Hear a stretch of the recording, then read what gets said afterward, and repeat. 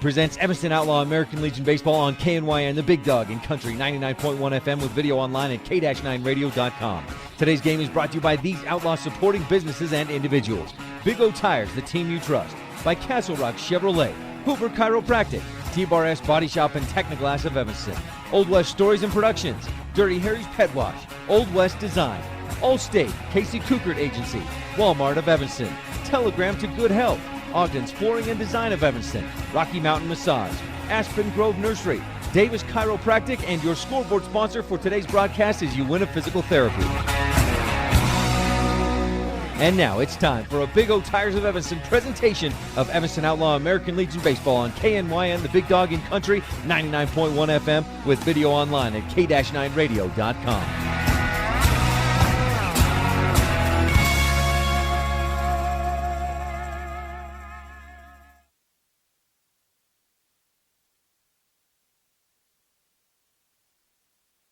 Brief, the Outlaws had to hang on for dear life and won by the very narrow margin of a single run, 7-6 on yesterday's Uinta Physical Therapy scoreboard, which fortunately for Evanston kept them in the winner's side of the district tournament and allowed them to gain access to this semifinal tonight against host Rock Springs, which despite being a 4 seed is a very talented ball club, obviously has a lot of fans, locals here out cheering for them in a battle of a couple of Southwest Wyoming ball clubs here for a ticket to tomorrow night's finals.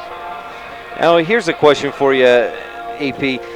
You can look at matchups and say, well, look at the record that Rollins had throughout the regular season. Shouldn't Evanston have won by more? But playoff time, matchups go into factor. The fact that the Outlaws were playing or started a pitcher that's about from number 5 or 6 in the rotation.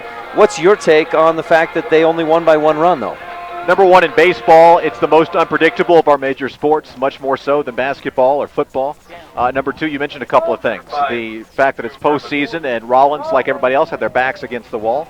Number 3, as you mentioned, our ace, Ian Fisher, was not on the mound to start the game. He did come in and get the save. But also, let's not forget the rather careless base running that the Outlaws displayed 3 times yesterday that ended up cutting 3 of their 9, or a third of the innings, if you will, short with poor decisions on the base paths. And anytime you give away easy outs to your opponent, you are necessarily going to make the game that much more competitive. We're not. Of Evanston Outlaw American Legion Baseball on KNYN, the Big Dog in Country. I don't know what's going on. We're not even on the air? No. With video online at k-9radio.com. Our internet is good. We're streaming fine, but it's not picking up.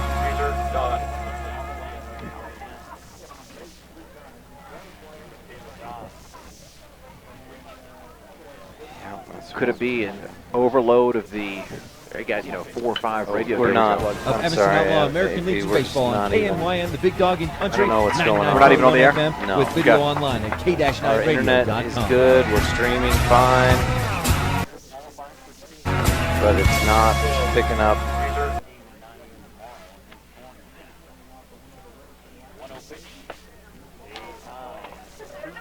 I think we're back. So we're here at the Paul J. Wataha Complex. This game going late a little bit. Green River and Laramie. Green River, the number 1 seed from the Southwest Conference. Laramie, the number 2 from the Southeast. And if I'm looking at the scoreboard correctly, it looks like Green River has scored 8 unanswered runs. That, sir, is correct. 8 unanswered. They trailed 6-1. They lead at 9-6. So doing some quick math, they were down 5, now up 3, and are 2 outs away from winning. However, Laramie, Ryan, has just drawn a 1-out walk here in the top half of the 9th inning, so the tying run has neared the on-deck circle. And the Laramie Rangers, just like the Kimmer Rangers, have a lot of fight in them, and they're not going down without laying everything out on this beautiful diamond here at the Wataha Complex in Rock Springs. Can't say enough about how the fine folks here in Sweetwater County have done a tremendous job with this particular field, and I'm sure all of them, but we've certainly laid eyes the last couple of days on this field. It is just fantastic. 360 to dead center. You look at that batter's eye out there, and 325 down either line.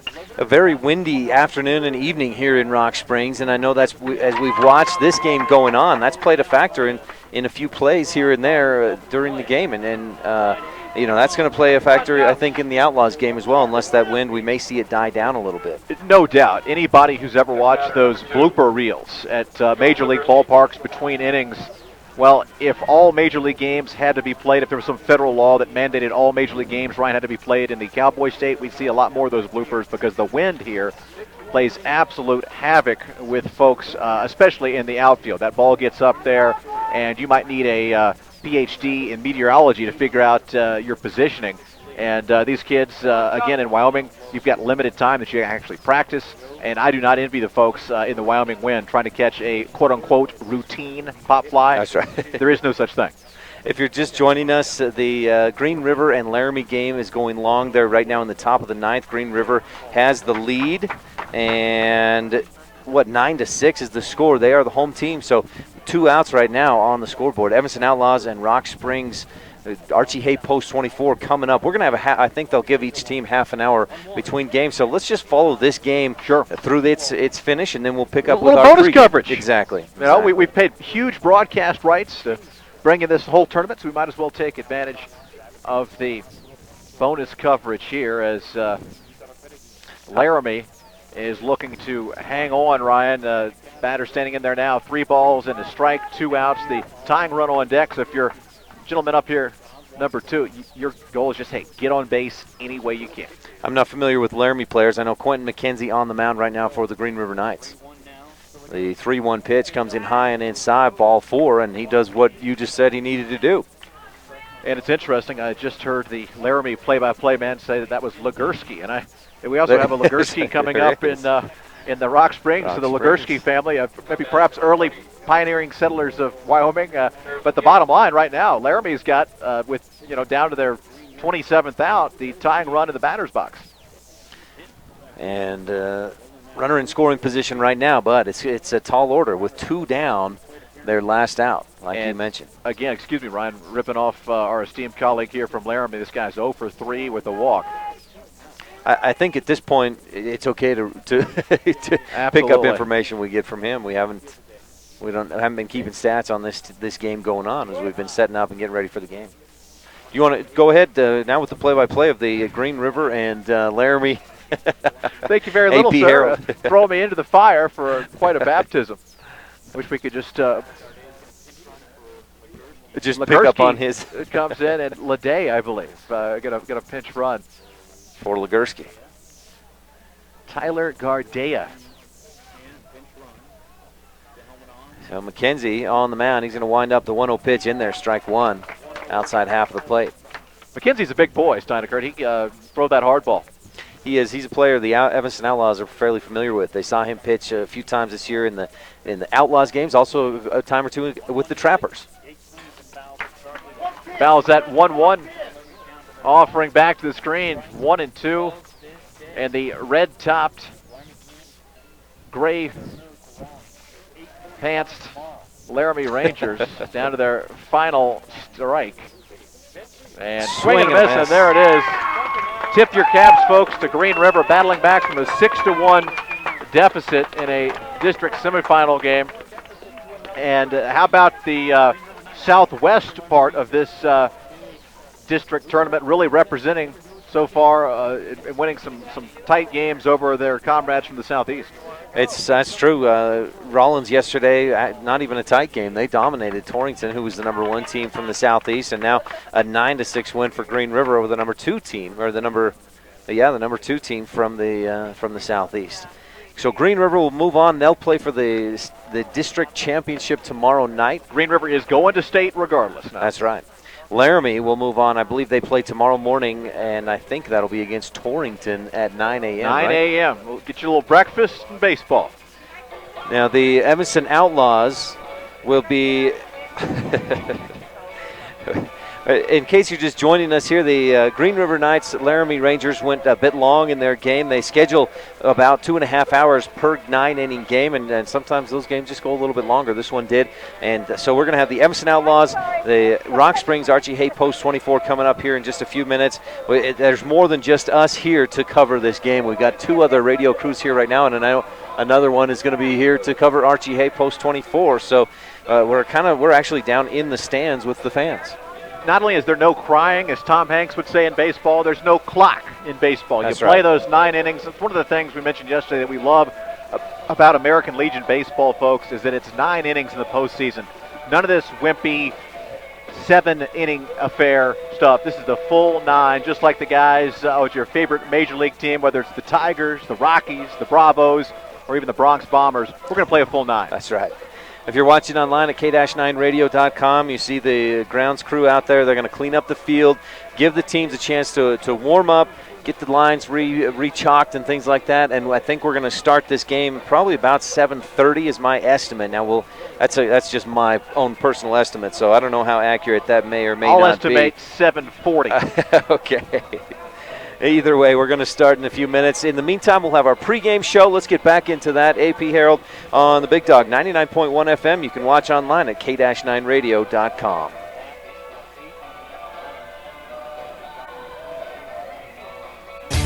Big O Tires welcomes you. Big O Tires, we go the extra mile, revving up the service to make you smile. We're in the business of customer pleasing, all the right service for all the right reasons. Oil changes, fluid checks, healthy wipers, and the best tires. Big O Tires. 'Cause the extra mile's the way we go. We got you covered at Big O. 607 West Cheyenne Drive, Evanston.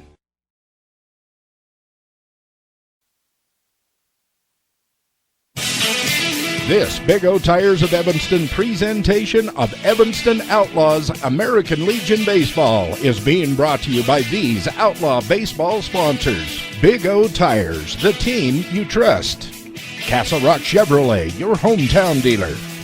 Hoover Chiropractic. Don't just mask the symptoms, cure your allergies with Dr. Hoover. Evanston Outlaws Baseball on the Big Dog at KNYN 99.1 FM with live video online at k-9radio.com.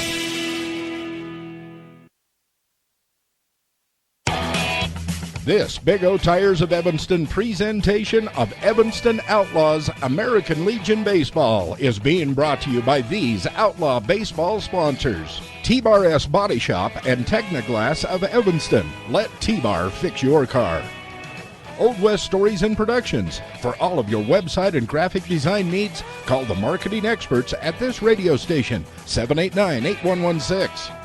And by Old West Design, helping sports teams and businesses dress for success. Evanston Outlaws Baseball on the Big Dog at KNYN 99.1 FM with live video online at k-9radio.com. Welcome back to the pregame show here on a Big O Tires of Evanston presentation of Outlaw Baseball on the Big Dog 99.1 FM. You can also watch live online at k-9radio.com. The Outlaws tonight are going to take on the Archie Hay Post 24. That's a Rock Springs. Previously the Mustangs. This year they kind of moved away from the Mustangs, and they're really focusing on Archie Hay Post 24. And we'll talk a little bit more about who's Archie Hay and why are they named after him. Why is the Post 24 for the American Legion honor Archie Hay? We'll talk about that, AP. Joining me, this is Ryan Steinekert here with AP Harold, and we've also got Adam Jackson running the camera for us. Did I say that right? Yeah, I think you did. Okay. Adam Action Jackson. Adam out of Action Mount Jackson. Pleasant, Michigan. If you're watching online at k-9radio.com, we'll get Adam to show us the Evanston Outlaws over there down the right field line, warming up, kind of running some sprints, just kind of get warmed back up. They got warmed up. They were ready to go for a 7 o'clock start, and then that Green River Laramie game went long. Green River came away with a win 9-6.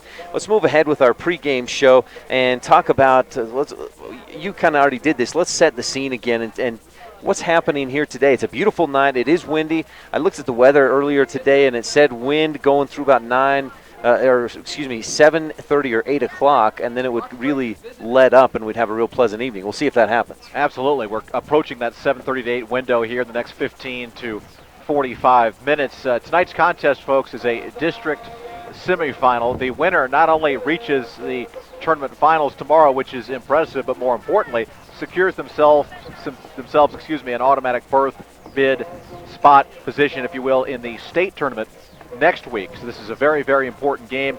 Yesterday, our game before the Evanston-Rollins game, we saw a couple of teams clad all in orange, and we were pretty thankful that we didn't have to deal with that. Well, tonight, Ryan, the Outlaws all in white, and Rock Springs, I believe, is going to be in white tops.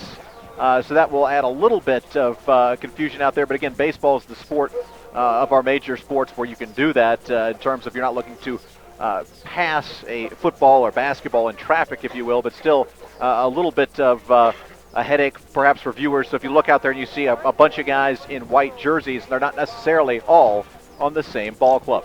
The Outlaws will be in all white, as you mentioned, the Rock Springs with the black pants. Now let's talk about yesterday's game. Outlaws 7-6 win over the Rollins Generals. The Rollins Generals, again, Ryan, came in yesterday at 9-34 on the season. And I want to tip my cap to Jonathan McNeese, their fine third-year head coach, and all those kids. It would be very easy to get down and discouraged and just not show up or phone it in. Those kids fought hard. They jumped off to a 2-0 lead, showed some spark, showed some life. The Outlaws jumped on them for 5 in the second, and it looked like to many folks, including this never too astute handicapper, that perhaps the Outlaws were going to run away in a proverbial laugher. But the Generals showed some serious fight in them and kept that game close all the way, and it ended up being just an extremely narrow contest, 7-6, Evanston winning, and we had to bring in our ace, Ian Fisher, for the save out of the bullpen, more actually out of the shortstop position with a short roster, only 10 guys dressed yesterday. But a win is a win is a win, especially in the postseason. In NCAA tournament basketball, the late Jim Valvano used to have an expression, survive and advance, and that's exactly what Coach Kishpaw and his band of Outlaws from Uinta County did yesterday on the field here at the Wataha Complex. Now, if you're watching online at k-9radio.com, bear with us. So again, as I mentioned a few minutes ago, more than one radio crew here setting up, and we've just kind of had to squeeze in just to get started with our pregame.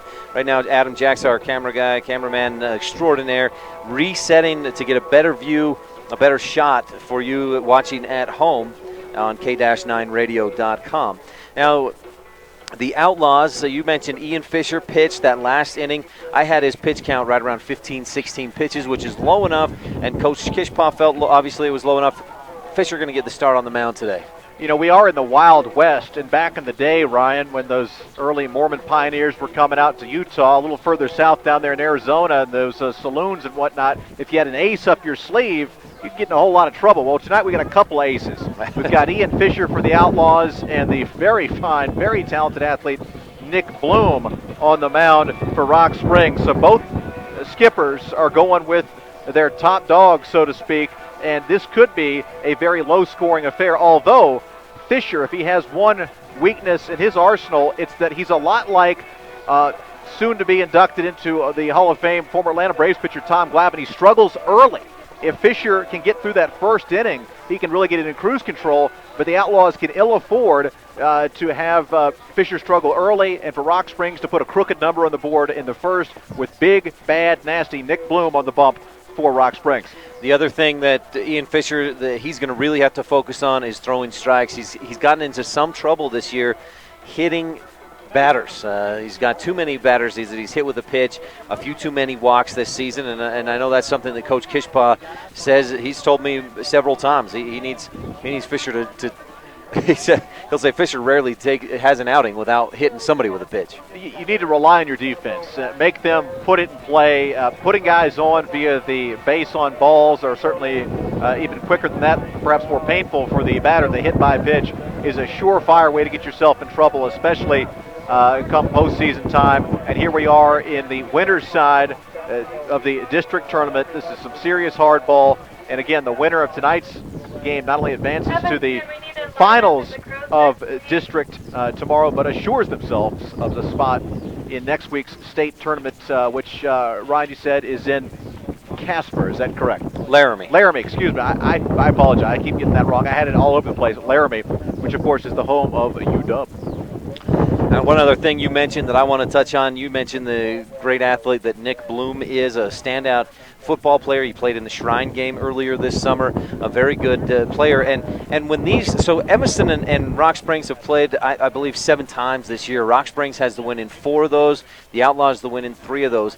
The Outlaws hosted Rock Springs about a month and a half ago in Evanston, blew them out in 2 straight games in that doubleheader. But thank you. I believe, Ryan, and I wasn't there. I was down in the Lone Star State at that time.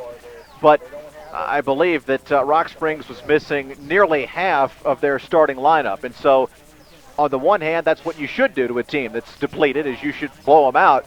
But on the other hand, they're not depleted tonight. And, in fact, they've got their stud on the bump, the aforementioned Nick Bloom. So this should be a doozy of a contest. Both teams should have every incentive in the world to play hard and play well. Everybody should be focused. There are no excuses. I don't care if you're nicked up, banged up, injured, tired from the bus ride, didn't have enough to eat, whatnot. All that goes out the proverbial window. This is postseason baseball. This is what you play your entire career for. Most of these kids aren't going to play college or certainly pro ball, and this is postseason hardball in the Cowboy State. Coach Kurt Hunter of the Rock Springs Archie Hay Post 24 refused an interview with us tonight. He was unavailable for comment, I guess that maybe is the more politically correct way to say that. And even more politically correct, it's Dr. Kurt Hunter. He is an MD. So we will not have an interview from the opposing coach, but we will have an interview from Coach Judd Kishpaw coming up here on the pregame show. As I mentioned, we'll also talk about a little bit more about Archie Hay and why Post 24 is named after and honors Archie Hay. It's the Evanston Outlaws and the Rock Springs Archie Hay Post 24 coming up. Semifinal American Legion District Baseball here in a few minutes from Rock Springs. This is Ryan Steinekert with AP Harold, and we'll be back with more of the pregame right after this on a Big O Tires of Evanston presentation of Outlaw Baseball on the Big Dog 99.1 FM with video live online at k-9radio.com. I'm a 75-year-old woman who had a low back surgery. After surgery, I had a lot of pain in my left leg. My doctor ordered physical therapy, and I chose Mark Brinkerhoff. He gave me exercises that I could tolerate, and now I have no. This Big O Tires of Evanston presentation of Evanston Outlaws American Legion Baseball is being brought to you by these Outlaw Baseball sponsors. Telegram to good health. Click on the telegram at k-9radio.com. Uinta Physical Therapy. You have a choice of where you can get your treatment. Walmart of Evanston. Save money, live better. Evanston Outlaws Baseball on the Big Dog at KNYN 99.1 FM with live video online at k-9radio.com. Your thoughts on the win, 7-6 over the Rollins Generals? We're a little happy. I think we should have held them a little better. Their top 4 batters are pretty solid. Started down in our order of our pitching lineup, and McDonald hurts us a little bit. It's a good closeout by Fisher and a good win for Berta. Did you get a pitch count on Fisher, and I expect you'll still start him tomorrow? We haven't determined yet if we're going to start him or not. It depends. If Bloom goes, I think we'll start him. We want to keep him down a little bit. If we had one more pitcher in our lineup, I think we'd feel a lot better. We'll just play it by ear when we get there. You've told me dozens of times this season that you want your team around 8 to 10 hits in a game. You had 14, I think, 14, today? I showed 15. 15? That's okay, yeah. Our hits were okay. We get a little ahead of ourselves trying to crush the ball. That's why we kind of struggled with Leland at the plate there at the beginning, but he finally got one base hit. Really, everybody did pretty well. I think everybody ended up with one hit. Base running was an issue. You guys missed some opportunities to score with runners on second and third and bad decisions on the base paths. That's lack of experience, missing games, missing practice. That's one of those things. We've got somebody on 1 and 3. These guys, for whatever reason, don't like to throw down to 2. So stay home, third base, and just let him get his base. It's in his head now. It won't happen again. And then we had the little pickoff at first. The same thing, lack of playing and practice. On the bright side, you get the win. That puts you in a great position heading into the rest of this weekend. It does. And we're still on the winner's side. We're in the semis tomorrow. We get that win, we can end up number 1. Did you watch any of that Rock Springs game against Torrington? Was that a surprise or not at all with that win for Rock Springs? No, it's funny, and I was talking to you. They're the most underrated 4 team here. They're a lot better than their record shows in conference. Their regular record was actually pretty good. Rock Springs is going to bring it. They're the team to beat right now. You're 2-2 against them in conference play this season. You swept them at Evanston. They swept you here. The second one was a real close extra inning game. It was, and then we had a few mistakes on that first game and could have made some changes. That should have been a close game also. We ended up losing with that same exact play right there at third base with the same kid. I think we're past that now. He knows. We all know. We're trying to cheer each other up instead of getting down on them. You want to see some better base running. What other things do you feel like you want to do better to get a win over Rock Springs? A little more solid contact. I still see way too many shots just hitting the ball instead of placing the ball. We need to put those in those gaps. We don't need to crush the ball on any of these teams. We know our small game is probably better than anybody else's if we've been working so much on bunts. I'm talking 40 throws a night to each kid. They're all solid. If I call on one of them, they're all going to lay a good bunt down. We saw that in the early innings. Yeah, Robbie. Yeah, called him up. He knows his role. A lot of kids don't like that, but they got to learn this is for the team. That gave us that win right there. That's sack bunt. Thanks to Evanston Outlaws head coach Judd Kishpaw for that interview here on the pregame show. We're about 3 minutes away from the starting lineups and today's opening pitch at this district tournament on a Big O Tires of Evanston presentation of Evanston Outlaws baseball here on KNYN the Big Dog 99.1 FM with video live online at k-9radio.com.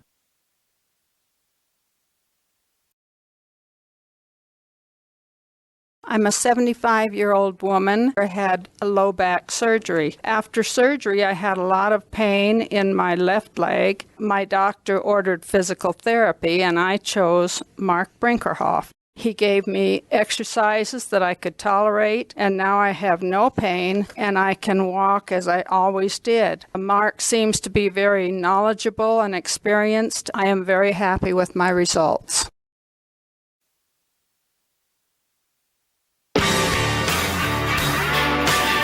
This Big O Tires of Evanston presentation of Evanston Outlaws American Legion Baseball is being brought to you by these Outlaw baseball sponsors. Davis Chiropractic, traditional chiropractor, traditional values with flexible payment plans.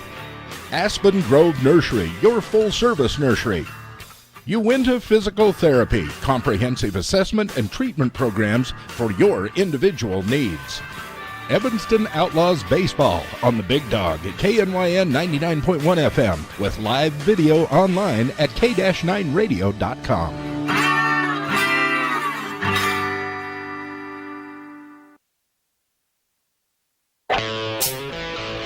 This Big O Tires of Evanston presentation of Evanston Outlaws American Legion Baseball is being brought to you by these Outlaw baseball sponsors. The Casey Kukert Allstate Agency for all of your insurance needs, auto, home, boat, and recreational vehicles. See Casey Kukert, your Allstate agent. By Dirty Harry's Pet Wash. Clean house, clean car, clean clothes, why not a clean pet? Bath time can be magical. Make a splash today. Veterans are free at Dirty Harry's Pet Wash in the Monkey Shines Mall. Evanston Outlaws Baseball on the Big Dog at KNYN 99.1 FM with live video online at k-9radio.com.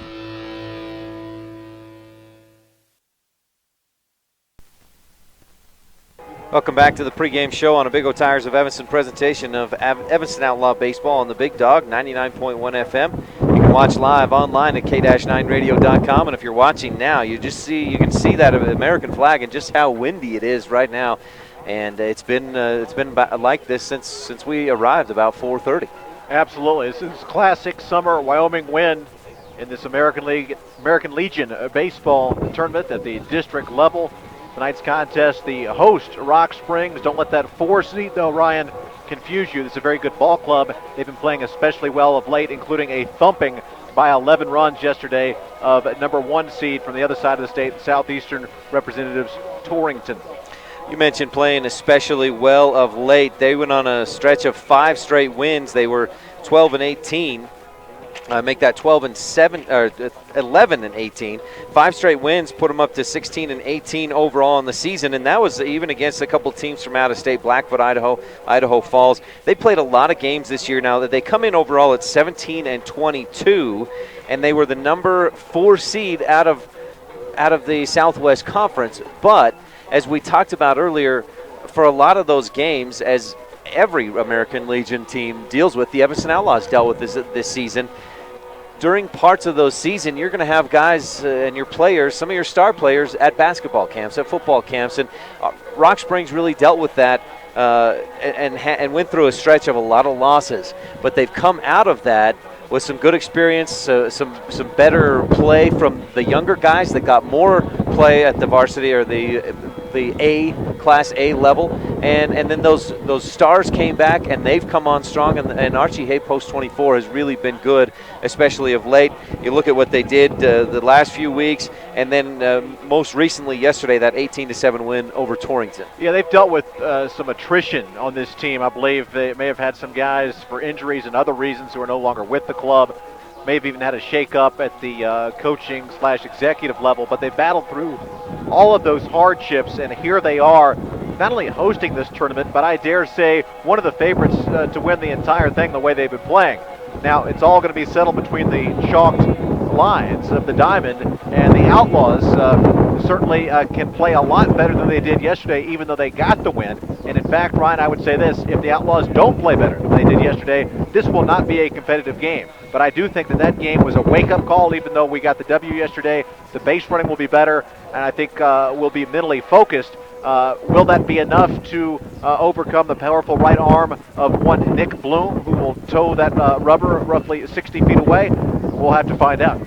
So far in this tournament, again, if you're just joining us on the pregame show, earlier in this tournament, just moments ago actually, Green River and Laramie's game went a bit long. Green River came away with the win in that one. 9-6 was the final score. Correct me if I'm wrong. That is absolutely correct. It was a 6-1 lead early for Laramie. It looked like the guys from UW territory were going to win and do so quite easily.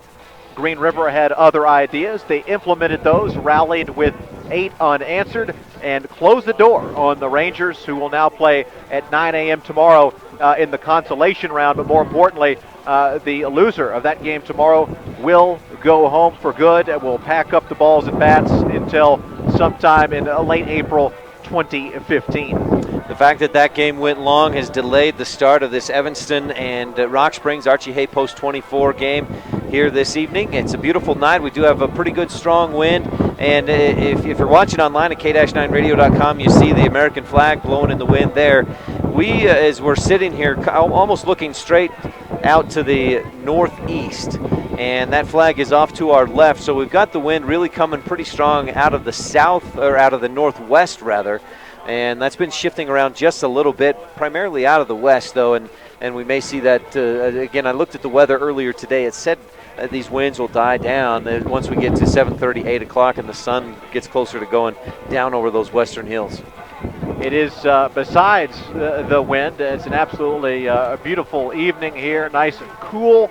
And again, want to tip our caps to the host ball club, the host Legion Club, if you will. Rock Springs have done a tremendous job with this field, not only in its overall upkeep, Ryan, but between games, these guys and gals do a fine job of raking, lining the fields, spraying the fields, tidying up, and making sure that each kid on every team gets a crisp, essentially brand new, if you will, field to go out there and play his very best.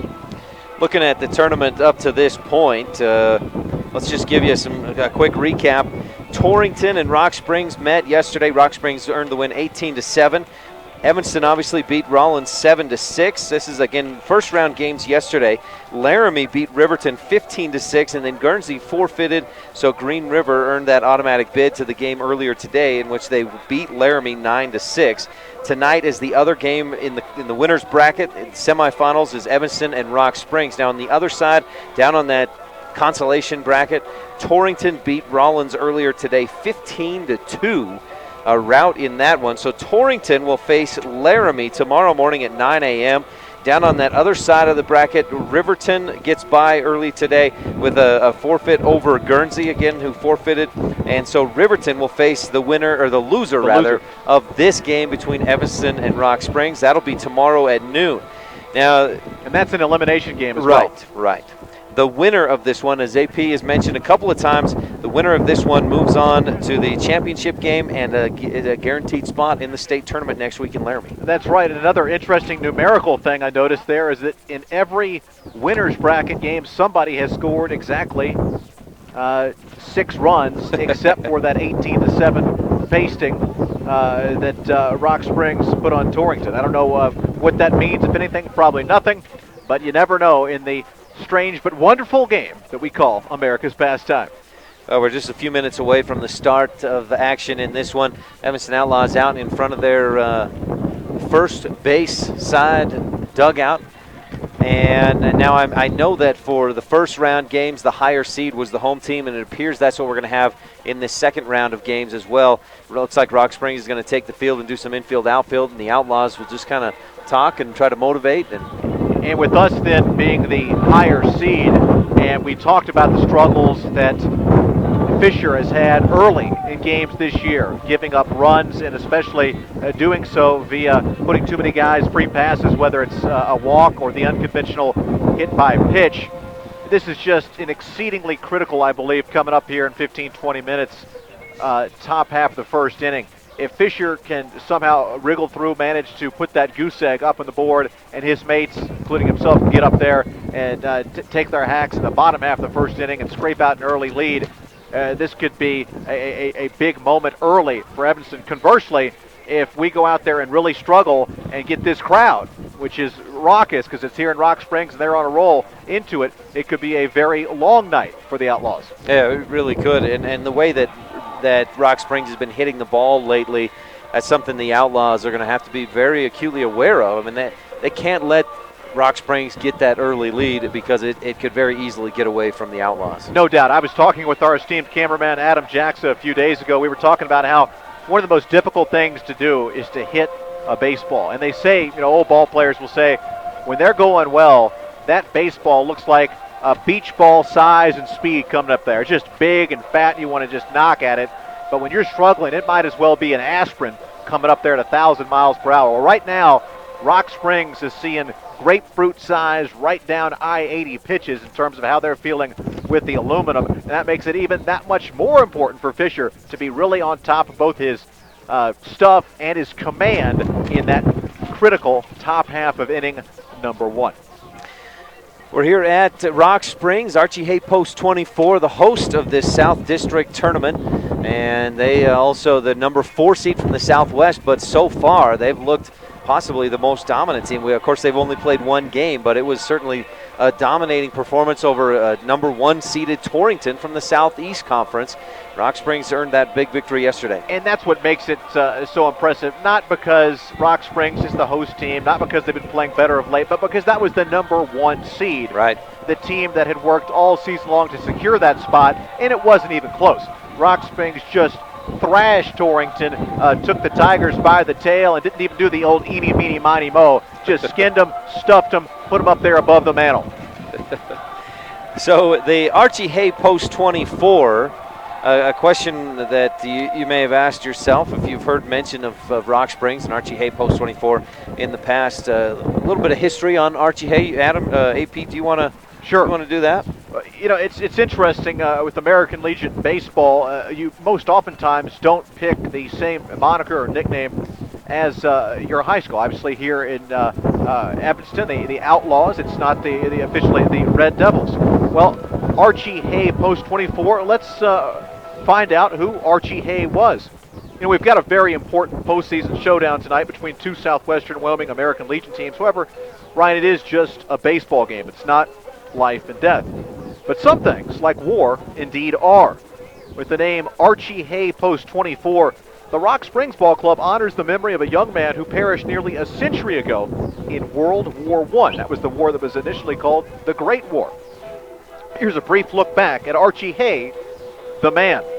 Archie L. Hay was killed in action from aeroplane, as they called it back in those days, machine gun fire in the Argonne Offensive in France on 27 September 1918. He was a member of Company G, 362nd Infantry, 91st Division. Private Joseph Melbourne of Rock Springs was killed in action, sadly, 2 days later on the 29th of September. He was a member of Company B, 362nd Infantry, 91st Division. A double funeral for Archie L. Hay and Joseph Melbourne, held under the auspices of the newly named Archie Hay Post of the American Legion some years later, July 31st, 1921 at 2 o'clock on a Sunday afternoon. Hay's remains, Ryan, lay in state at the Episcopal Church from 10:30 until 2, while Melbourne's remains simultaneously lay at the Congregational Church here in Rock Springs. Services with full military honors were conducted by the American Legion.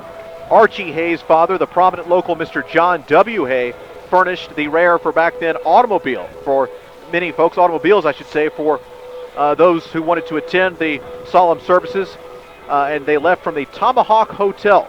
The soldiers' remains had arrived in Rock Springs on train number 13 on the Wednesday before the funeral, and the American Legion and ex-servicemen of the community met the train and formed an honor guard to honor the ultimate price paid by those two young men. Sergeant Archie L. Hay, now long gone but never to be forgotten, one of the countless young Americans who paid the ultimate price for the many freedoms we all too often take for granted. Ryan, we thus dedicate tonight's broadcast to all soldiers, sailors, airmen, and Marines who have perished fighting for American liberty, for while all gave some gave all. Thank you, AP. Evanston Outlaws and the Rock Springs Archie Hay Post 24 semifinal game in this South District tournament. Coming up here in just a few minutes. Again, if you're just joining us, so we're getting a late start because Green River and Laramie went long. They started at 4 o'clock this afternoon. That game went a full 3 hours. They didn't finish till 7, actually about 7:10, I think, is when that game was completed. And so a full 3 hours plus in that ball game. Green River earned the victory 9-6. And we're just a few minutes away from the start in this one. We have starting lineups. We'll continue the pregame show. The Evanston Outlaws, who will be the home team against Archie Hay Post 24 Rock Springs. Now, let's touch again on yesterday's game for the Evanston Outlaws. A 6-7 win over the Rollins Generals. A win is a win. You don't want to be too picky about or diminish how the win. Exactly, or diminish the win. But there are a lot of things the Outlaws need to improve on real quick from yesterday's victory. No doubt. It was a situation where you got a team that comes in at 9-34, a young team that's had a lot of struggles in Rollins, and Evanston. It would have been much more encouraging if Evanston had done to Rollins what Rock Springs, Ryan, did to Torrington, which is blow them off the field, wipe them out. Instead, we struggled mightily. 3 big base running gaffes, which prematurely ended 3 different innings, and that level of carelessness and inattention to detail is a surefire way when you're not playing a team that's 9-34 to have an L branded firmly on your forehead and to be sent packing quickly in tonight's instance into the consolation round. Outlaws just about finished up with their infield-outfield routine here, and we're going to be underway in just a couple of minutes. You hear that wind kick up a little bit here in Rock Springs. It is a windy evening. One of the things, Ryan, I know you're from Utah, which certainly has some distance to be traveled for high school sports, especially for the team that you primarily cover, the Rich Rebels. But Wyoming, perhaps more so than almost any other state, you've got tremendous travel, especially for these Evanston kids. One of the things I think we all too often forget, these are young men going through all the distractions of 15, 16, 17, 18 years old with where am I going to go to college, girls, part-time jobs, summer activities, hiking, whatnot. And I want to commend our coaches, Coach Huber and Coach Kishbaugh, for keeping these guys focused and getting them here to this point. They got that win yesterday. Okay, sure, we can critique it all day long, but that's forever a win. Yeah. And now let's get out there and give our very best against a very talented host Rock Springs bunch. And also include in there Coach Jason Lloyd. Primarily, he's the head coach of the Trappers, but also definitely helps out with countless hours with the Evanston Outlaws. Absolutely. 3 fine men. Let's go ahead with our starting lineups. You've been listening to the pregame show here on a Big O Tires of Evanston presentation of Outlaw Baseball on the Big Dog, 99.1 FM. And, of course, you can watch live online at k-9radio.com. Starting lineups, and we'll go with the visiting team first, the Rock Springs Archie Hay Post 24 on their home field, but visiting today because they are, for this tournament, the higher seed is automatically designated as the home team. The visitors, starting at batting first, is number 3, pitching Nick Bloom. Batting second, number 10, and the second baseman Riley Toller. Batting third is center fielder number 11, Colton Legursky. Batting fourth, Holden Kane, shortstop number 23. Followed by Tristan Stasinos is number 2 and first baseman. Batting sixth, number 17, third baseman, Aaron Mortensen. Brother Austin Mortensen batting seventh, number 13, and behind the plate. Coulter Como will be in left field, number 6, batting eighth. And batting ninth, number 21, right fielder Ryan Grossnickel. And I believe that's the kid nicknamed Boog. Boog Grossnicki is what they call him nowadays. A quick funny story about that is that when Rock Springs played at Evanston, I got the lineup, and it looked like Grossnicki. And the L-E at the end looked like E-E. So I called him Grossnicki, and unknowingly, unwittingly, it was the wrong name. And that's how nicknames are born. That's how it was born. They think Boog Grossnicki is a more baseball-sounding name than Ryan Grossnickel. But I'll tell you what, his father is the fine detective for Sweetwater County here and helps run this tournament, and overheard him say that Ryan, he is named after Hall of Famer Ryan Sandberg. Of the Cubs. Another great baseball name. Why don't you go ahead with the Evanston Outlaws starting lineup, AP Harold? You got it, Ryan, for your Outlaws, visiting in the sense that we're in Rock Springs, but the home team technically in terms of the higher seed, as I'll shuffle my papers here in the wind. Leading things off for us when we get to the bottom half of inning number 1 will be Tucker Leland, number 3. He'll patrol center field. Ian Fisher's going to be on the mound, number 12, and hitting second. The 3-hole Austin housekeeper, Big Austin, wears number 42 at first base. Will Kishbaugh behind the plate, wears number 24, and will bat cleanup. Hunter Hicks will be at the hot corner of third base, bat fifth. Alex Richens out there in right field, wears number 4, will hit sixth. Robbie Nowicki will hit seventh, wears number 25. He will patrol left field. At second base, Austin Call Me Berta Herford will be in the 8-hole, wearing number 13, batting ninth, wearing number 5. And at short, back in action tonight, right after missing yesterday's game with an injury, the fine slick fielding shortstop, Braden McDonald. Braden McDonald, a great story of a young kid just playing, Little League baseball just a summer ago, and he's really stepped up, had a great season for the Evanston Outlaws, playing much of this year and doing very well. He's worked his way into the starting lineup as a shortstop, and he's really in the rotation. I think he's the number 2 pitcher for Evanston. You know, our camera guy, Adam Jackson, is from Michigan, near Detroit, where they make all those cars. And when you're engineering a car, understand that you put them through a wind tunnel to make sure that they can hug the road. I think we're being put through a wind tunnel right now here in Rock Springs. It's a test to see how durable we're going to be with this equipment. That's right. Hopefully more durable than our last broadcast at Green River when we got literally knocked off the hill. I think we're a little better prepared for it this time than last time. And it's not like we were kicked out of the crow's nest in this instance. That's right. Beautiful vantage point here from really behind home plate. An outstanding field. 3-man umpiring crew for tonight's game. They were sporting the cream-colored jerseys in the earlier game. This time they're in that more traditional dark gray trouser with the black tops. They're going to go through the starting lineup. The PA announcer going through the starting lineup for Rock Springs. Maybe are they just doing seniors, or are they doing everybody?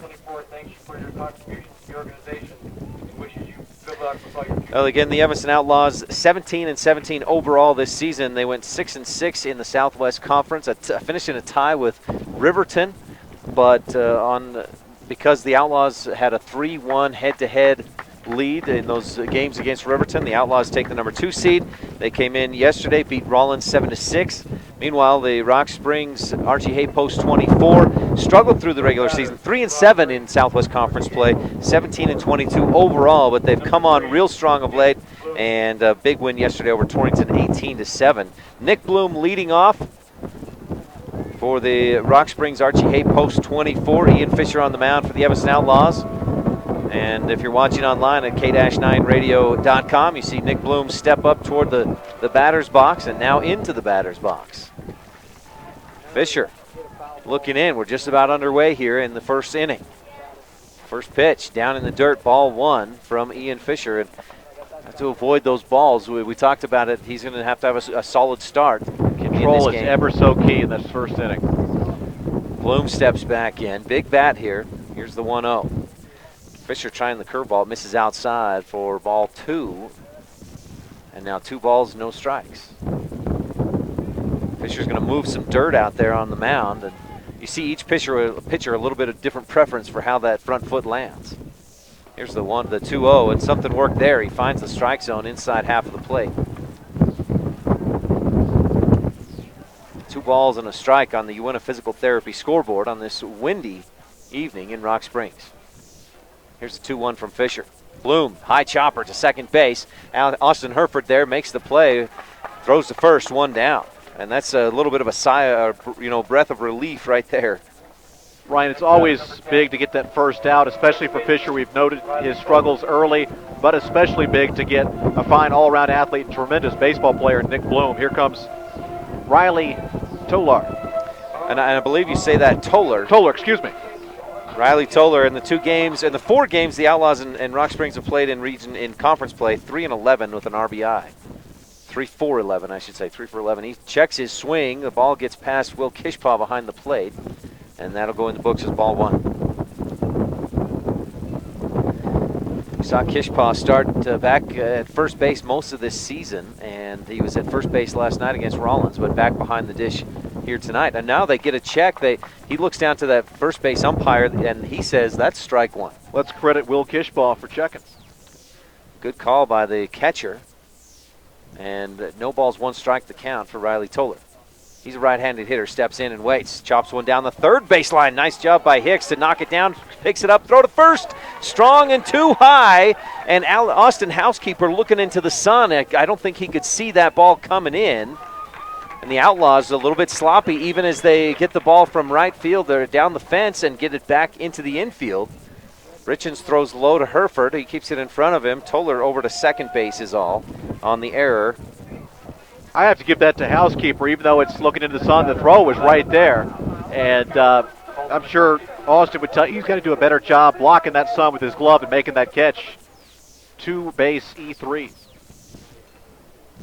That'll bring Colton Legursky to the plate.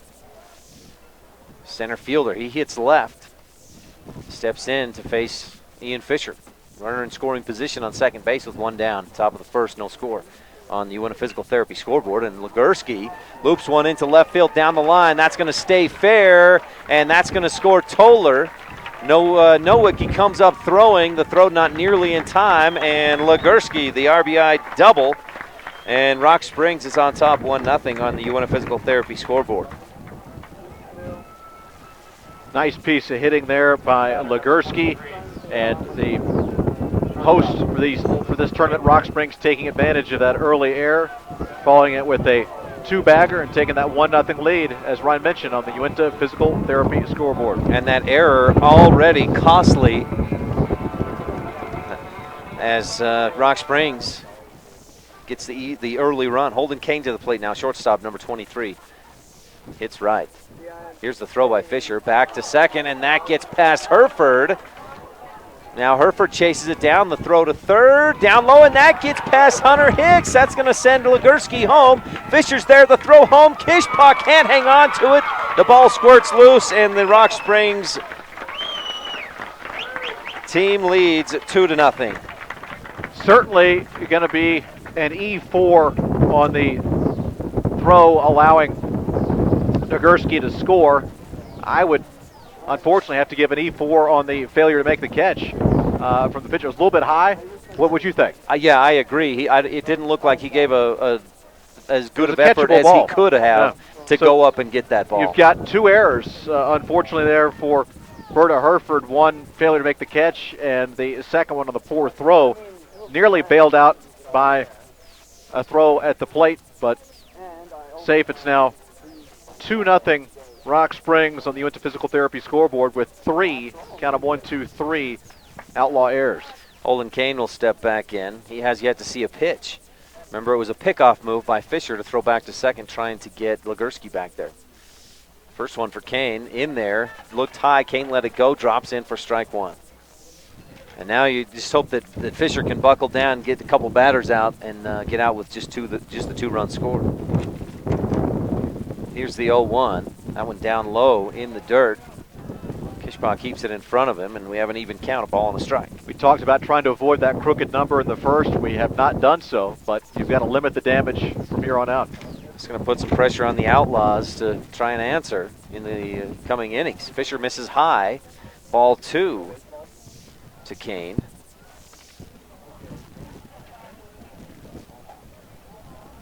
Two balls and a strike with one down, top of the first. Now Kane dribbles one slowly towards short. McDonald charges, picks it up, the throw not nearly in time.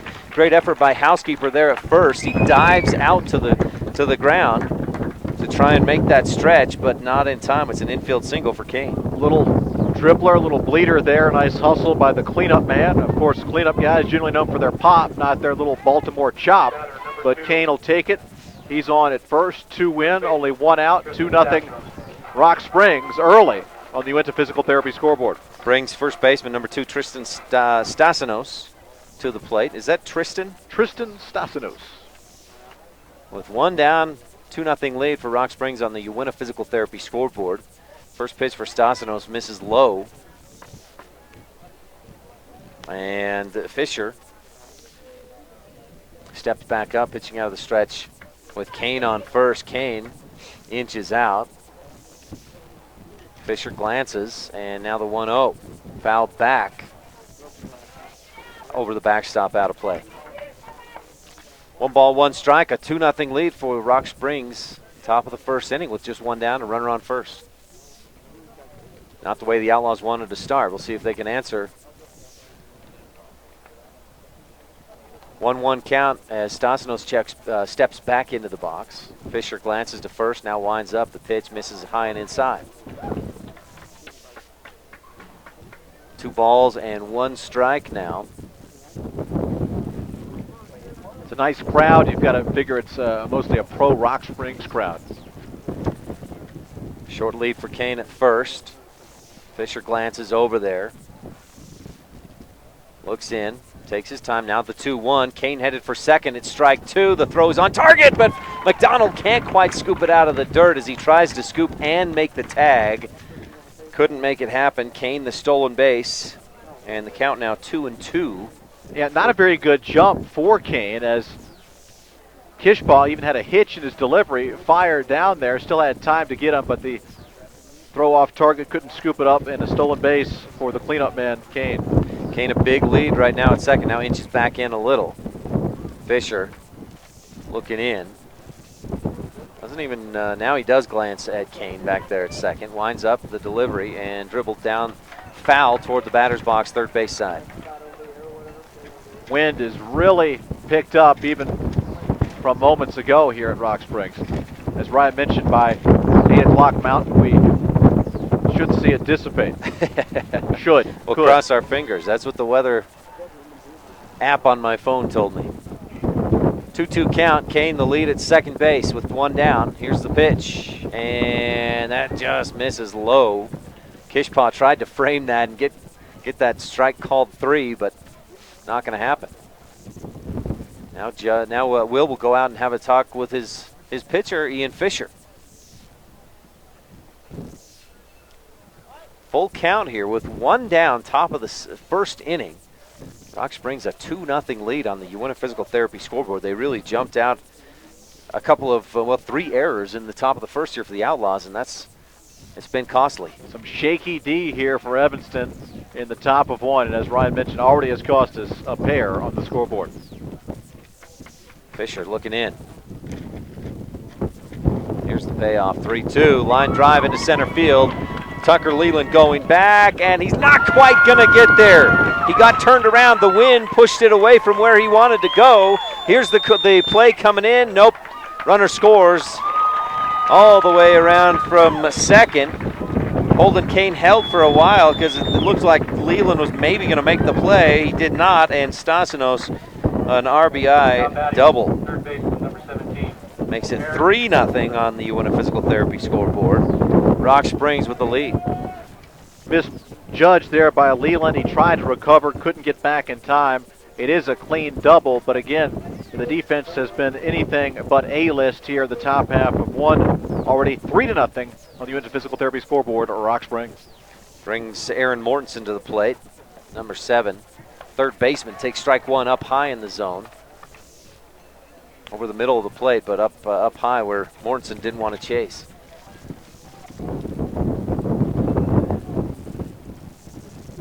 Mortensen steps back in. Here's the 0-1. Big cut. Swings and misses. Strike 2. And now Fisher up. No balls, 2 strikes with just 1 out. And again, a runner in scoring position.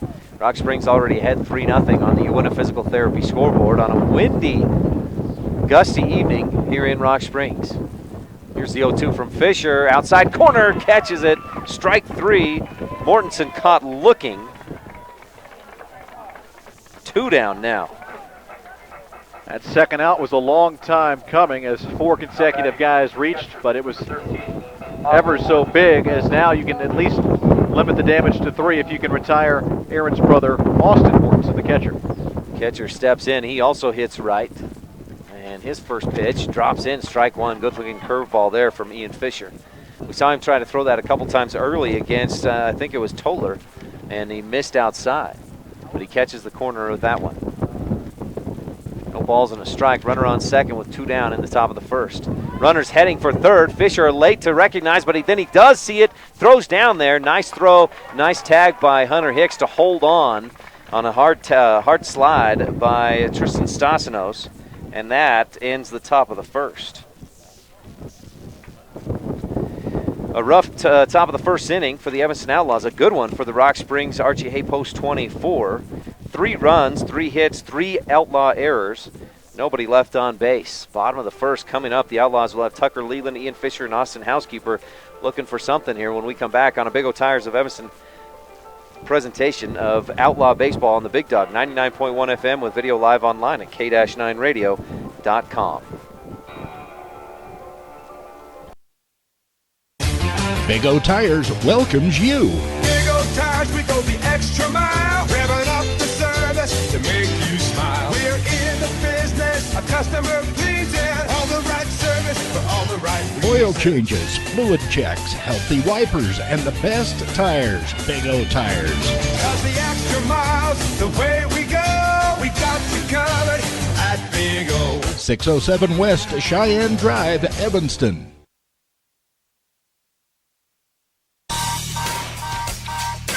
This Big O Tires of Evanston presentation of Evanston Outlaws American Legion Baseball is being brought to you by these Outlaw Baseball sponsors. Ogden's Flooring and Design of Evanston. Everything you need to update the flooring, cabinets, and countertops in your home. Rocky Mountain Massage. Chronic pain management, stress reduction, and overall sense of well-being. Evanston Outlaws Baseball on the Big Dog at KNYN 99.1 FM with live video online at k-9radio.com.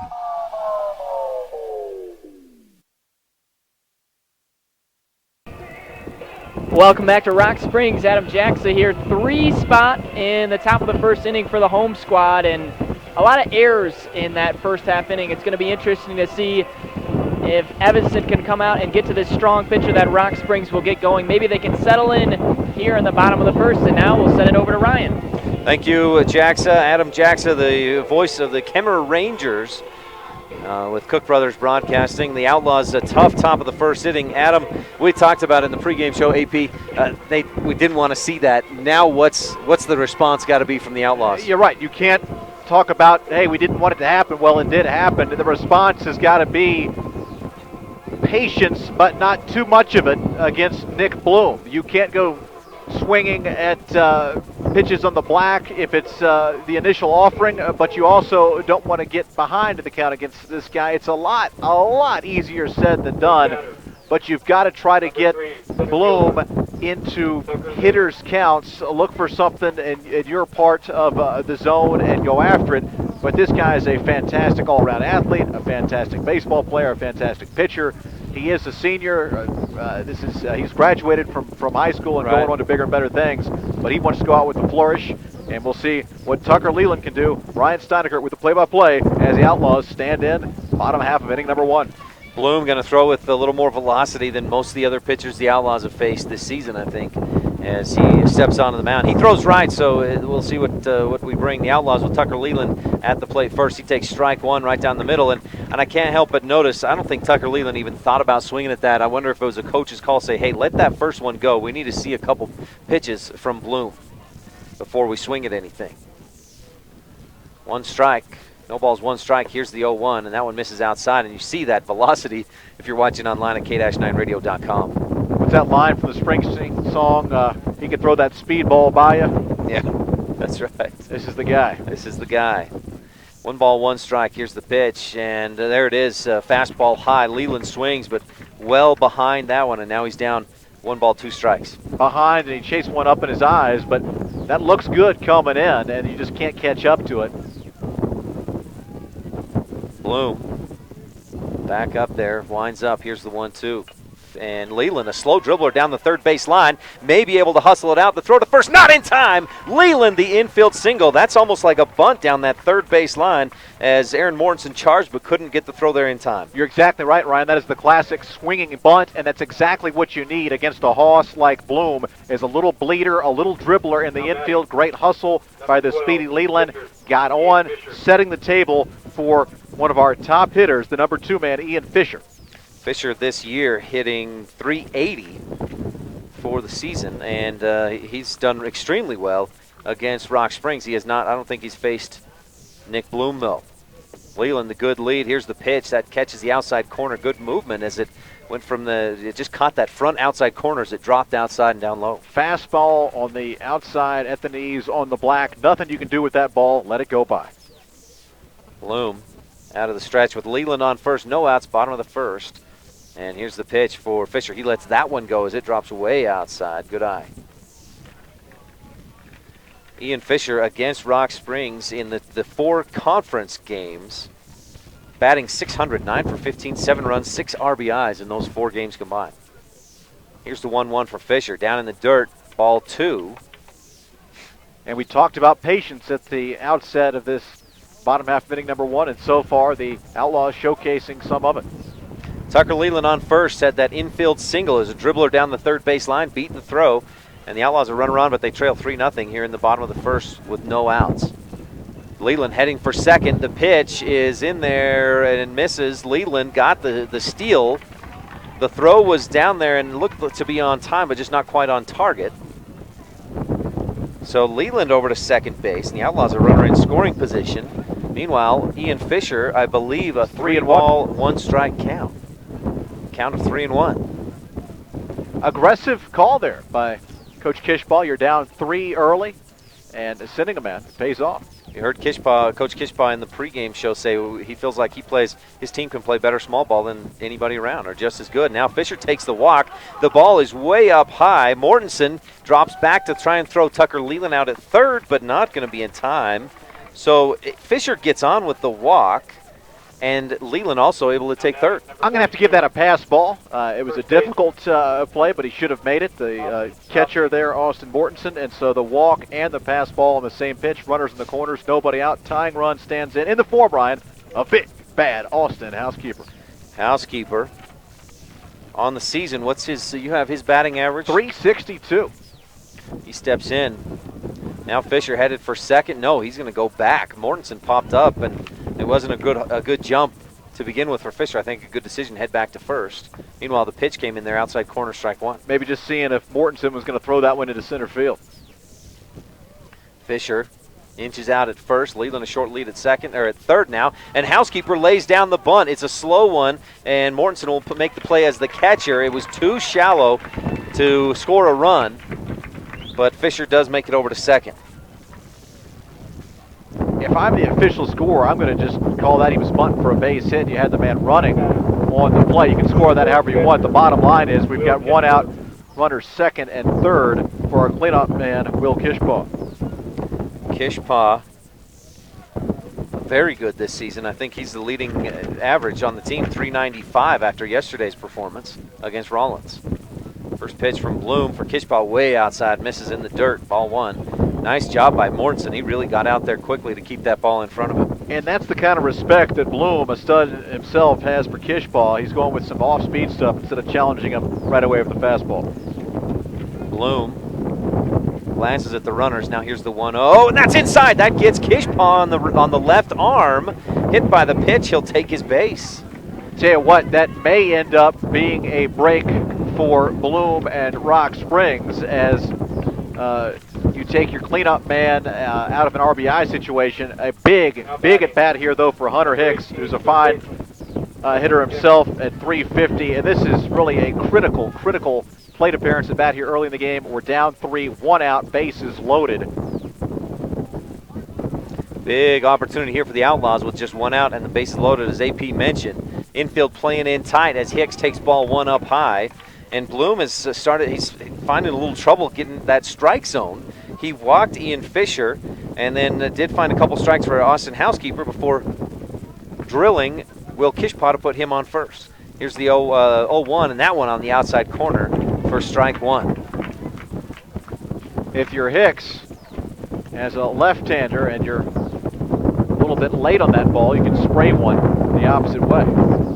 Here's the 1-1. That one right down the pipe, strike 2.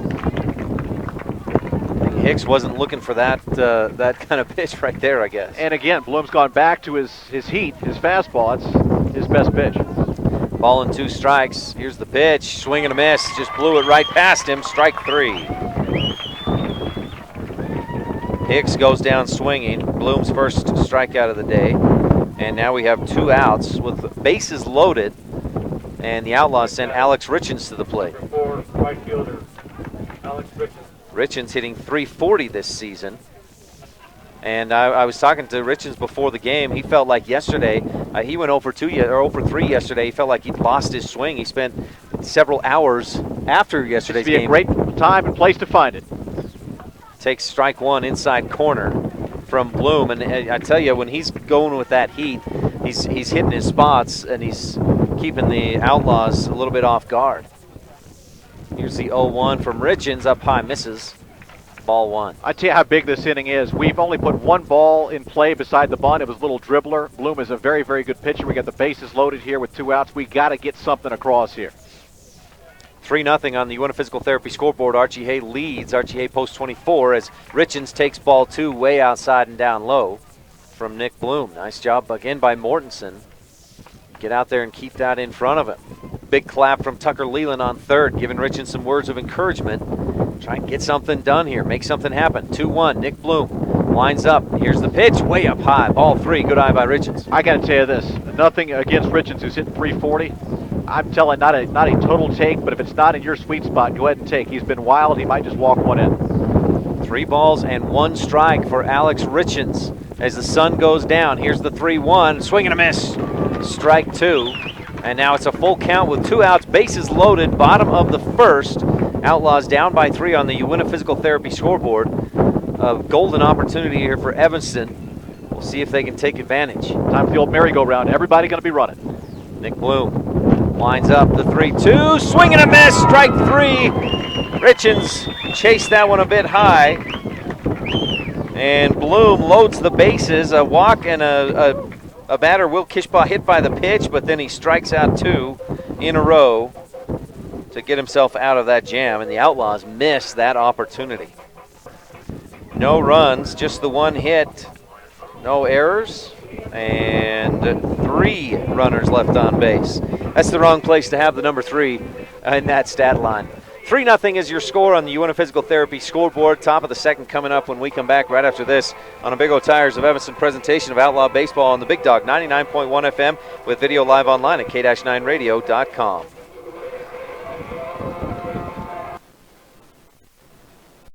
And now, Kay Rossiter talks about her physical therapy experience working with Mark Brinkerhoff at Uinta Physical Therapy. I had both of my knees replaced at the same time a little bit over a year ago, and Mark was my therapist, and he put me through some really strange things, but it must have worked because I was back at work in less than 3 weeks, and when I went for my 6-month checkup to my surgeon, I was at a point where I should have been at a year. I would recommend Mark Brinkerhoff and Uinta Physical Therapy to anyone. This Big O Tires of Evanston presentation of Evanston Outlaws American Legion Baseball is being brought to you by these Outlaw Baseball sponsors. Big O Tires, the team you trust. Castle Rock Chevrolet, your hometown dealer. Hoover Chiropractic. Don't just mask the symptoms, cure your allergies with Dr. Hoover. Evanston Outlaws Baseball on the Big Dog at KNYN 99.1 FM with live video online at k-9radio.com. Back here in the bottom of the first, the Outlaws tried to answer the 3 runs that were put up by Rock Springs in the top of the first, but you got to give credit. Nick Bloom gets himself into a jam. Bases are loaded for the Outlaws. 1 out. He gets back-to-back strikeouts. And still a goose egg on the scoreboard. Outlaws trailing Rock Springs 3-0 as we come back in the top of the second. And now I send it over to AP.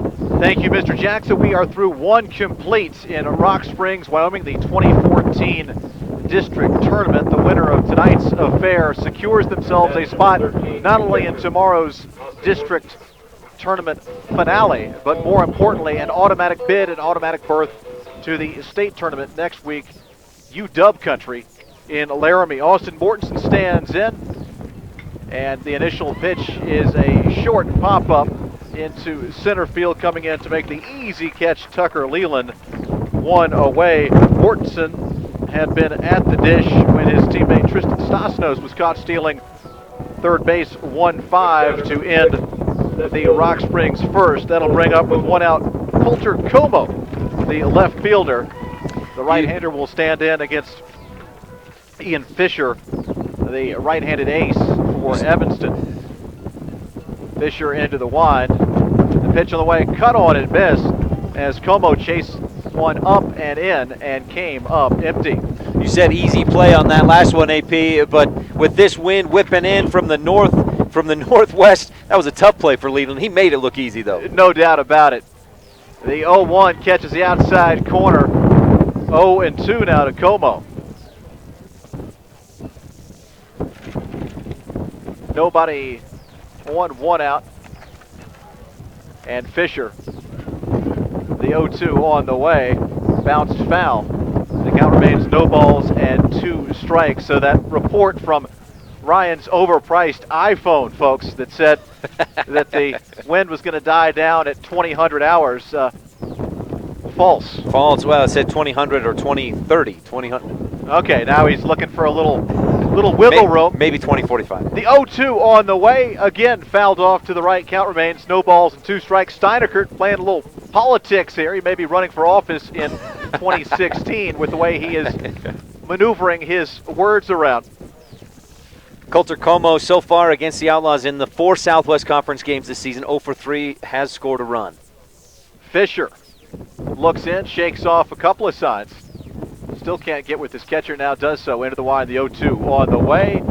Bouncing ball routine to the second baseman, knocks it out, picks it up, fires across, still gets his man. Good job there by Berta Herford sticking with that ball after bobbling it. 2 men down, and Coulter Como is retired for 3. A little bit of a commentary as to how well Como hit that. It was a sharp ground ball that Herford knocked it down, went over, scooped it back up, then made the throw, still got the out. Ryan Grossnickel stands in. He is a southpaw, swinging it from the left side. And Fisher deals. Initial offering, catches the outside corner. 0-1. From our vantage point, that looked a little bit outside, which gives a little bit of a pitcher's strike zone if I'm not too far off. Fisher, 0-1 on the way. Shot back to the screen. No balls and 2 strikes. And if you've got a pitcher strike zone in this wind, if you're a hitter, you got to be up there hacking. And Grossnickel doing just that. Grossnickel looks like a trimmer, shorter version of Bob Horner for you fans who remember Fat Bob Horner of the Atlanta Braves, late 70s, early 80s, with that blonde hair out in the back of his helmet. I'm getting a bunch of blank stares from my comrades. The 0-2. Instead, we've got time called. Grossnickel does not apparently like to stand in that batter's box long and give Fisher much time to... Big league move by Grossnickel, asking for time. And Fisher into the wide, the 0-2 on the way. Low and outside. 1 ball, 2 strikes, outfield straightaway and quite shallow for the number 9 hitter for Rock Springs. Nowicki out there in left field. He's only 30 feet off the infield. Curveball called, strike 3, and that will do it for Rock Springs as they are retired 1, count them 2, count them 3. The score remains on the Uinta Physical Therapy scoreboard after 1.5 from Rock Springs. The Rock Springs post 24 Archie Hay 3 and Evanston nothing. We're back in a moment on a Big O Tires of Evanston presentation of Outlaws Baseball on KNYN FM, The Big Dog, and online at k-9radio.com.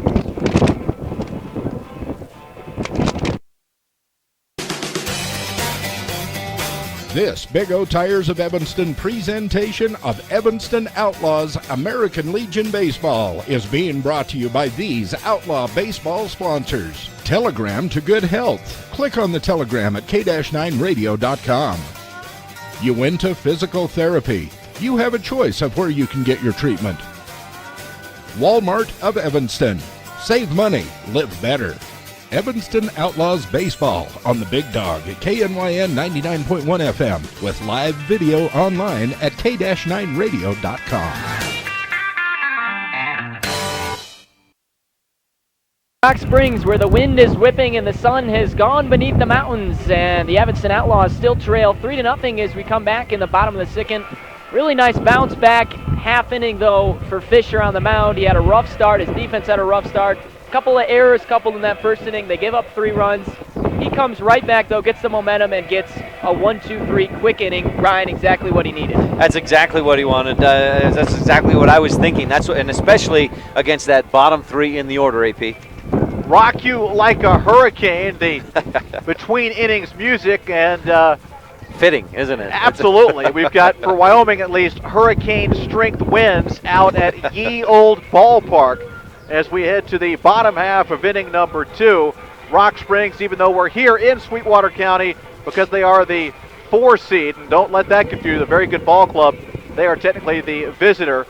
And your home team tonight, your Evanston Outlaws. And speaking of the bottom of the order, our 7, 8, and 9 men are up to the dish. You can see, if you're watching online at k-9radio.com, out there beyond center field, the golf course, White Mountain Golf Course, watering the neighbor's yard. That's right now. Those sprinklers going all over the place. Robbie Nowicki, our fine left fielder, hitting 270 on this season, will dig in, right-hander against right-hander. Outlaws all in white, trimmed in blue. And the Rock Springs with the pinstripe white tops, the black pants, the black caps with the orange A for Archie. Hey, pitch on the way. Swing and a miss as Nowicki was well behind on the initial offering from Nick Bloom. Robbie Nowicki played in all 4 games the Outlaws have faced in conference play against Archie Hay. 3 for 10 with 2 runs, 3 RBIs, batting .300 in this series in conference play. Nowicki with that closed stance digs back in. He's right up on top of the plate with his left foot. Bloom into the wind, fires low and outside. Count evens a ball and a strike. Outlaws got great production from their 8 and 9 hitters yesterday against Rollins, and that's always something you love to see. Get some guys on base here and see if we can get some more production at bottom half of the order, bottom third of the order. Just need contact against Bloom. The 1-1 on the way. Fastball low, 2 balls and a strike.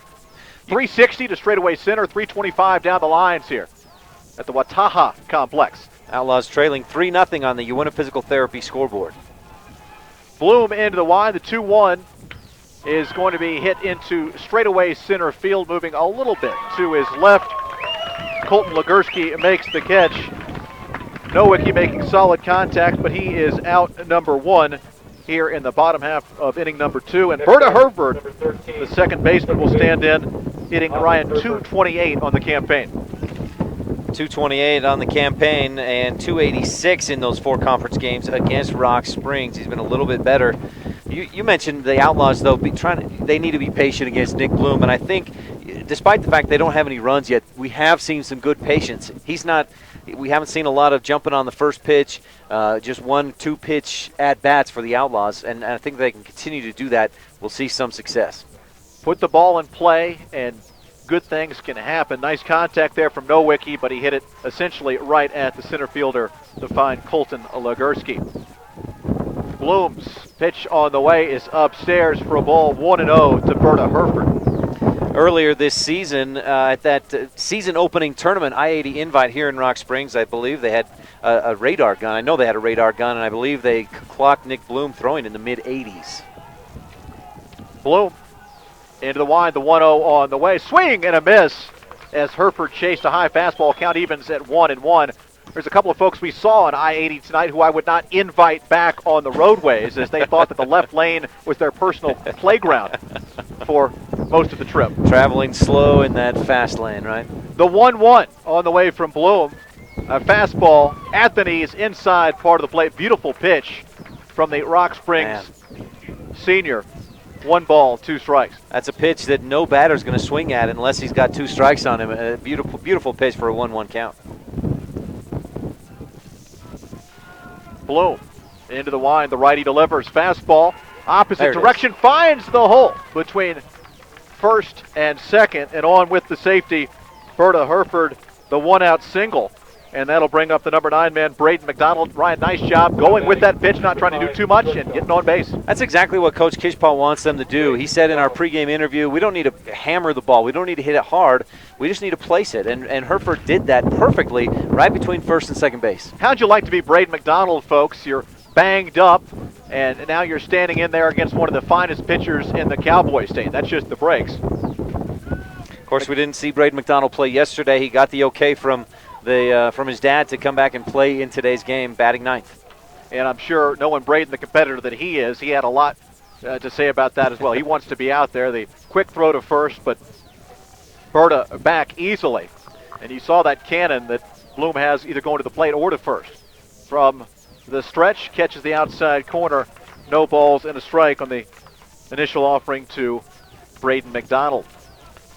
Braden McDonald against Rock Springs has been very good. 7 for 13, 5 runs, 2 RBI. Snap throw to first is in the dirt and gets away from the first baseman. That'll be an error on the pitcher, Bloom, as he's upset with himself, calling for the baseball.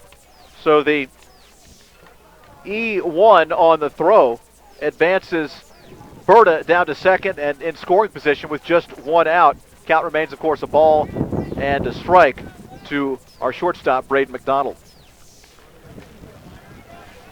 Bloom a little shaky early, and a nice off-speed pitch has McDonald swinging and missing, and he's now in the hole 0-2. McDonald really took a hard cut at that one, lost his balance. You saw that if you're watching at k-9radio.com. Bloom, a look back at the runner at second. Berta, pitch on the way, fastball, swing, and a miss. McDonald tosses the bat up in the air in frustration, and he is out number 2. Back to the top of the order, and Tucker Leland, who had that little dribbler down the third baseline to lead off the bottom half of inning number 1. He'll look to make contact and try to drive in Berta Herford, who stands out at second, but 2 men out here. 3-0 Rock Springs, the Instant Physical Therapy scoreboard. Bottom half inning number 2. Pitch on the way. Fastball up and away, 1-0. 5 Outlaws retired so far in this game, 3 of them by strikeout. That's a higher ratio than you want to see as a coach. Continuing to work from the stretch is Bloom, who looks back. The 1-0 on the way in the dirt. 2-0, and Tucker Leland, the leadoff man, top of the order for Evanston, is ahead in the count. 2 outs here, a runner in scoring position. The Outlaws had 3 runners in on the base paths in the first inning, couldn't capitalize. 2-0 is a fastball, swinging and missing. Is Leland count now 2 balls and a strike as that wind continues to whip across the diamond here in Sweetwater County. Wind really coming in strong from the northwest, kind of straight across the infield from third to first. Bloom looks back at second at Berta. Again checks the runner. And stepping out, asking for time and being granted time is Tucker Leland. I like that move by Leland. Bloom really taking his time. He looked back at the runner on second. He looked back in and back and forth. And you know, Leland, he's got to keep a little bit of control that he can in the batter's box. Runner on second, 2 men down, 3-0 Rock Springs on the Uinta Physical Therapy scoreboard. 2-1 count to Leland as Bloom comes set and delivers. Swinging and missing is Leland at 1 up and in. 2 balls, 2 strikes, 2 out. Both pitches that Leland has swung and missed on in this at-bat have been inside. And now with a 2-2 count, I wouldn't be surprised to see Bloom go outside. See if Leland can shorten a swing and just make contact. As Bloom delivers the 2-2 fastball low, and the count runneth full. 3 balls, 2 strikes. We're up here behind home plate, and if you're watching online at k-9radio.com, you see the angle that we're looking down on the field. That, from here, looked like strike 3. A lot of the Rock Springs fans who are umpiring from the stands wanted a punch out there. That umpire, a much better view than we have, though. 2 strikes, and Bloom deals fastball called. Strike 3 on the outside corner, and that will retire this side. No runs. 1 hit, 1 uncostly Rock Springs error, and 1 man left on base. We are through 2 complete from Sweetwater County. You went to Physical Therapy scoreboard. The Outlaws trail Rock Springs 3-0. And we are back in a moment on a Big O Tires of Evanston presentation of Evanston Outlaw Baseball on KNY and FM The Big Dog and online at k-9radio.com. This Big O Tires of Evanston presentation of Evanston Outlaws American Legion Baseball is being brought to you by these Outlaw Baseball sponsors. T-Bar S Body Shop and Technoglass of Evanston. Let T-Bar fix your car. Old West Stories and Productions. For all of your website and graphic design needs, call the marketing experts at this radio station, 789-8116. And by Old West Design, helping sports teams and businesses dress for success. Evanston Outlaws Baseball on the Big Dog at KNYN 99.1 FM with live video online at k-9radio.com. And now, Kay Rossiter talks about her physical therapy experience working with Mark Brinkerhoff at Uinta Physical Therapy. I had both of my knees replaced at the same time a little bit over a year ago, and Mark was my therapist, and he put me through some really strange things, but it must have worked because I was back at work in less than 3 weeks, and when I went for my 6-month checkup to my surgeon, I was at a point where I should have been at a year. I would recommend Mark Brinkerhoff and Uinta Physical Therapy to anyone. Welcome back. It's the top of the 3rd inning, and your Evanston Outlaws still trailing 3-0. The difference so far has definitely been the starting pitcher for Rock Springs, Nick Bloom. He has done a tremendous job in Evanston. Already 4 base runners left on, and I'll send it over to Ryan. Thank you, Adam Jaxa. This is Ryan Steinekert here with AP Herald, bringing the play-by-play. Speaking of Nick Bloom, he's leading off in the top of the 3rd inning for Rock Springs. Very good hitter, but grounded it out to second base to lead off this game. We'll see what he does here. Ian Fisher misses outside, ball 1. As Fisher and Kishpaw were warming up to start this inning, they looked real relaxed out there, dancing a little bit to that music. You got to love the old tequila That's song. right. Is that a good sign or bad sign? What's your take? It's good to be loose. Loose? But it's better to be tighten up 3-0 than loose and down 3-0. Here's the 1-0 pitch for Bloom. Outside corner, caught it. A good batter is going to let that one go most of the time. Not trying to get that outside pitch. Good pitch by Fisher. Outlaws trail 3-0 on the Uinta Physical Therapy scoreboard. Here's the 1-1 for leadoff hitter Nick Bloom. And that misses down low. Ball 2. Wind still really whipping from the northwest, and how this ball field sits, it's kind of going from third base to first base in that infield. Here's the 2-1. Bloom gets a hold of it but fouls it off out of play over the first base side. And the count now 2 balls, 2 strikes. Fisher winds up. Here's the 2-2. Strike 3. Bloom caught looking as Fisher finds that outside corner and just barely. Good looking pitch from Ian Fisher. I tell you what, any time you can put a backwards K in the scorebook when Nick Bloom is up there, that's pretty impressive. Ian Fisher has set down the Rock Springs stud twice now. 3 strikeouts, all of them looking for Rock Springs. That brings Riley Toller to the plate, second baseman, and he'll take ball 1 up high outside. Toller in his first at bat reached on an error. He hit it down to third base. The throw was a bit high, and housekeepers couldn't see it in the sun. Toller takes strike one down inside half of the plate. Fisher really looks like he's settling in, Ryan. Yeah, he does. Here's the 1-1 from Fisher, and Toller fouls that one back up over the backstop and out of play. The question is going to become if he really is settling in and continues to pitch like we've seen him the last inning and a third, is if the Outlaw offense can come around to match those. Can we get to Bloom? And that right. is the $64,000 question, and not a lot of folks get to Big Nick. And that slow start in the first for Fisher has the Rock Springs Archie Hay Post 24 up 3-0 on the Uinta Physical Therapy scoreboard. Fisher, the sidearm delivery. The Submariner, as Coach Kishbach calls it, misses high. Yeah, for some of our older listeners and broadcasters like myself, Kent Colby of the World Series 1979 Pirates. 2-2 pitch, misses outside just barely, just off that outside corner, and the count now full, 3 balls, 2 strikes. 1 down, top of the third. Toller steps back in. Fisher winds up. Here's the pitch. Swing and he just got a piece of it, fouled it back. Kishpa didn't realize it had been tipped. He hustled back there to maybe throw it down to first, as Toller would have been headed down there if he really have been impressed with the few games I've been able to see Coach Judd Kishpa's son Will play. He plays like a coach's son, always going full out, not assuming anything, hustling all the time. Outstanding young man on and off the diamond. 3 balls, 2 strikes, your count, 1 down, top of the third, 3-0 lead on the Uinta Physical Therapy scoreboard for Rock Springs Archie Hay Post 24. With 1 out, here's the 3-2 pitch from Fisher, and then what a pitch. Strike 3, that looks like it's coming in high and breaks over the plate for strike number 3. To quote Tom Paciorek, he gone. Now batting number 11.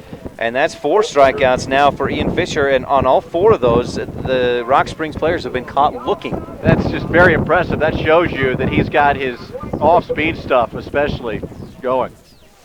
And with a full count pitch, he goes with that curve and comes away with the strikeout. Brings Colton Legursky to the plate with 2 down. Legursky, a southpaw, he's on the left side. Takes ball 1 outside from Fisher. Outlaw outfield now shifting a little bit. Playing about straight away in all 3 positions now. Fisher misses high, ball 2. What do you think of those bright orange shoes Legursky's sporting? Yeah, you can see those. I mean, when he's at second base on the base path, you know it. He is styling and profiling. That's right. Colton Legursky against the Outlaws in the 4 games these teams have played against each other in conference play. Just 222, but a couple runs, a couple RBI. 2 balls, no strikes, though, here with 2 outs in the top of the third. Fisher looks in, and the pitch inside, swing and a miss. I think it would have caught that inside corner had it not swung. When you've got the kind of off-speed stuff that Fisher has, it makes your fastball that much, quote-unquote, faster. Certainly Fisher doesn't have an overpowering fastball, but if you're looking off-speed, it can sneak up on you. So 2 balls and a strike now. Legursky steps back in. Here's the 2-1, and that breaking ball does not break enough. It's too far outside for ball 3. 5 men in a row set down by Fisher, but he's now behind, as Ryan mentioned, 3-1 to Legursky. Legursky can hit with some power. He's the number 3 hitter. Here's the 3-1 inside corner. Caught it just barely. Legursky wanted ball 4 and a free base. Instead, it's a full count. Baseball, like so many sports, a game of inches, and it caught the corner. Legursky steps back in. Here's the pitch. Down low. Just missed the strike zone, and now Legursky does earn the walk and the free trip to first base. First walk of the game for Ian Fisher. See if we can.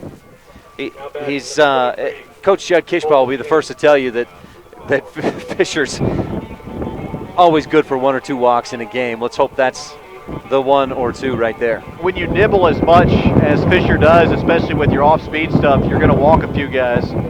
If you are going to walk somebody with 2 outs and nobody on, is the time to do it, although you don't necessarily want to do it with the cleanup man then standing in, the shortstop, the fine Holden Kane. Kane singled, stole second, and scored in the first. Fisher out of the stretch, winds up, misses outside down low.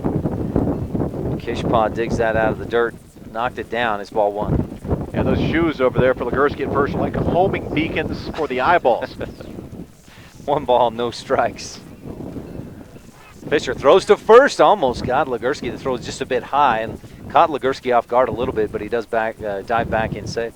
They've turned the lights on, and those orange shoes provide a little extra light. They do. There, don't they? 1 ball, no strikes for Holden Kane with 2 outs here in the top of the third. Man on first. Walked to get there, did Colton Legursky. And here's the 1-0 for Kane. Outside corner, yep, strike 1. I wonder if those are orange Anaconda shoes. I don't know. Likely not. Baseball cleats. 1 ball, 1 strike for Holden Kane. Fisher winds up the pitch. Kane chased that one outside and fouled it out of play over the first base dugout. Really a defensive swing there from Kane, and that shows you the kind of off-speed stuff that Fisher has tonight. He's getting some guys looking, and then the cleanup man, the fine hitter, Holden Kane, was going fishing on that offering, and he's behind now, as Ryan mentioned, 1 and 2. Holden Kane started against the Outlaws a couple of times this season, and as far as started on the mound, but at the plate he has struggled in those 4 Southwest Conference games. Kane just 2 for 11, a 181 batting average, but 1 for 1 so far today. Ball and 2 strikes with 2 outs in the top of the third. Archie Hay, post 24, leading 3-0 on the UNO Physical Therapy scoreboard. Fisher winds up, the 1-2 misses just high. Kishpat tried to frame that. Didn't quite fool the umpire. Yeah, these are some of the top umpires in the state. They're not going to be too easily bamboozled. So the count now even at 2-2. Fisher wings it over to first, but not quite in time. Legursky a little more on his toes looking for it this time. 2 balls, 2 strikes, 2 outs, top of the third. Outlaws trail by 3 on the UNO Physical Therapy scoreboard. Legursky inches out, 2 balls, 2 strikes. Here's the pitch from Fisher. Misses outside. And that's ball 3. Really a nice game of cat and mouse here between pitcher and batter, as Kane holding off on going fishing on that 2-2 offering with a full count. We'll see if Fisher challenges with a fastball or still nibbles with a junk. Full count. Fisher looks to Legursky at first and now steps off the rubber. I think he's got enough confidence in the off-speed stuff. He's going to throw him a captain hook here. That's what I'd be looking for right now. Legursky, again, inches out there. Not a real big lead. And here's the 3-2. Ball 4 down in the dirt. Legursky was headed for second. And with the pitch down in the dirt, it's ball 4, 2 straight walks. And now we have runners on first and second with 2 outs. And he went fastball and missed low in the dirt, as Ryan said. And so after back-to-back hitters retired, looking on strikeouts, 2 walks. So runners first and second, and that brings up Tristan Stassinos.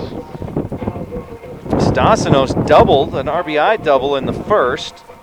Part of that 3-run first inning for post 24, who leads 3-0 on the UNO Physical Therapy scoreboard.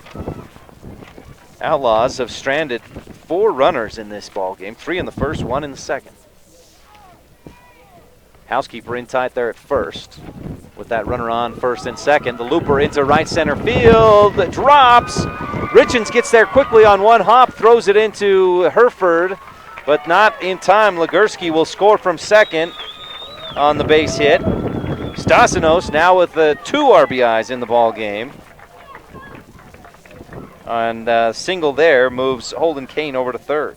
And the 2 bases on balls coming back very quickly to haunt Ian Fisher, as Stassinos now 2 for 2 with 2 RBIs. And here comes the first of the Mortensen boys, Aaron, the third baseman. Errors and walks so far have really cost the Outlaws, really all 4 of those runs on the UNO Physical Therapy scoreboard for Rock Springs. First pitch for Mortensen, outside corner, strike 1 from Fisher. With 2 outs, you'd love to see him just get after it and get the batter. Mortensen struck out looking in the first to end that visitor's half of the frame. 2 outs here with runners on the corners. And Fisher winds up the 0-1, swing and a miss. Just threw it past him. Now 0-2 the count. And it looks like as we get down here to the bottom of the order that Fisher has more confidence that he can just stick with his fastball, his heater, and go after these guys. Fisher, quick glance at the runners. And here's the 0-2. Swing and a miss, strike 3. Just blew it right past him. Just like you said, AP. Confidence in that fastball. Ian Fisher with 5 strikeouts now, but the Outlaws trail 4-0 on the Uinta Physical Therapy scoreboard with the home half of the third coming up when we come back right after this on a Big O Tires of Evanston presentation of Outlaw Baseball on the Big Dog 99.1 FM with video live online at k-9radio.com.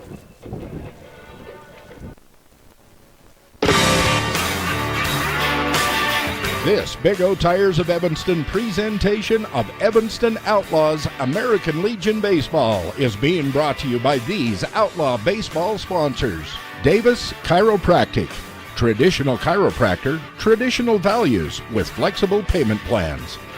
Aspen Grove Nursery, your full-service nursery. Uinta Physical Therapy, comprehensive assessment and treatment programs for your individual needs.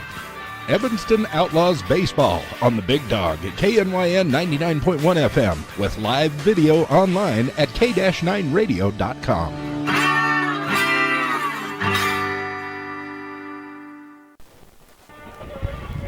Back to Rock Springs, where the home team leads 4-0 against your Evanston Outlaws. And this will be the inning where hopefully the Outlaws can get to the starting pitcher, Nick Bloom. They've been able to get runners on base. They've been able to get base hits. They've been patient at the plate. They just haven't been able to get their first run across. AP, we'll see if they can do that here in the bottom of this third inning. We're going to go ahead and go to the bottom half of inning number 3. Nick Bloom still on the mound and doing a very fine job as expected. Outlaws, attack so far right at just 2 hits as Evanston here in the third inning will look to get things going, Ryan. 2 hits, but a lot of base runners. The Outlaws earned a walk. Ian Fisher walked. Will Kishpaw was hit by a pitch. Evanston had the bases loaded with 1 out, couldn't capitalize, and then had a runner on second with 1 out in the second inning. Again, couldn't capitalize. Bloom has gotten himself into little jams, but he's got himself right out. Outlaws, meanwhile, here in the bottom of the third, leading off with Ian Fisher, who, as I mentioned a moment ago, walked in the first. Fisher will step in. And here's the pitch from Bloom. Outside corner, a bit high, but right there in the strike zone, high end of the strike zone, strike 1. I've got to expect Bloom here. He's shaky a first couple innings, got a 4-run lead. Stick with that fastball. That's where he's had the most success, I believe. Here's the 0-1 for Fisher. Dribbler down the third base line. Nice play by Mortensen. The throw up high, but a good stretch by Stasinos, 1 down. So Fisher is retired 5-3 on the Mortensen to Stasinos exchange. Brings Austin Housekeeper to the plate. Housekeeper bunted with the runners on first and third in the first inning. Was thrown out at first. That bunt moved Fisher over to second, but it was kind of a hit-and-run situation, it looked like. Housekeeper was thrown out at first. First pitch for Housekeeper misses way outside down low. And even though that was a ground out for Fisher, it was an off-speed pitch, and Fisher was able to pull it. I think Bloom's doing us a favor by throwing us anything except his premium heater. 1 ball, no strikes for Austin Housekeeper, first baseman for the Outlaws. And this one, a high chopper to second baseman Riley Tuller. He makes the throw to first. Good stretch once again by Tristan Stasinos. And 2 down now. Nice range there for Toller as he moved to his right and made a rather difficult play look quite simple. Will Kitchpaw now to the plate. Hit by a pitch in the first inning. I think it was just the second pitch he'd seen from Bloom. With 2 outs, he dribbles one grounder to short. Nice play, off-balance throw, and a great throw by Holden Kane. And the Outlaw, top of the order, goes down 1, 2, 3. 3 ground outs. Ian Fisher, Austin Housekeeper, and Will Kishpaw. No runs, no hits, no errors, and nobody left on. As we head for the top of the 4th inning, it's 4-0 on the Uinta Physical Therapy scoreboard. Rock Springs with the lead on your Evanston Outlaws. Stay tuned. We'll be back with that top of the fourth inning right after this on a Big O Tires of Evanston presentation of Outlaw Baseball on the Big Dog 99.1 FM with video live online at k-9radio.com.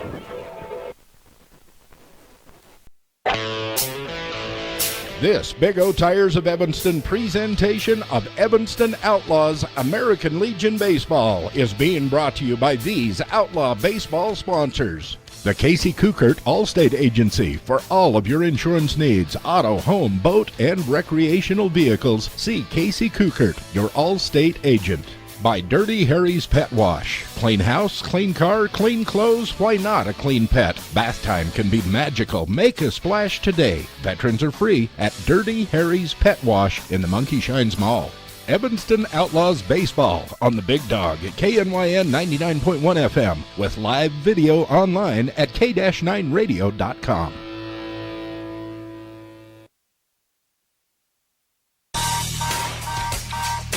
This Big O Tires of Evanston presentation of Evanston Outlaws American Legion Baseball is being brought to you by these Outlaw Baseball sponsors. Ogden's Flooring and Design of Evanston. Everything you need to update the flooring, cabinets, and countertops in your home. Rocky Mountain Massage. Chronic pain management, stress reduction, and overall sense of well-being. Evanston Outlaws Baseball on the Big Dog at KNYN 99.1 FM with live video online at k-9radio.com.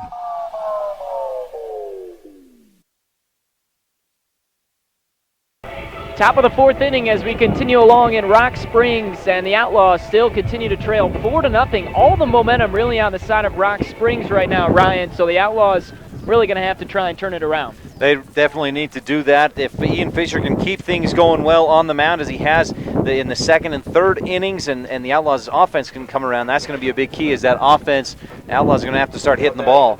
Now with your play-by-play, here's AP Harold. Thanks, Ryan. We move now to the top half of inning number 4. Ian Fisher delivers to Austin Mortensen, and the curveball ducking out of the way to avoid hitting his coconut is one of the two Mortensen brothers. Austin, the catcher.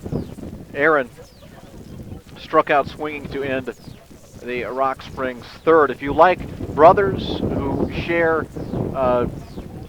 names that begin with the first letter of the alphabet, you'll like this game. You've got Austin and Aaron Mortensen for Rock Springs, Alex and Austin Housekeeper for Evanston.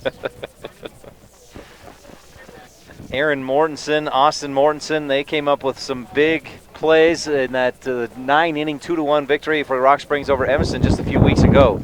Fisher into the wind. The 1-0 is popped a mile high into very short left field, and running in and dropping, with the boot is Robbie Nowicki. He had a long way to go, but had plenty of time to make the catch and just couldn't follow the baseball into his glove.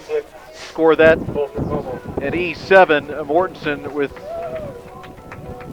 the gift from Nowicki reaching on the error.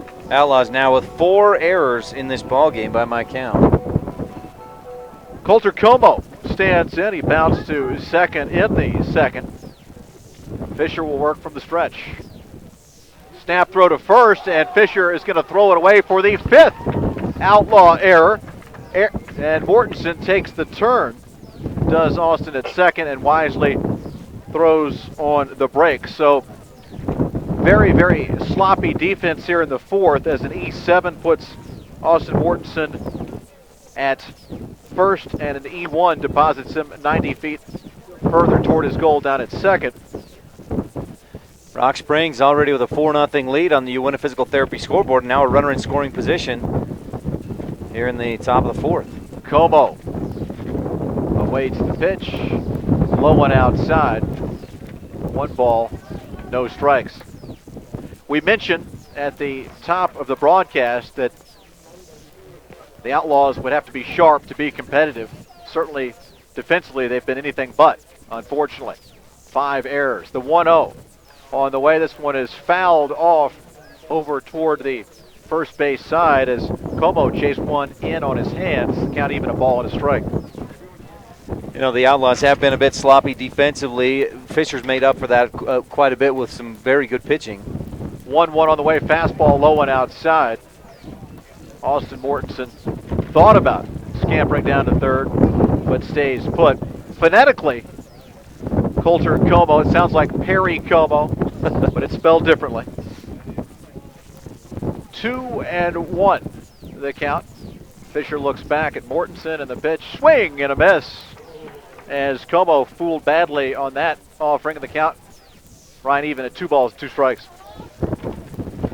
4-0 lead for Rock Springs. Outlaws still very much in this if they can get some offense going and come up, not allow Rock Springs to come up with much more. With 2 strikes, Como will look to at least advance his teammate to third. Fisher deals, and this one is nubbed foul down the third baseline. Again, in on his hands, and again, Como went after it. So he's been jammed a couple of times, but he's hanging tough. The number 8 hitter, the left fielder. Coulter with a K, Como. Como grounded out to second in his other at-bat in this game. 0 for 1 today. Austin Mortensen again, the lead off of second. Nobody out, nobody in. 4-0 on the Uinta Physical Therapy scoreboard. Rock Springs at home, the number 4 seed, with the lead here in this semifinal affair of the 2014 American Legion District Tourney. Fisher comes set, checks the runner at second, and deals low and outside, wild pitch all the way back to the screen, and Mortensen will jog on over to third. So Mortensen on base with an error, moves over to second on an error, and moves to third on a wild pitch. It has not been pretty here tonight, especially in this early part of the top half of inning number 4 defensively for Evanston. Full count, 3-2. Back to the wide now for Fisher. Here it is, off-speed pitch. Catches the outside corner, and Mr. Como takes the left turn back to his dugout. 1 away. Mortensen still down at third, and that brings up Ryan Boog Grossnickel, the right fielder. Fisher shows bunt and pulls the bat back. Pitch on the way. He's going to attempt to lay down a bunt. Misses the baseball for a strike, 0-1. Fisher with 6 strikeouts now in the ball game. That's part of what's helped keep the Outlaws from falling too far behind, despite all the errors and a few wild pitches. Boog has got a little orange trim on his cleats, and the 0-1 on the way is going to foul this one off. He's quickly in the hole, 0-2. Grossnickel, one of 5 Rock Springs Archie Hay Post 24 players to strike out looking in this ball game. He struck out in the second, his other at-bat today. And Ryan, you know that Fisher would love to have number 6 right here. The 0-2 on the way. Inside, buzzing. Grossnickel with the fastball. 1 ball, 2 strikes. That was a close one. Grossnickel just about got a free trip to first base with that pitch. The lefty, Grossnickel, stands back in. Fisher again from the wide, the 1-2, forthcoming. Way outside, 2 balls, 2 strikes. Big gaping hole in left center for Grossnickel, who's played very shallow. The 2-2 on the way. Fastball low, and the count runs full. 3 balls, 2 strikes. Fisher really trying to find a spot, do a little nibbling here, and he's missed on 3 straight. Now the count full. And nothing against Grossnickel, but he's the number 9 man. You don't want to do any nibbling now. You've got Bloom on deck. 3 balls, 2 strikes. The pitch on the way. Catches the outside corner for strike 3. Throw out to third. Double play as they catch Austin Mortensen asleep at third base. So that is the strike him out, throw him out, unconventional double play, as that goes 2-5 on the putout of Austin Mortensen. So no runs, no hits, 2 errors, and nobody left. Through 3.5 on the Uinta Physical Therapy scoreboard. Rock Springs 4, Evanston nothing. We're back in a moment on a Big O Tires of Evanston presentation of Evanston Outlaws baseball on KNYN FM, the Big Dog, and online at k-9radio.com.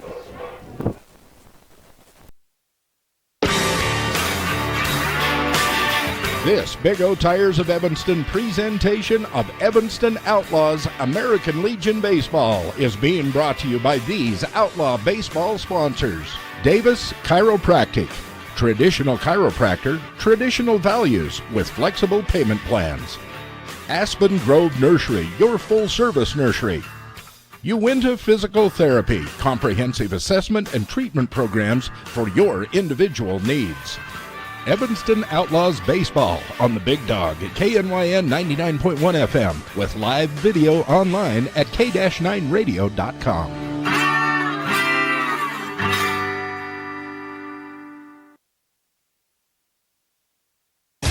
Big O Tires welcomes you. Big O Tires, we go the extra mile, revving up the service to make you smile. We're in the business of customer pleasing, all the right service for all the right reasons. Oil changes, fluid checks, healthy wipers, and the best tires. Big O Tires. 'Cause the extra miles, the way we go, we got you covered at Big O. 607 West Cheyenne Drive, Evanston.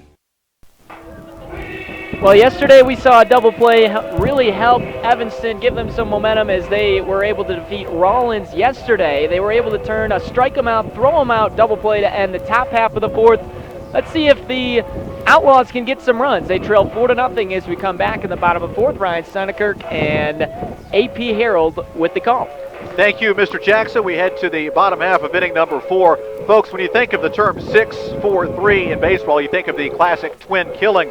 But what I'm talking about here is the number of batters, Ryan, we got too many Adams out here tonight, that Nick Bloom has faced. He faced 6 Outlaws, no runs in the first inning, 4 in the second, and then retired as 1, 2, 3 in the third. He is settling in, and unless the Outlaws can mount a more serious attack, we are in danger of seeing the very best of Nick Bloom, which is not good news for Outlaw fans. He has certainly gotten better as he's gotten warmed up and gotten settled in, as you said. Fisher's, I think, done the same, but that first inning is what really killed the Outlaws. Hunter Hicks stands in. He struck out swinging in the first, and the southpaw takes a fastball at the letters right down Interstate 80, 0-1.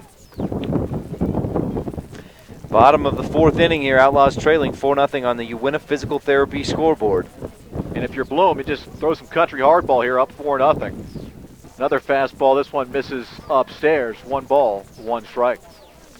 Hunter Hicks comes in, as AP mentioned, 0 for 1 in this one. He struck out in the first inning. Bloom from the line, the 1-1 on the way. Another fastball swing and a foul tip at the plate. 1 ball, 2 strikes. Beautiful looking field here at Rock Springs. They've done a fantastic job with this entire facility. If you're watching online, you see the RS in black and orange with a white baseball. The 1-2 on the way, off speed offering, swing and a miss. Strike 3, and for the second time, Hicks is down, swinging 1 away to lead off the bottom half of inning number 4 here for Evanston, trailing at 4-0 on the Uinta Physical Therapy scoreboard. Semifinals of the 2014 American Legion District Tourney from Rock Springs. Now batting Nick Bloom with 5 strikeouts on the day now through 3 1/3 innings of work. Alex Richens digs in and takes a fastball at the belt for a strike in the inside corner, 0-1. Richens also one of those who fell victim to a Nick Bloom strikeout in the first inning. Bloom again from the wide, the 0-1 on the way. Curveball misses high. Count evens at a ball and a strike. Outfield straight away, average depth. Alex Richens at 340 on the year coming into tonight's action. 1-1. At the knees in the inside corner, 1-2. Richens looked down on that one, was hoping for that one to be ball 2 down low, but it was down right there, as you said, at the knees for strike 2. Nick Bloom has really settled in here on the mound. He's known for at least 4 years. Pitch on the way. Fastball fouled back as Richens just a little bit behind on that hack, but he got a piece of it to stay alive. 1 ball, 2 strikes, the count remains. Outlaws with some work to do here. Bottom of the fourth inning, trailing 4-0 on the Uinta Physical Therapy scoreboard to the Rock Springs Archie Hay Post 24. Now it's showing 2-2. I had 1-2. A pitch on the way, low and inside. And I think we've got 2-2. That's what I had as well, is a 2 ball, 2 strike count. Scoreboard says 3 balls, 2 strikes. Well, we'll find out perhaps here in a second as Bloom into the line, fastball low and out. Now we have the full count, 3 balls, 2 strikes. a base runner, Mr. Steinekert, would be nice. That's right. That's right. With one out here, the Outlaws need to get anything they can get. And, even playing some small ball, trying to nickel and dime and get a little bit here and there. Bloom, the senior, into the wind. The pitch on the way, fastball, fouled back at the screen, and Richens putting up quite a fight. Great defensive swing there by Richens. That one, he chased a bit high. Might have been called strike 3 up high in the strike zone. He knows it's close. He's got to swing at it, fouls it off, keeps himself alive. Again, the payoff pitch forthcoming. Bloom into the wind. There it is. Fastball swing and a miss. Got Richens to chase ball 4 upstairs. 2 consecutive strikeouts to start the bottom half of inning number 4 for the Outlaws.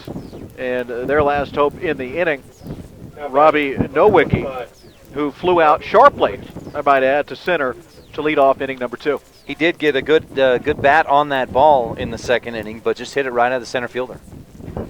Bloom deals, and this one is skied back this way and over the crow's nest. Sound effect, nice job there by the folks running the production. No balls and a strike. With that strikeout of Alex Richens, Bloom now with 6 strikeouts in the game. That matches Ian Fisher's 6. The difference, again, that first inning, 3 runs for Archie Hay, post 24. The 0-1 bounces up there off the plate outside. A ball and a strike. Twilight here in Sweetwater County, Rock Springs, Wyoming. Absolutely gorgeous night. The wind has not died off, but it certainly has subsided. A wonderful evening in the Cowboy State. The 1-1 on the way. This one is hit sharply right up the middle, past Bloom and into center field for a single and a 2-out safety as Robbie Nowicki 1 for 2 and aboard at first base. Outlaws with a hit in the first, a hit in the second, a hit in the fourth. They're going to have to string together 2 or 3 in an inning to get something on that scoreboard, I think, the way that Nick Bloom is pitching, striking out batters. You're right. The hits, they do keep a coming 3 in 4 innings, but you need to scrape together 3 or 4 in one frame against this guy. Now batting number 13, Austin Herford. Here's Berta Herford, who will dig in. The second sacker tonight, 1 for 1 with a single to right field. From the stretch, Bloom deals a fastball low, 1-0. Runner at first is Robbie Nowicki with that sharp single right up the middle. Snap throw to first, close play. But Nowicki is back. That was a nice veteran play there by Bloom, who quickly broke into the throw and nearly got Nowicki. 1-0 on the way. Fastball off the plate outside. 2-0. Good eye there, Ryan, from Berta. Nowicki's been caught a time or two this season in that same situation. He was fortunate to get back to first base with that quick snap throw pickoff move by Bloom. Again, the throw to first. Again, it's close. And again, thankfully, Nowicki is back. Bloom has a real good sense for when the runner is leaving first base to make that quick throw over there, and the athleticism to make a real quick move. Reminds me of Braves young righty Julio Tehran with a right-hander, the nasty move to first. The pitch on the way, fastball catches the inside corner, 2-1. Neither Berta nor Steinekert cared for that call. That looked pretty far off the plate inside, but again, I'm way back here. The umpire's right there. He's got a much better call than I have. Bloom comes set. Nowicki takes his lead, the 2-1 on the way. Catches the inside corner again with a fastball. Had Berta backing out of the way, but it caught the black on the inside part of the plate. 2 balls, 2 strikes. Man on first, trailing 4-0 on the Uinta Physical Therapy scoreboard are the Outlaws here in Rock Springs versus Rock Springs. Pitch on the way. This one is rifled up the middle into right field. Right center field for a base hit, taking the turn at second and hustling on over to third is Nowicki. And the second serious rally of the game for the Outlaws. A little 2-out magic as back-to-back singles will bring up the number 9 man, the shortstop, Braden McDonald. Nice piece of hitting there by Austin Herford. He was, he got those 2 pitches inside.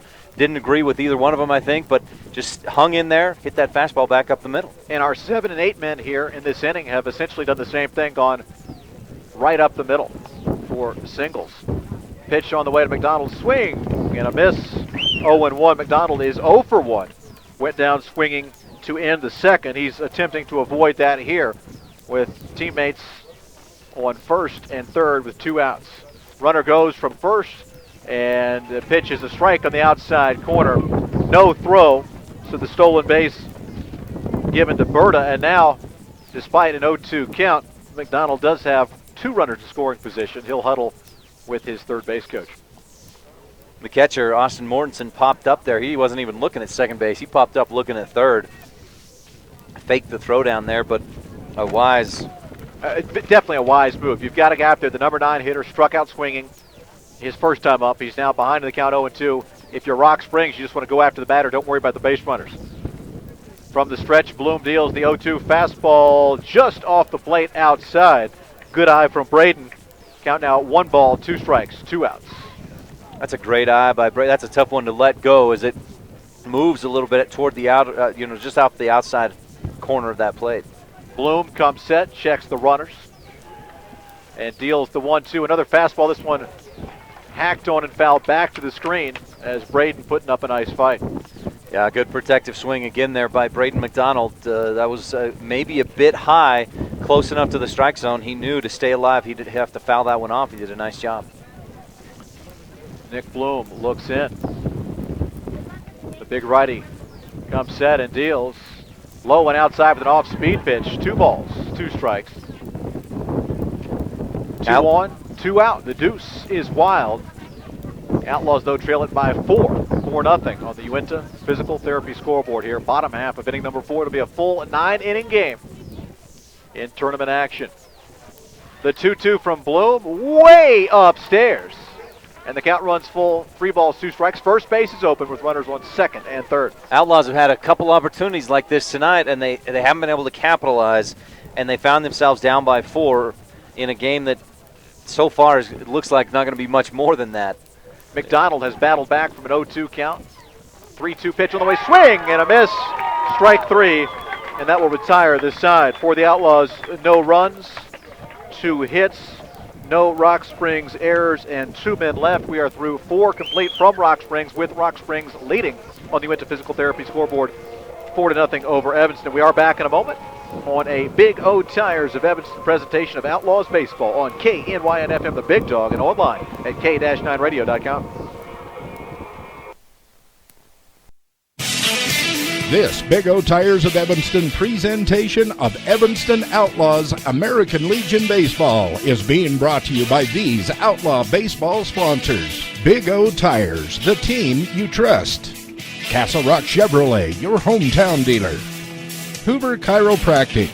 Don't just mask the symptoms, cure your allergies with Dr. Hoover. Evanston Outlaws Baseball on the Big Dog at KNYN 99.1 FM with live video online at k-9radio.com.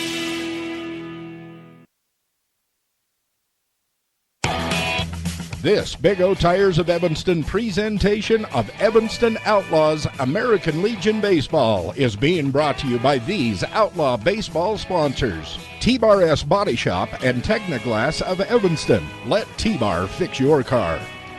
Old West Stories and Productions. For all of your website and graphic design needs, call the marketing experts at this radio station, 789-8116.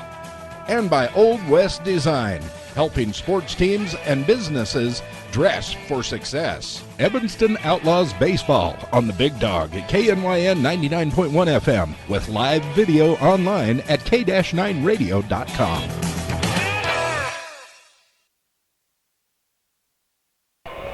Halfway through this one as Evanston still trails 4-0 as we come back to the top of the 5th, and another opportunity for the Outlaws and another one gone by as Nick Bloom continues to be the story, the starting pitcher, getting out of yet another jam. Runners on second and third, and the Outlaws go down swinging, to end the 4th. And now we've got a new pitcher on the mound for Evanston. Hunter Hicks taking the mound for the Outlaws. Ian Fisher moves over to third base, so those two just switch places. And any kind of explanation for this, AP Harold? All I can think of is this. You're looking at it, your coach catch ball, you're roughly halfway through. You're down 4-0. You've got their stud on the mound. You realize that, hey, the bigger picture is we want to make sure we move on to the state tournament, and perhaps you're making a calculated risk that if we lose this game, we could still, if we had to, bring Fisher in late in tomorrow's game. I don't know what all those numbers are in the pitch count. That would be a slightly educated guess. Nick Bloom leading off his third at bat of the game here in the top of the fifth inning. First pitch from Hunter Hicks drops in there, strike one. We'll see a little bit of a drop in velocity from what Ian Fisher throws, but Hicks, again, he'll find his spots. He's got some good movement that he throws, some good junk, if you will. Here's the 0-1 pitch for Bloom, a high fly ball into deep right center field. Outlaws going back. A jump and a great effort by Richens, but he can't quite get to it. Bloom rounding second. He's coming around. He'll stop there at third base with a stand-up triple. Some fans saying, come on, go home, get that inside the park HR, but he stays at third. And Bloom all over that pitch, showing the power to the opposite field, running like a gazelle, a tremendous physical specimen, heck of an athlete. He is going to be able to play some sort of sport at the next level. I don't know what sport it's going to be or where he's going to go, but just a tremendous athlete. Showed his real good speed there as he came around. I think he may have been able to push that into an inside the park home run. You're right, but when you're up 40-0 and you're on the mound, no reason to risk a collision potentially at the plate. That'll bring us to Riley Toller, number 2 hitter, who is 0 for 2 today, but he scored, reached on an error, and scored in the first. Struck out looking in the third. First pitch from Hicks drops in there, just a bit low, must have been for ball one. A ball and no strikes for Riley Toller, second baseman, number 10. He'll dribble one back up the middle, gets past Hicks. Outlaws were playing in tight. Hereford couldn't quite get there from second base.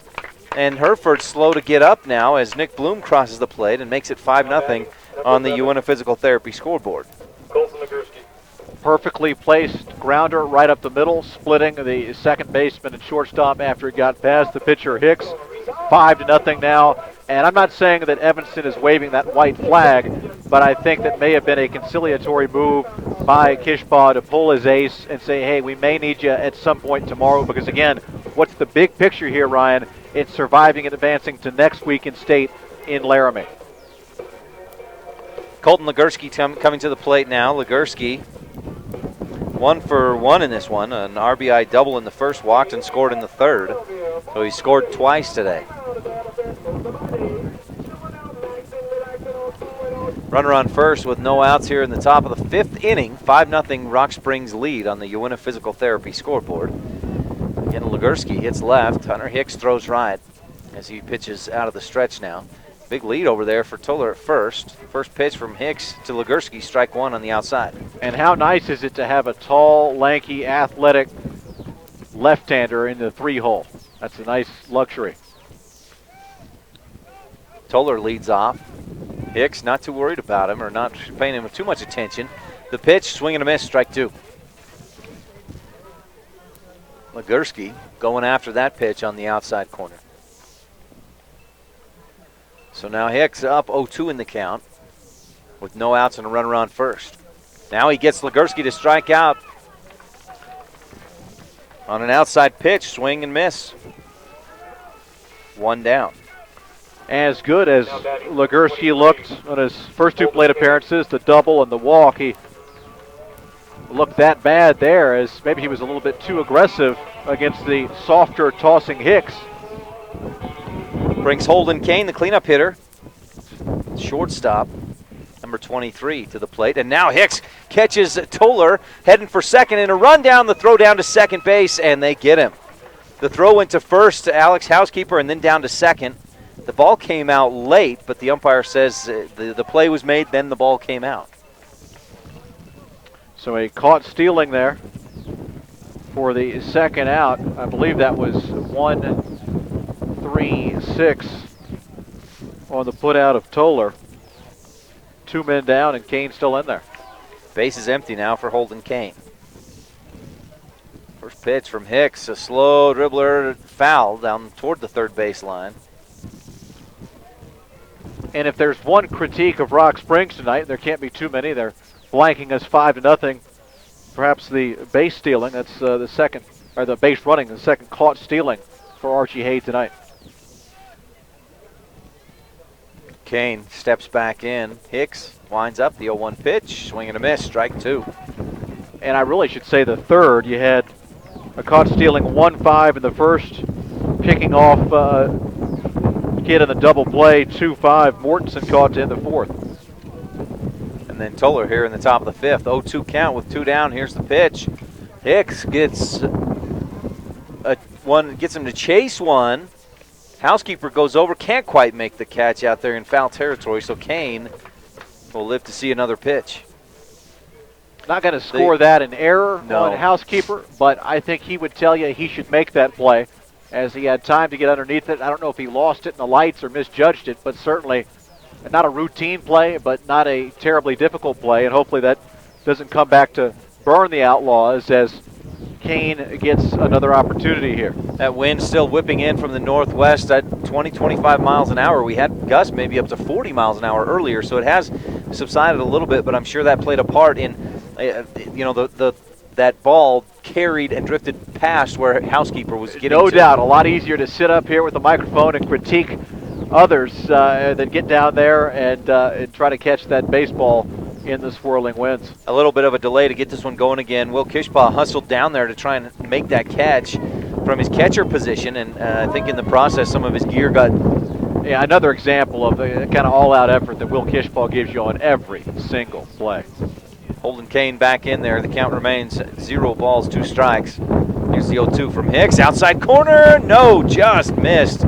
Ball 1. We've been seeing some of those calls on the inside-outside a bit off the plate. I thought that was going to be strike 3, but umpire says no. Very close. Ball and 2 strikes for Holden Kane.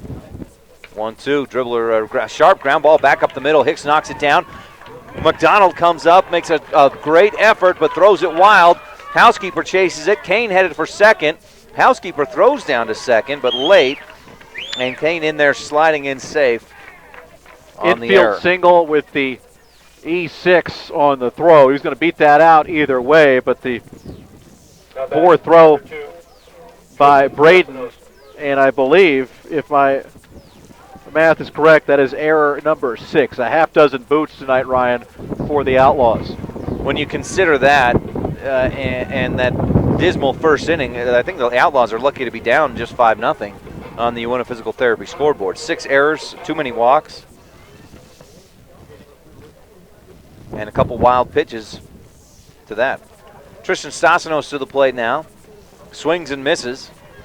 And an off-speed pitch outside. And that caught stealing now looms especially large here after the infield single on E6.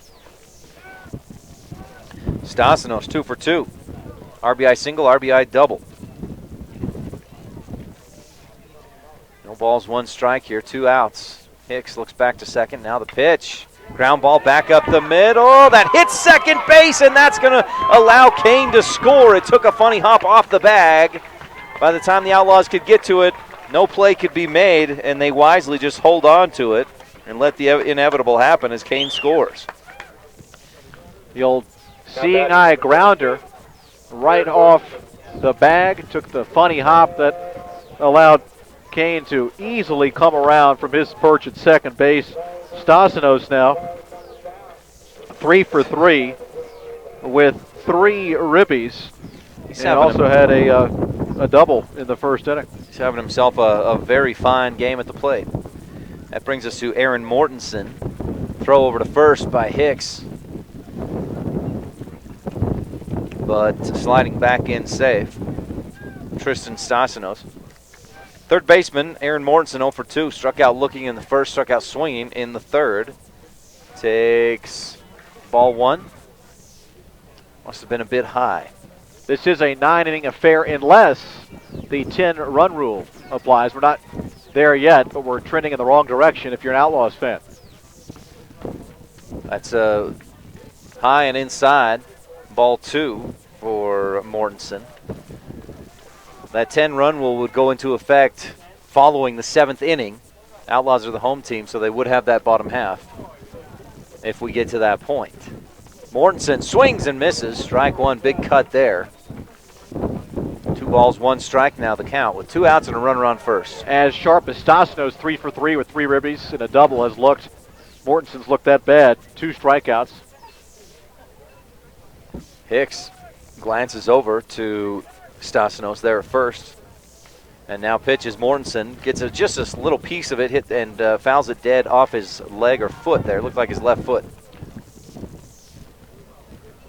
Just what you need when you're having a tough night at the dish. You foul one off the foot. The baseball god's not smiling tonight on Aaron Mortensen, but they are smiling on his team, up 6-0 in the Unit Physical Therapy scoreboard. He's sure he'd love to do better individually, but he loves that's what he's seeing on the scoreboard, 6-0.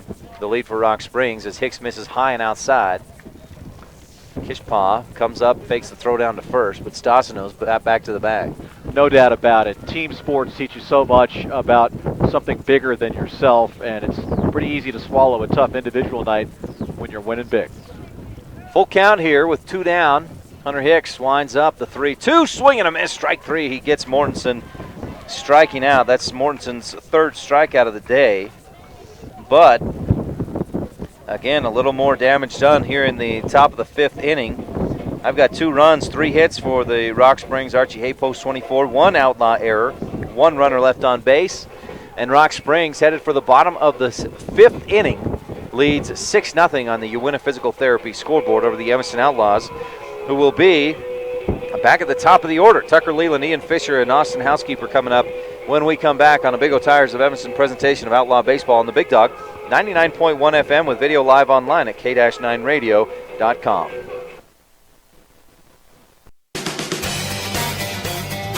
This Big O Tires of Evanston presentation of Evanston Outlaws American Legion Baseball is being brought to you by these Outlaw Baseball sponsors. Telegram to good health. Click on the telegram at k-9radio.com.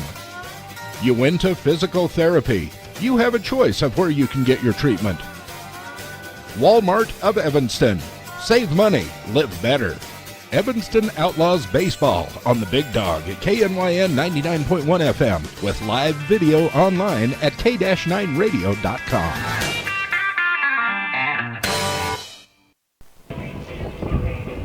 Welcome back to the bottom of the 5th inning. The Evanston Outlaws trailing 6-0. A quick recap for you. They gave up 3 runs in the first.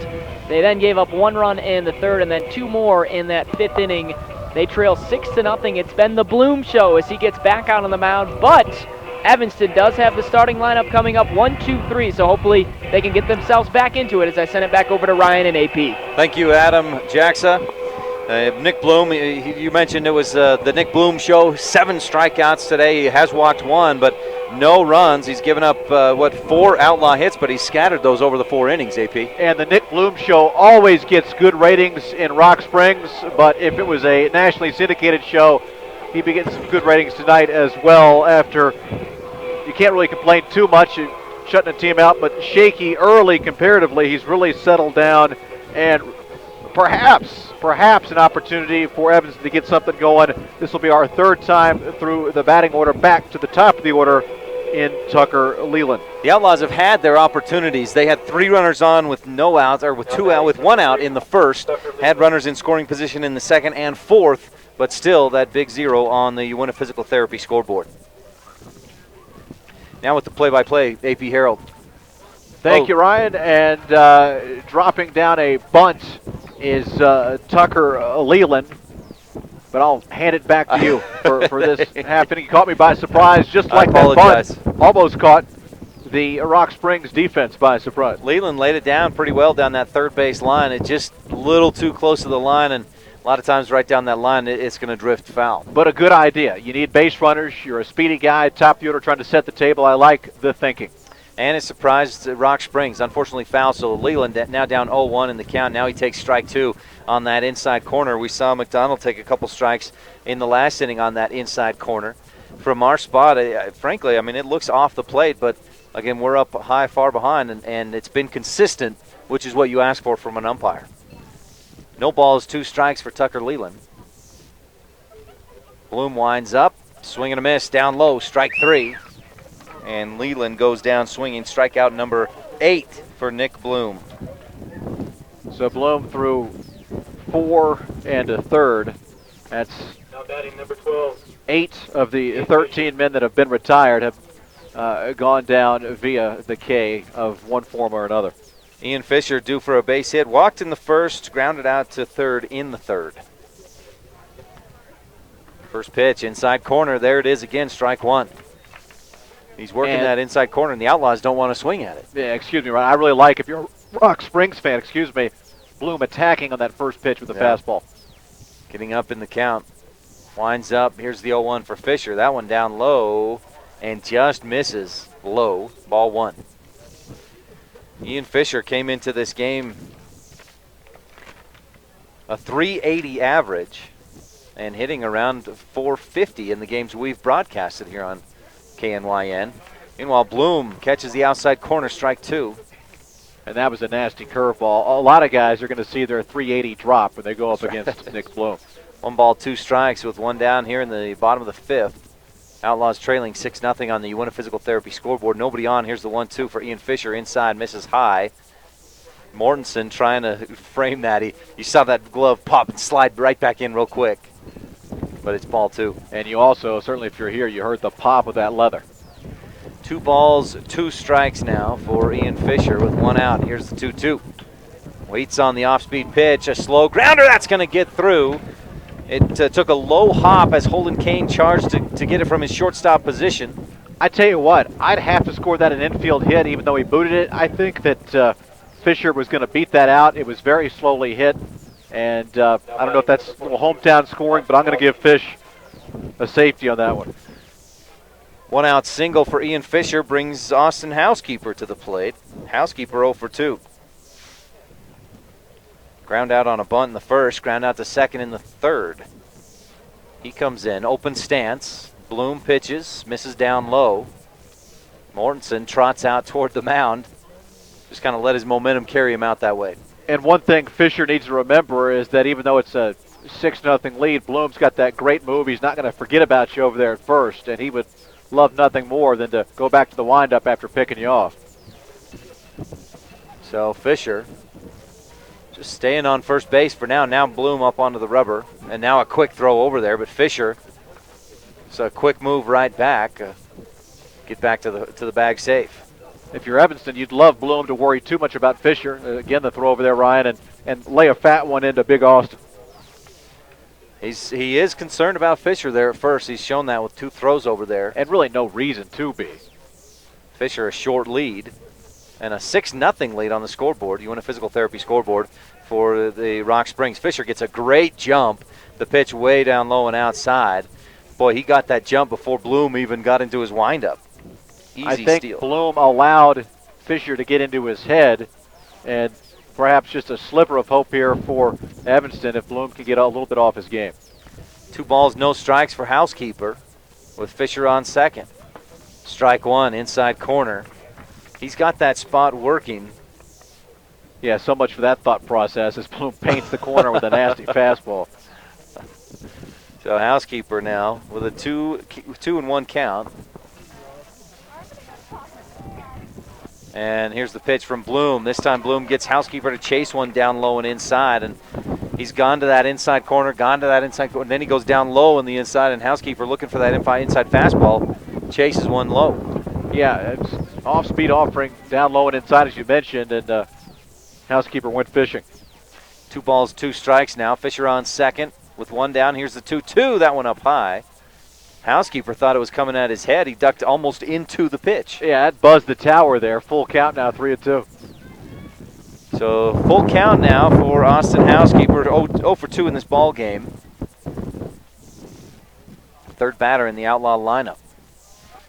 Payoff pitch coming from Nick Bloom, and Housekeeper fouls it off. Good contact. He hit it quite a long ways, but way behind it and out of play down the first base side.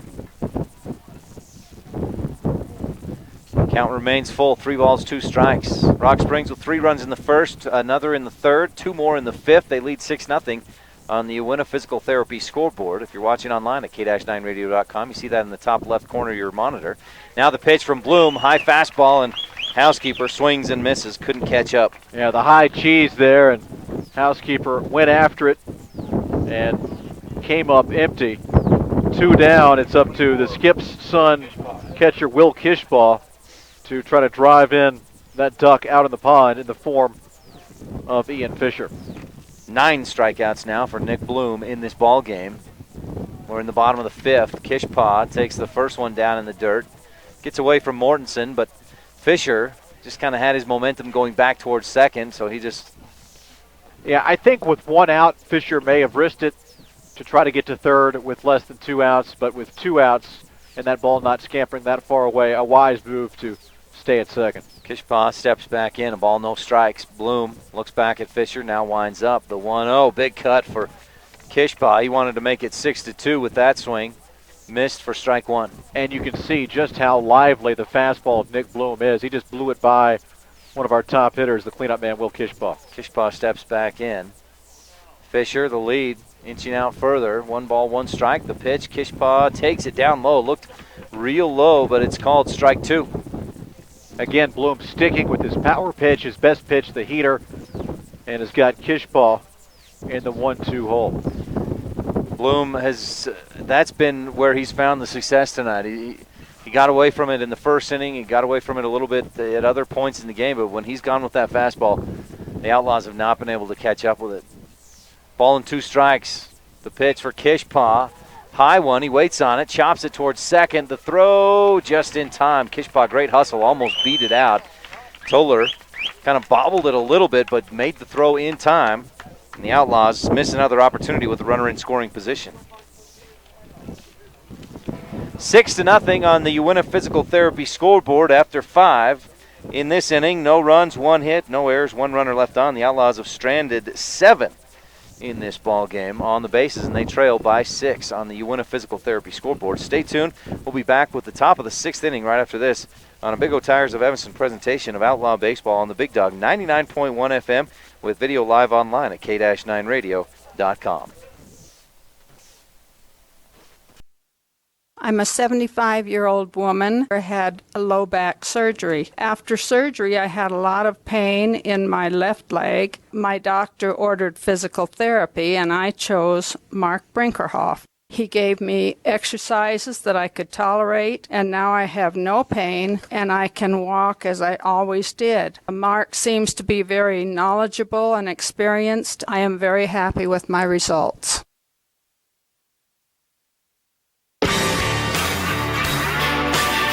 This Big O Tires of Evanston presentation of Evanston Outlaws American Legion Baseball is being brought to you by these Outlaw Baseball sponsors.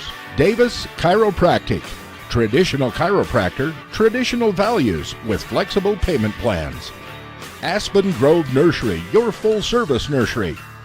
Uinta Physical Therapy, comprehensive assessment and treatment programs for your individual needs. Evanston Outlaws Baseball on the Big Dog at KNYN 99.1 FM with live video online at k-9radio.com.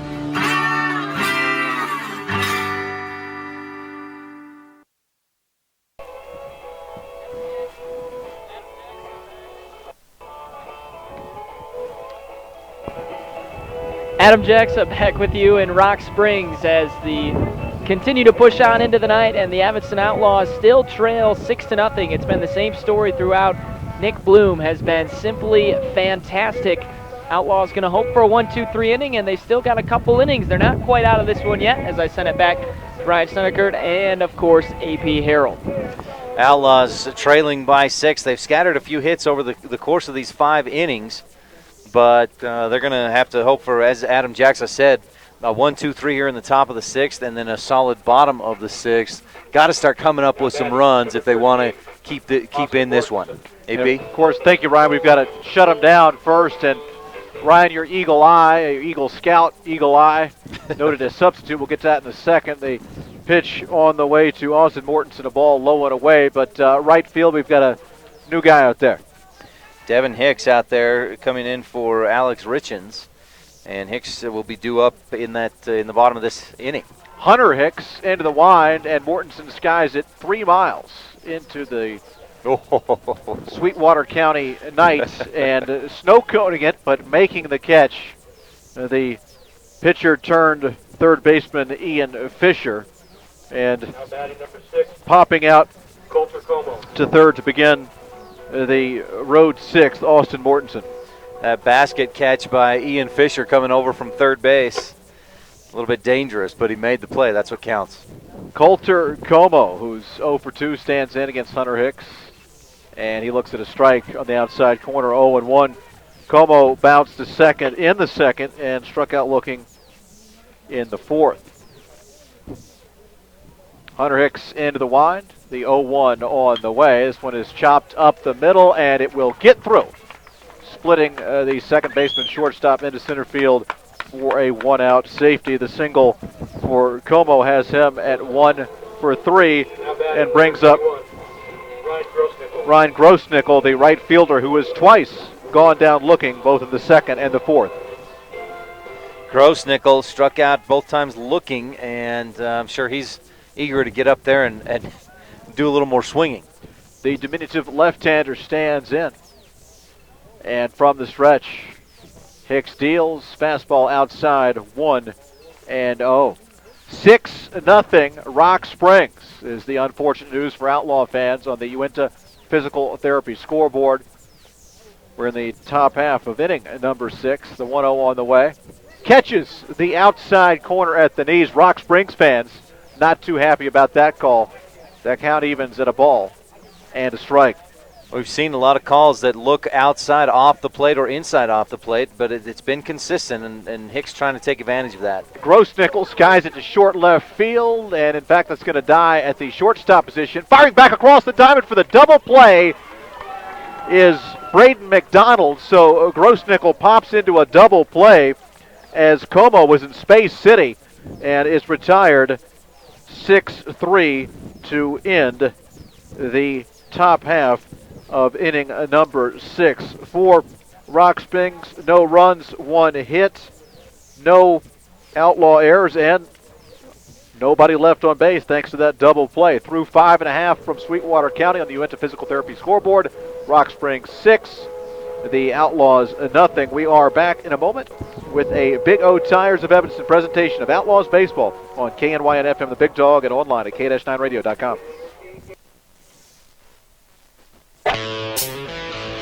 This Big O Tires of Evanston presentation of Evanston Outlaws American Legion Baseball is being brought to you by these Outlaw baseball sponsors. The Casey Kukert Allstate Agency for all of your insurance needs, auto, home, boat, and recreational vehicles. See Casey Kukert, your Allstate agent.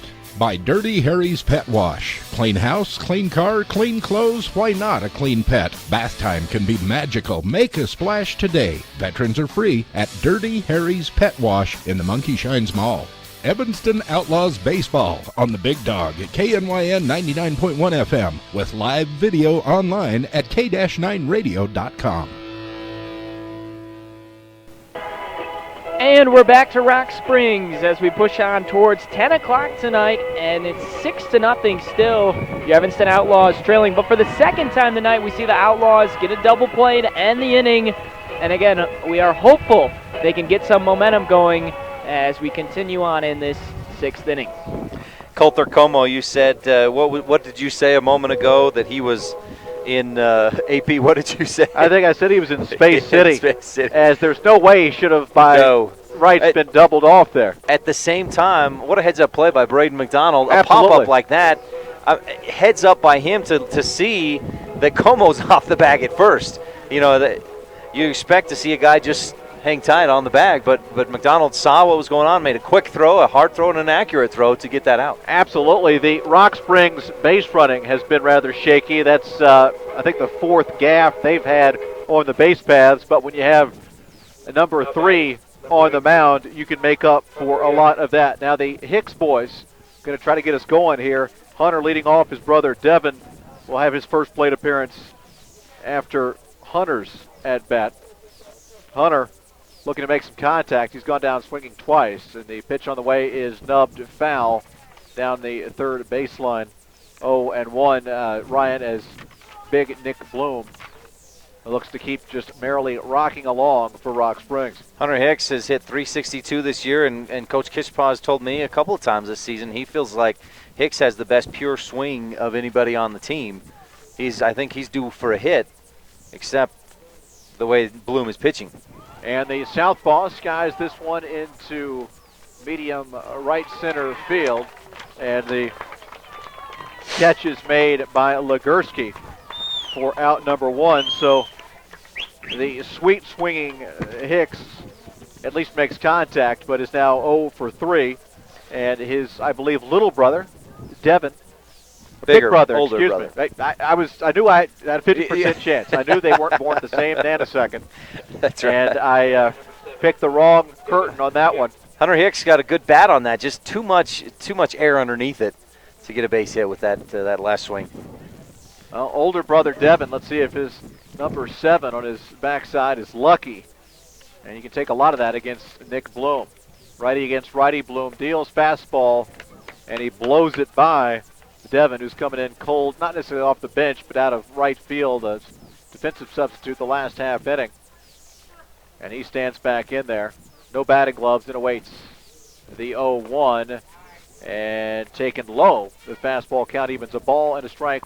1-1, 1 out, nobody on. 6-0 Rock Springs on the Uinta Physical Therapy scoreboard. The semifinal action of the 2014 American Legion District Tourney, Sweetwater County, Rock Springs, Wyoming. The 1-1 on the way. Laying off, ball low and outside, is Devin Hicks. Count now 2-1. Hicks comes into this one hitting .258 this year. It's been sporadic, the games that he's been able to attend. He also broke a finger earlier this year, and that took him out of some games. He's battled back, and he's done a nice job coming in mostly off the bench for the Outlaws. You talk about battling for a guy getting over bronchitis, this Wyoming wind getting up my throat, playing some stickler man-to-man defense. The 2-1 on the way, foul back to the screen. 2 balls and 2 strikes as Devin Hicks was right on that one. 2-2 now, the count with 1 out. Outlaws trail 6-0 on the Uinta Physical Therapy scoreboard. Bottom of the 6th inning, needing to really get something going offensively. Nick Bloom from the line, the 2-2 on the way. Low and outside in the dirt. Good eye there from Devin. And a payoff pitch awaits. 3 balls, 2 strikes. Outlaws all in white, trimmed in blue. Black pants, white tops of the pinstripe variety, black hats for Archie Hayes. Swing and a miss on a fastball upstairs. Devin chased it and came up empty. And the first 2 men are retired now in the home half of inning number 6. That'll bring up Robbie Nowicki, the left fielder, who's 1 for 2. Flew out to center in the 2nd, but did single, went as far as 3rd in the 4th. 10 strikeouts now in the game for Nick Bloom. Too many Outlaws not making contact with the ball. Swing and a miss and a high fastball. Nowicki couldn't catch up with it. 0-1. Nowicki has an interesting mechanic when he steps in the box with his closed stance. Kind of looks like he's just bouncing a little bit. And he'll await the 0-1, low and away in the dirt. 1 ball, 1 strike. Gorgeous night here in Rock Springs. Roughly 100 miles, of course, from Evanston, a straight shot east on I-80. And the 102nd pitch from Nick Bloom is a strike at the knees on the outside corner at 1-2. Nowicki down in the count. 2 outs here, bottom of the 6th, and the Outlaws trailing 6-0 on the Uinta Physical Therapy scoreboard. Bloom rocks and fires, and that one is fouled off at the dish. The bat goes flying a lot farther than the baseball did. Still a foul ball. 1 ball, 2 strikes. Nice job by Nowicki, despite losing the grip on the bat. He made contact with that pitch. It was low and away. He chased it. Kind of looked like it was going to be in the strike zone on the curveball, but he made contact with it to stay alive. And the 104th pitch of the evening from Nick Bloom is fouled off down the right field line, and that one will land harmlessly up against the fence. Nowicki, wisely though hustling all the way down to first, will jog back and pick up his aluminum lumber. The bottom third, again, of the order, Ryan, for the Outlaws has done pretty well. 3 for 6 so far tonight. But nary a runner has crossed the plate for Evanston. Nowicki 1 for 2 coming up to before this at bat. Pitch on the way, a low one in the dirt. Count evens at 2-2. When Nick Bloom finally hangs it up for Archie Hay post 24, I think all of the district teams should give him a rocking chair and say, on your way. He's been a fine, tough competitor. This one is fouled off back to the screen. 2 balls, 2 strikes. Nowicki really battling now. He's fouled off 3 pitches with 2 strikes on him just to keep himself alive there at the plate with 2 outs. A lot of things orange here in Rock Springs, including a giant umbrella down the third base line. The 2-2 on the way. This one is chopped foul down the third baseline, and an epic battle here between pitcher and batter, between Bloom and Nowicki. Great hustle again from Nowicki down that toward to first base. If that one stays fair, he might have had a chance to beat that throw. Nice trim on the Outlaws helmets, mostly white with a lot of the blue trim and the white piping on either side. The 2-2 on the way from the line. Bloom deals. This one fouled back to the screen. And a battle royale here between the number 7 hitter for the Outlaws and the Hoss, the ace, the big guy on the mound, the senior. Bloom getting up there in pitches. He's close, approaching 110 pitches in this ball game. And Nowicki giving him more. This one again is fouled off to the right, and again, out of play. And if someone had told you you'd have to hold your breath on this at bat, you'd now be unconscious. That's right. Nowicki battling like it's 2 outs in the bottom of the 9th right now. Bringing back memories of that World Series at bat by the guy in the Cardinals against the Rangers a few years ago. Foul after foul after foul.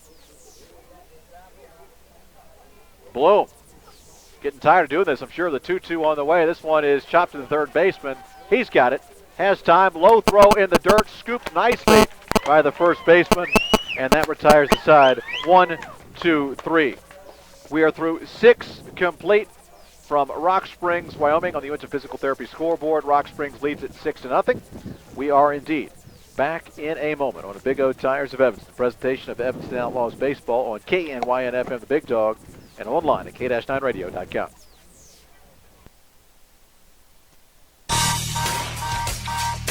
This Big O Tires of Evanston presentation of Evanston Outlaws American Legion Baseball is being brought to you by these Outlaw baseball sponsors. Ogden's Flooring and Design of Evanston. Everything you need to update the flooring, cabinets, and countertops in your home. Rocky Mountain Massage. Chronic pain management, stress reduction, and overall sense of well-being. Evanston Outlaws Baseball on the Big Dog at KNYN 99.1 FM with live video online at k-9radio.com.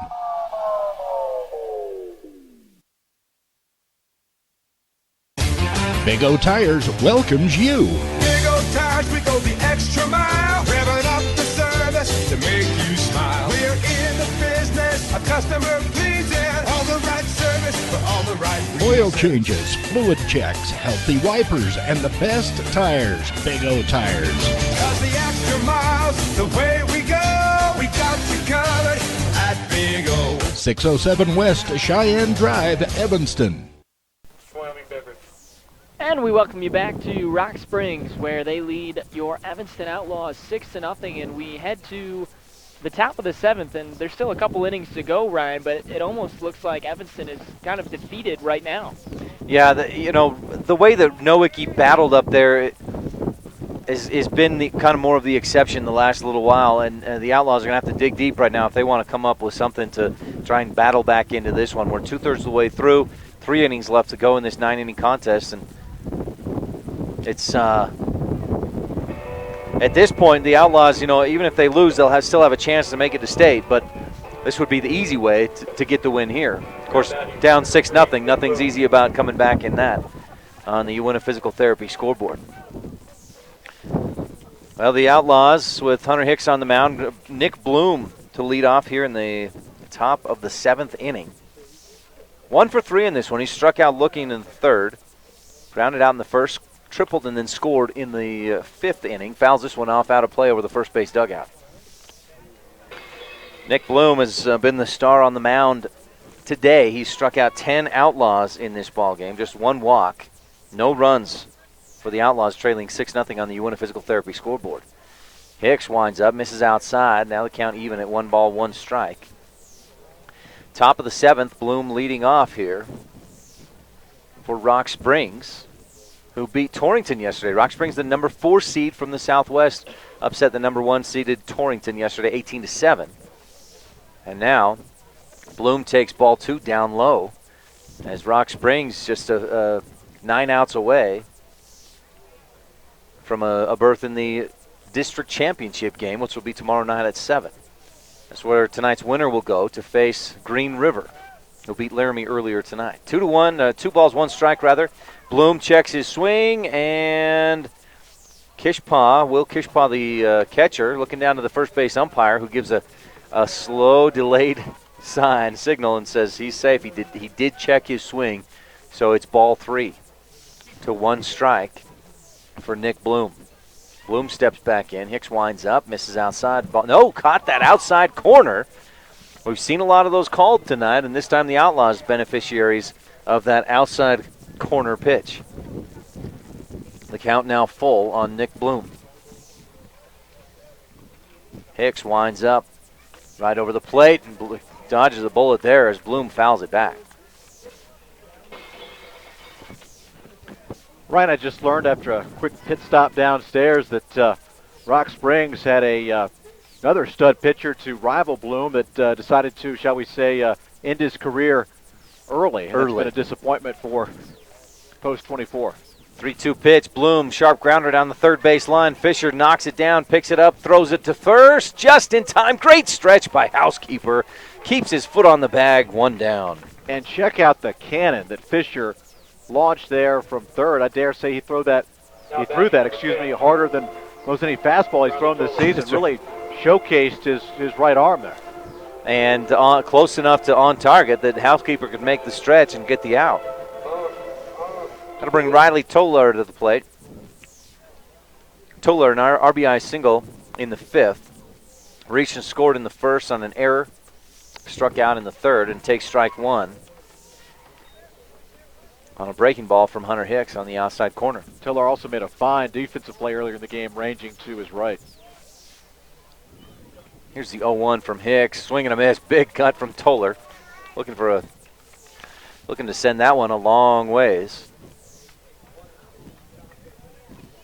So now the count, no balls, 2 strikes for Riley Toller. A single out here in the top of the 7th. Toller swings and misses. Strike 3. Hunter Hicks with his 2nd strikeout of the day. Toller's hair kind of reminds me of Jeff Samardzija with those long, dark locks flowing behind his helmet. And I'll correct myself. That's strikeout number 3 for Hunter Hicks in this ball game. Bringing Colton Legursky to the plate. Legursky jumps on the first one but fouls it down the first base line. 2 outs here. Top of the 7th inning. Rock Springs with a 6-0 lead on the Uinta Physical Therapy scoreboard. Here's the 0-1 from Hunter Hicks to Legursky. Swing and a miss. He was behind that one. Really been a case of Dr. Jekyll and Mr. Hyde for Legursky. Looks so good in his first 2 plate appearances, and his last at bat he struck out swinging and has looked ugly here. Hicks winds up, pitches, and misses down low for ball 1. A ball and 2 strikes with 2 outs in the top of the 7th. The loser of this game will go on and play tomorrow at noon against the Riverton Raiders. Here's the 1-2. Legursky gets a piece of it to stay alive on the swing. Tomorrow's game at noon, the loser of that one will be eliminated and end their season with the loss. The winner will automatically earn a berth in the state tournament and play for 3rd and 4th later on tomorrow afternoon at 4 p.m. Here's the 1-2 from Hicks. Legursky fouls it back. And you can rest assured that all stops will be pulled out in that game, which right now, honestly, it looks like Evanston's going to be playing in, barring a serious turnaround in this game. That'll be that noon game would be against Riverton for whoever loses in this one. Hicks misses way outside for ball 2. 2 balls, 2 strikes now, 2 outs, top of the 7th. 6-0 lead on the Uinta Physical Therapy scoreboard for Archie Hay, post 24. Hicks winds up. Here's the 2-2. Swing and a foul ball down the first base line. And Legursky stays alive. I am going to have to do some homework and find out where Mr. Legursky gets his footwear because I do like those flashy feet he's sporting tonight. I'm no Tennessee fan. That orange is not my favorite color, but they are pretty flashy. Here's the 2-2 from Hunter Hicks. Swing and a miss. He got him on a high fastball.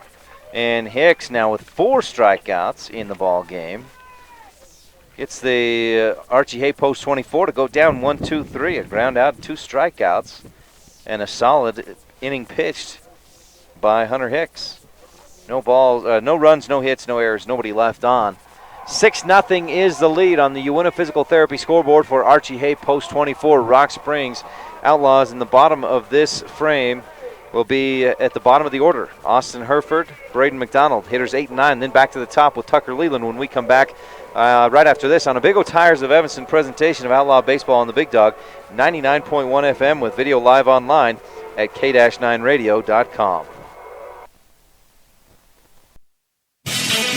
This Big O Tires of Evanston presentation of Evanston Outlaws American Legion Baseball is being brought to you by these Outlaw Baseball sponsors. Big O Tires, the team you trust. Castle Rock Chevrolet, your hometown dealer. Hoover Chiropractic. Don't just mask the symptoms, cure your allergies with Dr. Hoover. Evanston Outlaws Baseball on the Big Dog at KNYN 99.1 FM with live video online at k-9radio.com.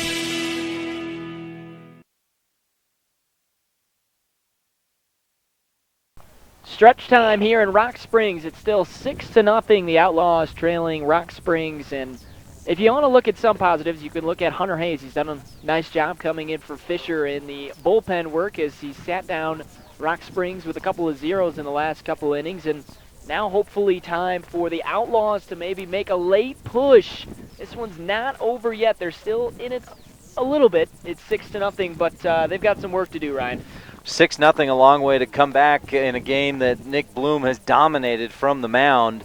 However, he's getting up there in pitches. Have you seen any signs of tiring? I haven't seen any signs of tiring. When I was checking with a gentleman who's much more familiar with Legion ball than I am, he said that it's in tournament play an innings restriction and not so much a pitch count, and that it's 12 innings per tournament, I believe, and that he expects Bloom to go as far as he's needed tonight. I see. Well, bad news for us. That's right. The Outlaws have Austin Herford coming up, and Herford in this one so far 2 for 2.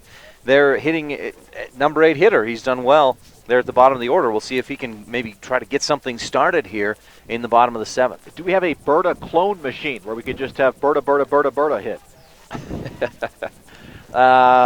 Negative. Negatory on that, my good friend. First pitch from Bloom, swing and a foul ball by Herford. Hit that straight down and popped up high. And let's get our hot shot camera of the night here in a second on Wyoming baseball. Got a woman wrapped up in a blanket. That is Wyoming baseball. We'll get that here in a moment.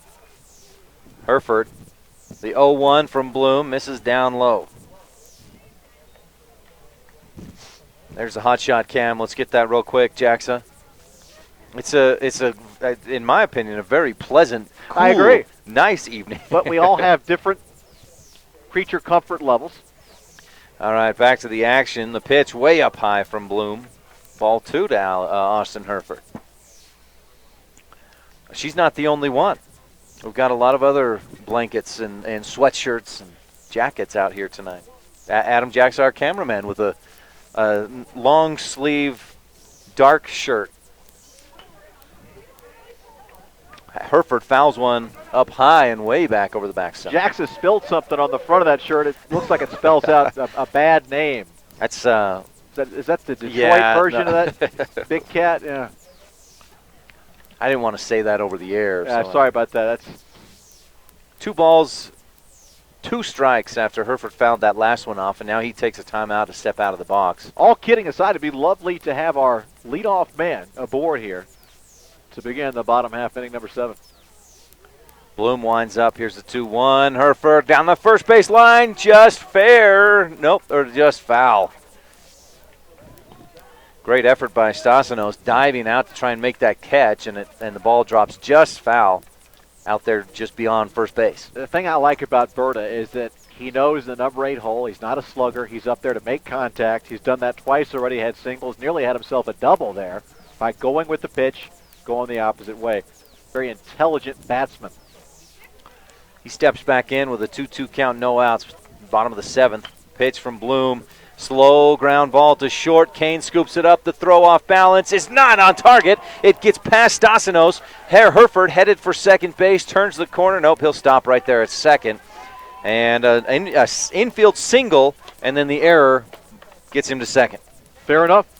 We got the E6 allowing him to take second.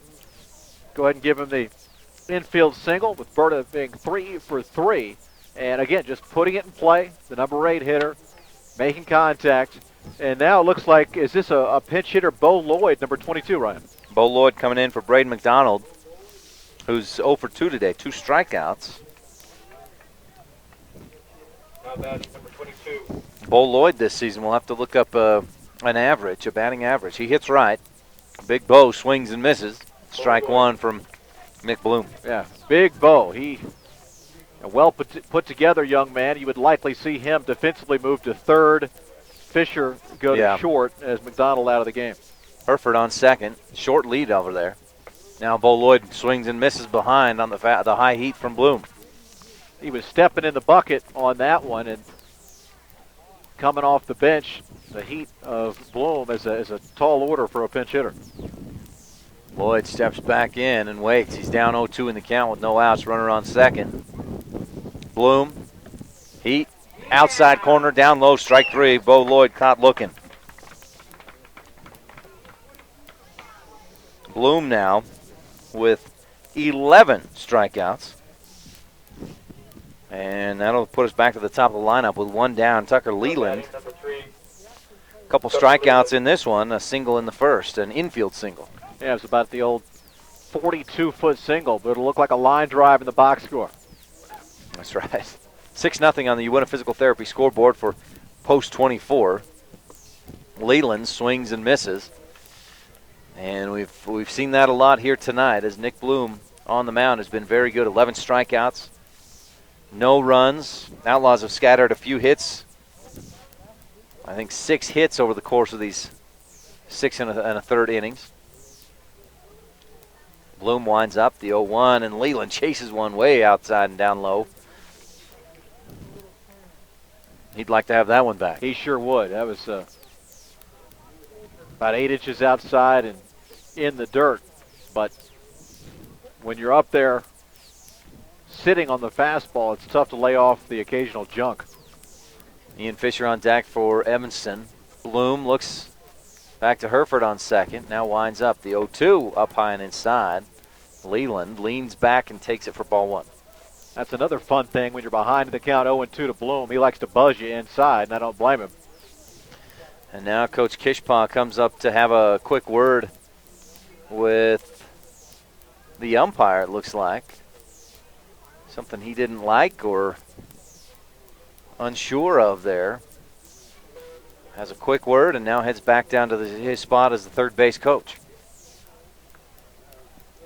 Coach Kishpaw sporting the double nickel, 55. Leland, a ball and 2 strikes, as I mentioned. He's 1 for 3 in this one. A single in the first.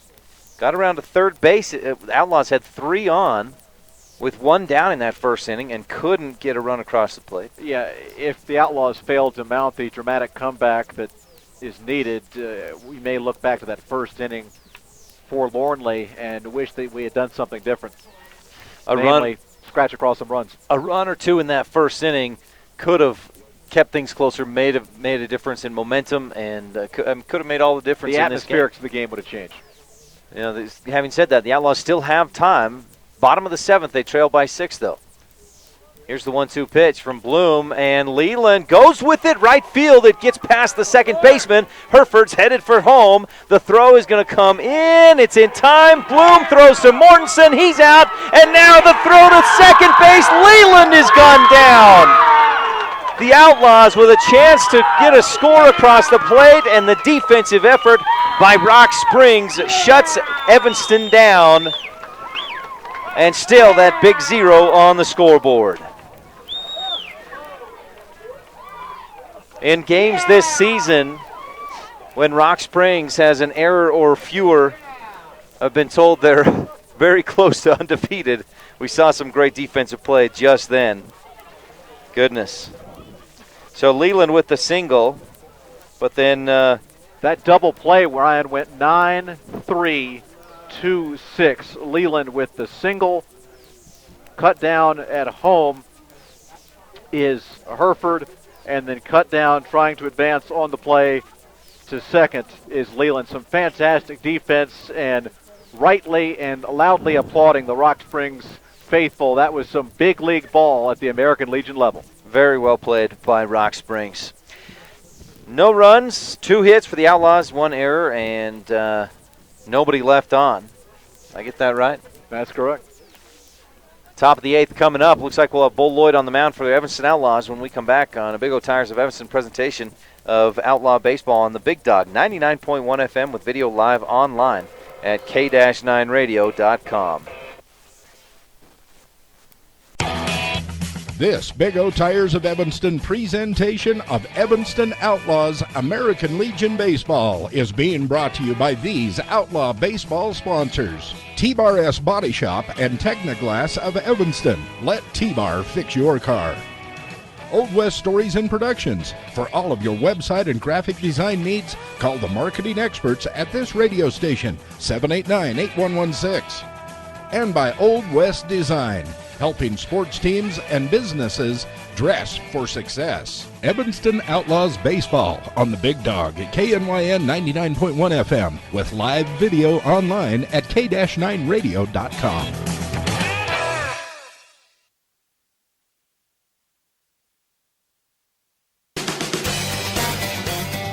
This Big O Tires of Evanston presentation of Evanston Outlaws American Legion Baseball is being brought to you by these Outlaw Baseball sponsors. Telegram to good health. Click on the telegram at k-9radio.com.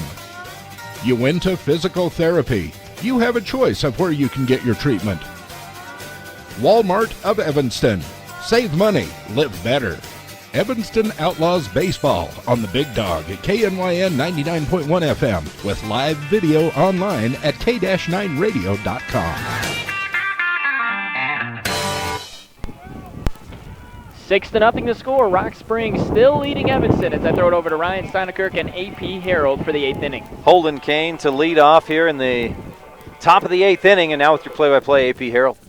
Thanks, Ryan, and thanks, Mr. Jackson, as Bo Lloyd toes the bump, and Holden Kane is going to sky one up into the Sweetwater County, Wyoming night, and it's going to fall harmlessly as losing it in the lights, the Outlaws first baseman, Austin Housekeeper. No balls and a strike. Kane, excuse me, Ryan, go ahead. Holden Kane, so far in this ball game, 3 at-bats, a couple of singles. He scored twice and a walk in the third. 2 for 2. The 0-1 on the way to Kane is fouled back quickly in the hole, 0-2. So Lloyd, who came in the game as a pinch hitter, moves to the mound. Hicks moves back to his original spot at third. Fisher's now at short. And the off-speed, nasty Uncle Charlie Yellowhammer curve freezes Holden Kane, and he takes strike 3. Turns around, heads back to the dugout for out number 1. Lloyd, Ryan, flashing a devastating curve on that 0-2 offering. Going back just to mention Hunter Hicks, he had a great 3 innings there in middle relief. 4 strikeouts. I think he only allowed a couple of hits, maybe the 1 run. 2 runs, I guess, in the 5th there. Lloyd wheels with a herky-jerky delivery and swinging and missing Tristan Stasinos, who's working on a perfect night. 3 for 3, 3 RBI, 2 singles and a double. The only blemish, he was caught stealing pitcher to third to end the first. Another off-speed pitch, misses high and outside, count evens a ball and a strike. So Ryan, Coach Kishpaw, our skipper, going deep into his rotation here as he doesn't want to burn precious pitching for tomorrow's do-or-die, make-or-break, put-up-or-shut-up affair against Riverton. That's right. They're going to have to win tomorrow to make it to state. That first game at noon. That is assuming that they can't come back in this one. 2 innings, so we're here in the top of the 8th. Tristan Stasinos fouls it back to the screen. And Ryan, of course, is right. There is no clock in baseball. It's entirely plausible that the Outlaws could have a big 8th and a big 9th, but most likely they'll need to win tomorrow. Pitch on the way, misses inside with the fastball. Count evens at 2 balls and 2 strikes. Might have been a bit low there as well from Lloyd. I think he's seen what other pitchers have done in this game. Bloom taking advantage of those strikes called right on the corner of the plate. Stasinos awaits the 2-2. This one is going to be lined into center field, drifting to his left, and making the play is Tucker Leland, lining to center. Stasinos, and for the first time, Outlaw pitching retires Tristan. So with 2 outs, that'll bring up Aaron Mortensen, who is looking to avoid donning what Adam Jackson would tell you is the golden sombrero. He already has the hat trick, 3 strikeouts, and Aaron Mortensen desperately wants to avoid spray painting his helmet gold. Lloyd deals, and this one is skied a mile high into straightaway center field, drifting though to his left and making the catch, falling on his derriere, holding on to the baseball is Leland, and that will end the Rock Springs 8th inning as they go down 1-2-3. We're through 7.5 in Sweetwater County, and on the Uinta Physical Therapy scoreboard, the unfortunate bottom line for Outlaw fans is that it is 6-0 Rock Springs. We are indeed back in a moment on a Big O Tires of Evanston presentation of Outlaws Baseball on KNY and FM The Big Dog and online at k-9radio.com. And now, Kay Rossiter talks about her physical therapy experience working with Mark Brinkerhoff at Uinta Physical Therapy. I had both of my knees replaced at the same time a little bit over a year ago, and Mark was my therapist, and he put me through some really strange things, but it must have worked because I was back at work in less than 3 weeks, and when I went for my 6-month checkup to my surgeon, I was at a point where I should have been at a year. I would recommend Mark Brinkerhoff and Uinta Physical Therapy to anyone. Well, it's coming close to do-or-die time for the Outlaws as we come to the bottom of the 8th inning. 6 outs away is Rock Springs from getting to the championship game, but hopefully the Outlaws going to have something to say about that as they'll come up and try and slice into this 6-run deficit. Ryan and AP. 3 runs in the first for Rock Springs, and they've kind of cruised from there. A couple more runs, 1 in the third, 2 in the fifth. A 6-0 lead, AP. Outlaws have got to get something going here in the bottom of the 8th. It is getting late. It's down 6 runs with 6 outs to play with, and you run that through the computer simulation 1,000 times, and you might win 5 or 6 times. But that's why they play them out there on the diamond and not with the eggheads in mom's basement munching on cold Pop-Tarts at 2:30 a.m. on a Tuesday in Milwaukee.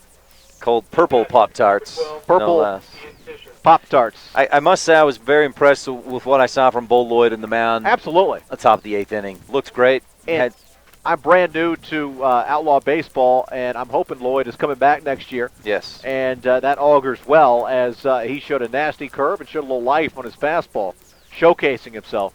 Speaking of showcases, what can you say about the performance, I should say, about Nick Bloom tonight as he misses low 1-0 to Ian Fisher.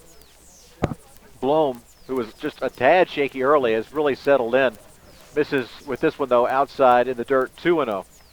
Ryan, you've got him with, did you say 11 or 12 Ks now? I have 11. I'll recount that here. Hey, in a I'm minute. from Georgia. I can't count into double digits. That's a why high I'm relying number on guys from for a Beehive Southern State. guy, isn't it? Yeah. Once it gets past the number of digits we have on both ends, we wave that white flag. Now the Outlaws, you mentioned Nick Bloom, a little shaky to begin with. He had the bases loaded, one out. He got himself out of that jam, and there have been a couple other times, maybe 3 or 4 other times during this game, that he's been in a little bit of trouble, had runners second and third or in scoring position. He's gotten himself out of that. And then in that last inning, 7th inning, Outlaws had a runner on second. They got a base hit from Tucker Leland. Yeah. And the defense was there to back him up. Let's tip our proverbial caps to the Rock Springs defense in the home half of the 7th. You want to talk about hitting the cutoff man and the importance there. The throw from the right fielder to the first baseman who turned, quickly fired, and got the man at home sliding in, attempting to score our first run, Berta Herford, and then alertly the catcher coming up and firing down to second base to complete the incredibly unorthodox 9-3-2-6 twin killing. The crowd here correctly erupted in joyous cheer for their hometown Archie Hay Post 24 Legion team. That was, even for the visiting announcing crew, something to behold. It certainly was, and it just goes back to that fundamental baseball. The Rock Springs, Archie Hay Post 24, we've talked about it throughout the broadcast today, AP, that they've continued to improve throughout the season. With all the pieces in place on this team, they're a number 4 seed from the Southwest Conference, but they're a much better team than a number 4 seed. No doubt about it. There were some whispers going on before this tournament that, hey, the smart money, so to speak, was on that 4 seed Rock Springs. They are at home. Deceptive conference record, and they have really proven so far that they deserve, at the very least, to be heading to Laramie, where they appear almost without a doubt now to be going, and have a very good shot tomorrow in what looks like is going to be a Rock Springs Green River finale. 2 posts that are separated by a mere 12-15 mile stretch of Interstate 80. An interesting note, from what I could find, those teams have played 10 times this year. Green River, 9 wins to Rock Springs 1 in that series this season. And I believe the situation we have here, I think that the catcher for Archie Hay, Austin Mortensen, may have been banged up, and they need a new backstop. As take a look here. Either his equipment malfunction or it's going to be a new catcher. Austin Mortensen, number 13. And it looks like that Coach Kishbaugh, some good sportsmanship, is playing trainer out there with the opposing team and helping, I believe, Mortensen out with a little issue on his right arm. They just wrapped some tape around that right forearm. I'm not sure what it was, but Kishbaugh, Coach Judd Kishbaugh helping him out, and it looks like we'll get back underway here in a moment. And I tell you what, catchers, they call the equipment they wear the tools of ignorance. You've got to be a tough dude to get back there and play some old-fashioned country American Legion hardball. All the bumps and bruises you take. So we're back to live action. Ian Fisher standing in. 2 balls, no strikes. And this one is fouled back, 2 balls and a strike. Now they've got 2 outs up there on the board, but I believe this is the leadoff batter in the bottom half of inning number 8, just trying to keep us alert on the UNT Physical Therapy scoreboard. Rock Springs up 6-0. And going the oppo down the right field line is Fisher, and that is a fair ball into the corner. Fisher takes the turn at first, and he will hobble and just collapse onto the bag at second base, and that does not bode well at all, either for Mr. Fisher or the Evanston Outlaws, as he would surely be needed tomorrow at either short or third or another defensive position. But Ryan, he has collapsed on the bag at second in obvious pain. He was really trying to turn on some speed and round that corner at second, maybe push that into a triple with that ball deep in the corner in right field, and I don't know, he looks like he's really in some pain. I mean, he crumpled right down after hobbling a couple of steps to get to second base. players gathered around him now, and I believe our only substitute left on the bench is Alex Housekeeper, as Devin Hicks and Bo Lloyd have already entered the game. And with American Legion baseball in district tournament play, the rule is, right, once you go out, that's it. You can't come back in. It's real baseball. None of the courtesy runner. Right. If not for the courtesy runner rule in Georgia high school baseball, I wouldn't have gotten into too many games. I've got to be honest with you. Did you have a little bit of speed, or was it just, let's get that AP guy in, give him a chance to get on the field? I had some speed back in the day before I put on a lot of weight with those milkshakes that Jaxa was putting down this afternoon. It looks like Alex Hicks coming off the bench out to second base. And Ian Fisher hopping, not putting any weight on that left leg. Yeah. Likely a sprained ankle or possibly something with the knee. Obviously don't know for sure, don't really want to speculate, but the bottom line is he's out of the game. And the final substitute, the Iron Nine, are out there now for Evanston. Alex Housekeeper, the pinch runner,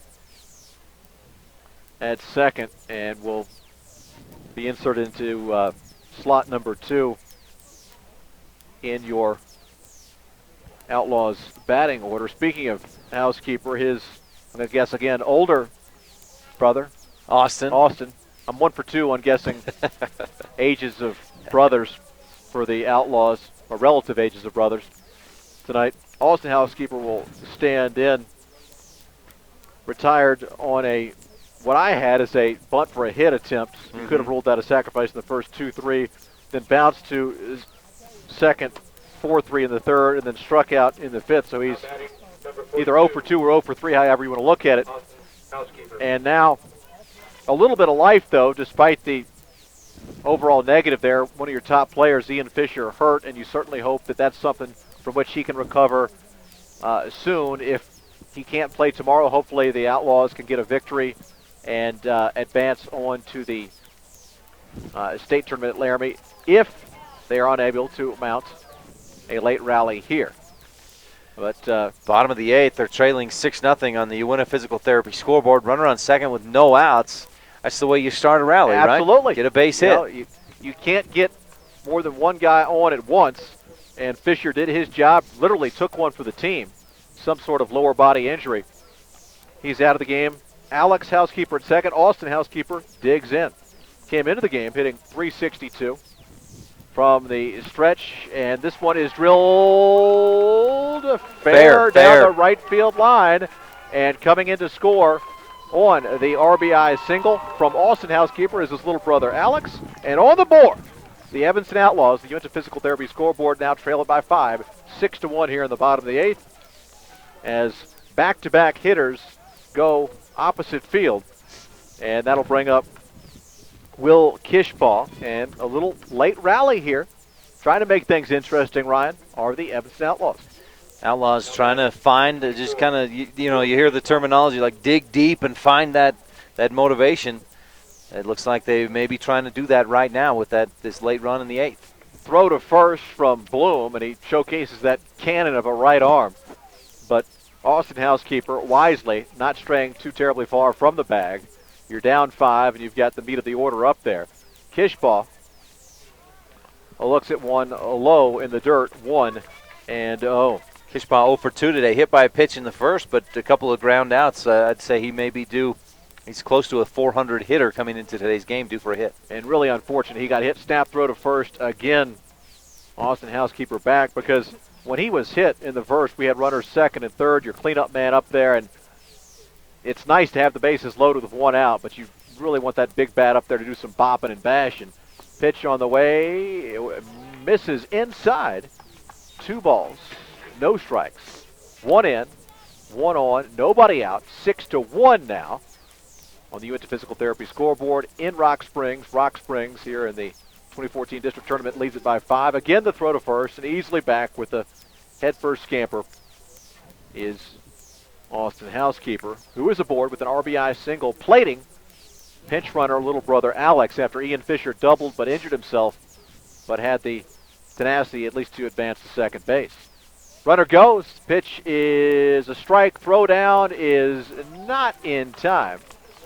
And with the count 2 balls and a strike, swiping second base is Austin Housekeeper.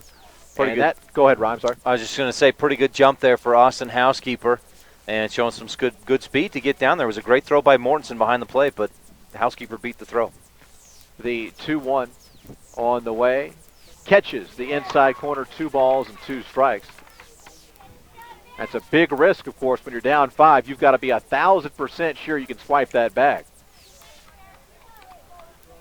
Yeah, every base runner is huge. Every base runner counts at this point. Kishpaw awaits the 2-2 from Bloom. Swing and a miss in the dirt. Have to throw him out, and they do so.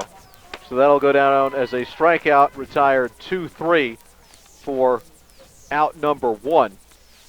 And with 5 outs left to play with in the game and trailing by 5, 6-1 in the Uinta Physical Therapy scoreboard, the Outlaws send up Hunter Hicks 0 for 3, a pair of swinging strikeouts and a fly out to center field in the 6th. And I have 12 strikeouts now for Nick Bloom in this ballgame. Bloom deals to the southpaw Hicks, who fouls it back to the screen. No balls and a strike. Hicks, victim to as 2 of those strikeouts, once in the 1st, once in the 4th. Made good contact in the 6th, but flew out to center field. Just got too much air underneath it. Bloom looks back. The 0-1 on the way to Hicks is going to be chopped past the second baseman into center field. And coming around third and scoring. Throw wild from Bloom and advancing on the E1. On down to second is Hicks. They're going to say that Austin Housekeeper does not score. He made contact. He made contact with the catcher as the catcher was trying to make the catch. Wow. On that throw, and they waved the run off. Housekeeper is out at home on the play. That hurts, and if I'm Coach Kishpaw, I didn't see that clearly, but that seems like a cheap call. Frankly, from what I could see, Mortensen went up. It was incidental, if not Mortensen had kicked a leg out to try and go up and make that catch. I don't think I agree with that, but I'm not the one making the call. I'm not the one right there in position to make the call. So we're going to have a single, and the real unfortunate thing about that is that Housekeeper, the throw was high. If he slides low and just avoids contact at all costs, that's a run. So I'm going to score Housekeeper out 1-2, and if I'm the Rock Springs manager, I'm arguing, hey, why does the guy, in this case Hicks, get to advance to second? But that's neither here nor there, as standing in and taking a strike is the number 6 hitter. I believe that's Devin Hicks, yes, who came in for Alex Richens earlier. Hicks 0 for 1 with a strikeout in the 6th. So still 6-1 on the Uinta Physical Therapy scoreboard. Now quickly in the hole, Hicks 0-2, and just like that, a rather promising inning quickly disintegrating with the unfortunate, at least in the eyes of Outlaw fans, call at home plate. The 0-2 on the way. Swing and a miss, strike 3, and that'll do it for Evanston. So the Outlaws 1 run on 3 hits. There was a Rock Springs error, and there was a man left. We are through 8 complete in Sweetwater County on the Uinta Physical Therapy scoreboard. Rock Springs 6, Outlaws 1. We're back in a moment on a Big O Tires of Evanston presentation of Outlaws Baseball on KNYN FM, The Big Dog, and online at k-9radio.com.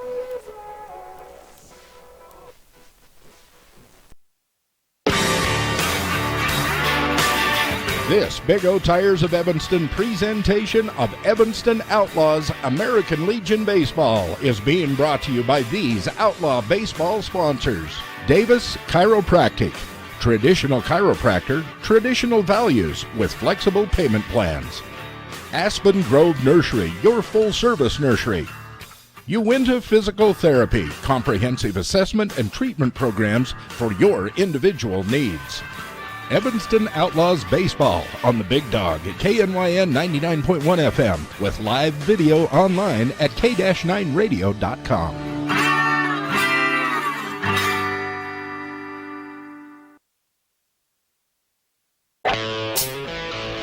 This Big O Tires of Evanston presentation of Evanston Outlaws American Legion Baseball is being brought to you by these Outlaw Baseball sponsors. The Casey Kukert Allstate Agency for all of your insurance needs, auto, home, boat, and recreational vehicles. See Casey Kukert, your Allstate agent.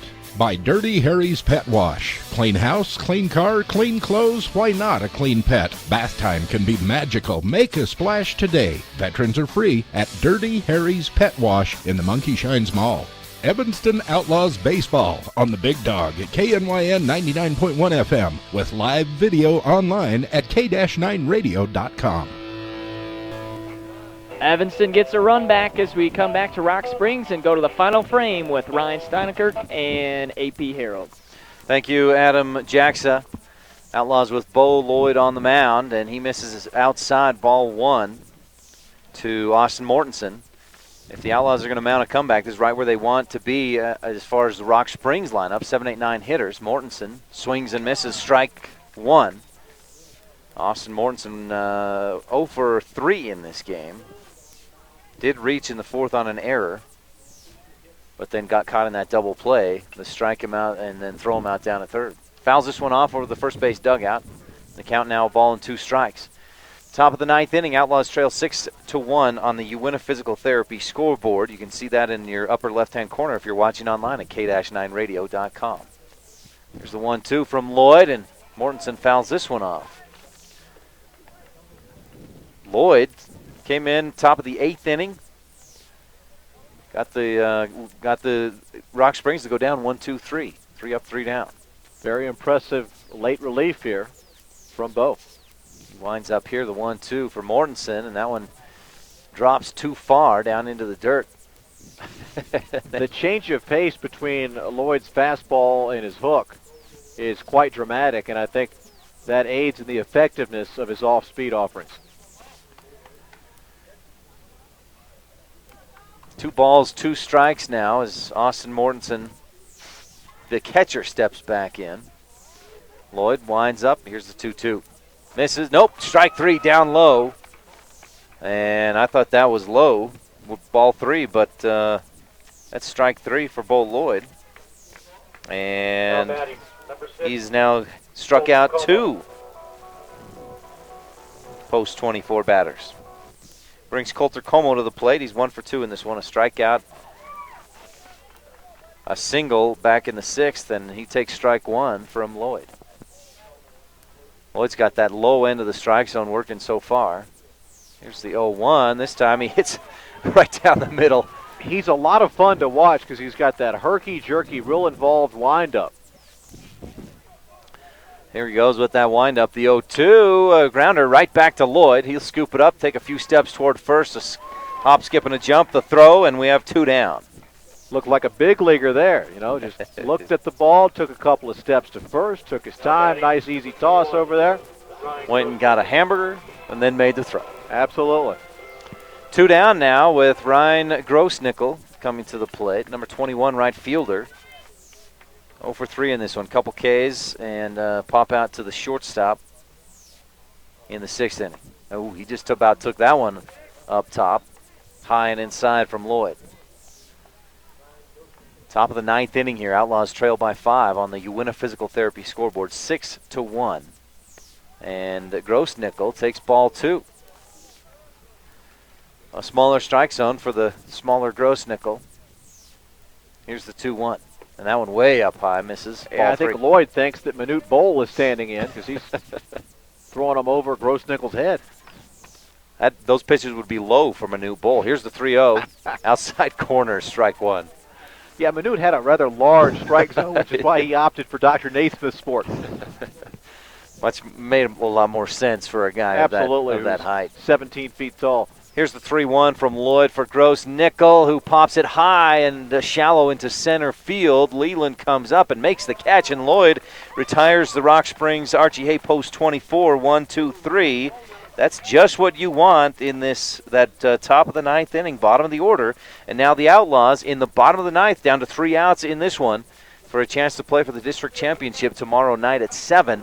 Outlaws trail 6-1 on the Uinta Physical Therapy scoreboard. They need a big rally here in the bottom of the ninth when we come back on a Big O Tires of Evanston presentation of Outlaw Baseball on the Big Dog, 99.1 FM with video live online at k-9radio.com.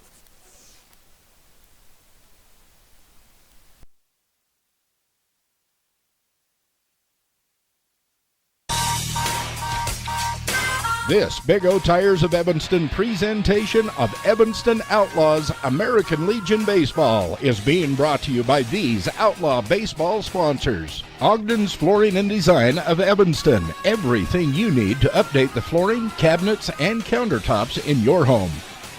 Rocky Mountain Massage. Chronic pain management, stress reduction, and overall sense of well-being. Evanston Outlaws Baseball on the Big Dog at KNYN 99.1 FM with live video online at k-9radio.com.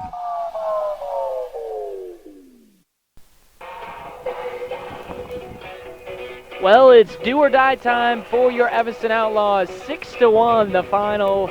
Hopefully not the final, as they can come up and get some rallying going. They've been trailing since that first inning. They gave up 3 in the first, 1 in the third, 2 in the fifth, and they trail 6-1. They were able to get a run in the 8th. Let's see if they can compile that and get some here in the 9th. To keep this one alive, I'll send it over to Ryan and AP for the finale. Thank you, Adam Jackson. The Outlaws, we've seen them threaten a lot of times in this game, 3, 4, maybe 5 innings. They've had runners in scoring position. That last inning, they got 1 run across the plate. They're going to have to get a lot more here in the bottom of the 9th. And Ryan, by my count, we've out-hit Rock Springs 10-8. Unfortunately, they've outscored us 6-1 on the Uinta Physical Therapy scoreboard. And, of course, while they've committed 4 errors, we've booted 6 baseballs, 10 errors between the two teams. 10 errors, 18 hits, only 7 runs, and we have just 1 of them. But 3 outs to play with, and we'll see if Mr. Nowicki can get us going. Outlaws' next 2 hitters that'll come up in this inning have actually maybe been as hot as anybody in the lineup. 8 and 9 hitters, and Nowicki laces one into left field. That's going to bounce right in front of the left fielder. A leadoff single by Robbie Nowicki. He jumped right on that first pitch. That's the sharpest, hardest ball hit, I believe, all night by an Outlaw. Just a screamer, 1 hopper for a leadoff safety for Robbie Nowicki here to begin the home half of the 9th inning. And need base runners. We got 1 of them. We've seen 1 or 2 hits go a little deeper, but definitely not quite as well hit or sharply hit. To the plate now, Austin Herford, who takes ball 1 down low from Nick Bloom. Bloom trying to finish this one out. A complete game is what he's after. He's gone 8 innings, struck out 13 Outlaws. Looking for 3 more outs here, but the Outlaws trying to upset that. Herford takes ball 2 down low. And Berta's working on a perfect night, 3 for 3. 3 singles in this one. 1 in the 2nd, the 4th, and the 7th. And now the throw to first. Nowicki, though, a short lead. I tell you what, you get picked off with nobody out, down 5 in the bottom of the 9th. You're going to be running laps all the way back to Kimmera. Yeah. Bloom, the 2-0. Herford, good contact, but fouls it off. He hit that one a pretty good distance. Yeah, he fouled that one off to Kimmera. He really pushed that one. Kimmera's the other way, though. I'm sorry to tell you, AP. Yeah, well, I'm directionally challenged. That's a little more toward. That's why I drove halfway to Salt Lake City today before coming this way. Here's the 2-1. Herford again fouls this one off. He's way behind that one. But Tim, what is Berta doing here, Ryan? He's making contact. A guy who didn't have a lot of pop, but he makes contact, puts the ball in play. Reminds me a little bit of second baseman for the Braves, Tommy LaStella, from the other side of the plate. Just put it in play, see what happens. Bloom winds up the 2-2 for Herford. Put in play, shortstop, possible double play, but Kane botches it. Through his legs, both runners are safe. Runners on first and second with no outs. What were we just saying? You put it in play, you force somebody to make a play, and this isn't big league ball. These are good athletes and fine ball players, but they're not perfect by any stretch of the imagination. And the 11th error of the night, the 5th from Rock Springs, the E6. puts runners first and second, nobody out for Bo Lloyd, who's done a tremendous job in relief on the mound and now can help his cause by continuing with this rally here. Bo Lloyd, his second at bat, right? He struck out earlier in this game. That's correct. He struck out looking in the 7th.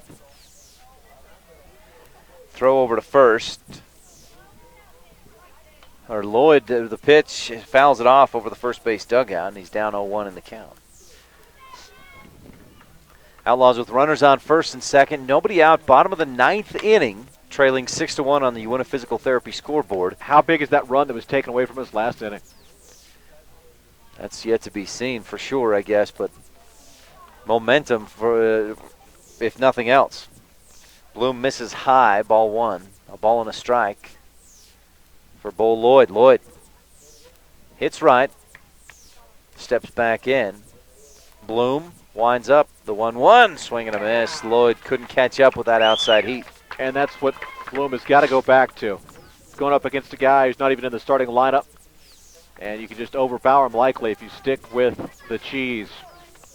A ball and 2 strikes. Runners on first and second. Bloom winds up. And there it is right there. You heard the pop. Strike 3. Lloyd, a good cut, but couldn't catch up to it.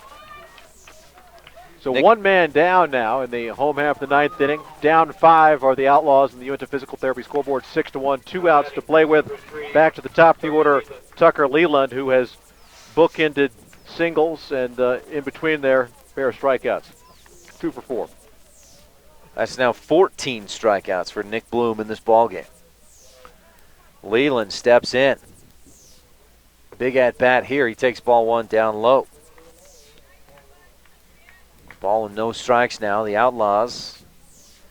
A leadoff single for Robbie Nowicki. And then Austin Herford puts it in play, reaches on an error. Runners on first and second with 1 down. Here's the pitch for Leland, and he can't catch up to that one with the swing. Need a couple more base runners. 1 ball, 1 strike now. 6-1 on the Uinta Physical Therapy scoreboard. Rock Springs with the lead. Winner earns a berth in the district championship game tomorrow night. Here's the 1-1. Leland fouls it off. And out of play over the first base dugout. Now down in the count, a ball and 2 strikes. Well, the blanketed lady is still here, but the giant orange umbrella has disappeared. There's not a lot of sun to worry about at this time of the evening. No. If you're concerned about sunburn now, you're hurt. You're AP Herald. Right. Here's the ball, 2 strikes. Leland fouls it off. Protection swing there, and he just pops it over the backstop. Which reminds me, about time to put on some sunscreen, right, AP? Thank you very little. I got my SPF 75 on. 1 ball, 2 strikes. Bloom winds up, and Leland misses down in the dirt. Throw down to third base. Not sure. Oh, no. Robbie Nowicki had gotten to third. Mortensen received the throw from Mortensen, and he just kind of held it. That's the game. Nowicki didn't get his hand on the bag. Mortensen makes the tag, the strikeout, the throw out at third. Ball game.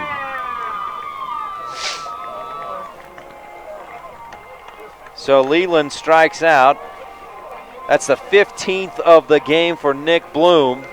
And the number 4 seeded Rock Springs Archie Hay Post 24 playing for the district championship tomorrow night against Green River. We ran ourselves out of that one with 1 out and that strikeout in the dirt. The batter is out and the runners do not have to advance. Our runners, I think, panicked and thought they had to advance, ran down there. The throw beat us, our runner to third base. The Rock Springs third baseman thought it was a force play. We overslid the bag in the form of Robbie Nowicki, and the 2-5 putout. Ryan ends the game. Well, a tough battle here tonight. Outlaws taking the loss 6-1 on the Uinta Physical Therapy scoreboard and hand it to Rock Springs and Nick Bloom. An incredible performance, 15 strikeouts, the complete game. 1 run allowed. He did allow, what did you say, 10, 12 hits, but the 1 run is what matters. Hits, yes, he did. say. He certainly did. Well, stay tuned. So this means, let's let you know real quick, the Outlaws will play tomorrow at noon. We'll have it right here on KNYN 99.1 FM, the Big Dog in Country. You can also watch live online at k-9radio.com. We'll have Coach Kishpaw come join us in a post-game interview. Find out what the word is on Ian Fisher. I see him hopping out there right now with Coach Kishpaw. That's coming up on the post-game show right here on a Big O Tires of Evanston presentation of Outlaw Baseball on the Big Dog, 99.1 FM with video live online at k-9radio.com.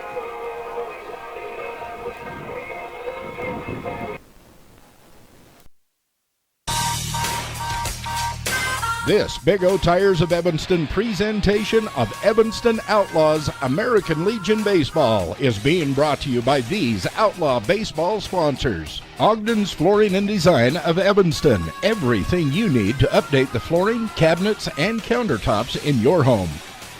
Rocky Mountain Massage. Chronic pain management, stress reduction, and overall sense of well-being.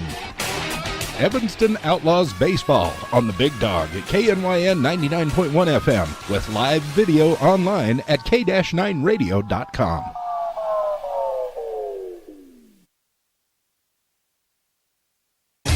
Big O Tires welcomes you.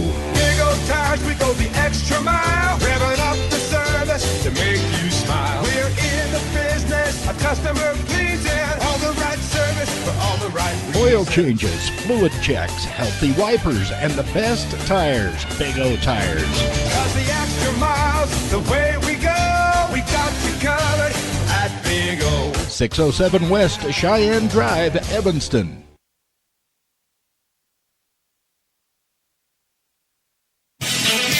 This Big O Tires of Evanston presentation of Evanston Outlaws American Legion Baseball is being brought to you by these Outlaw Baseball sponsors. Big O Tires, the team you trust. Castle Rock Chevrolet, your hometown dealer. Hoover Chiropractic. Don't just mask the symptoms, cure your allergies with Dr. Hoover. Evanston Outlaws Baseball on the Big Dog at KNYN 99.1 FM with live video online at k-9radio.com.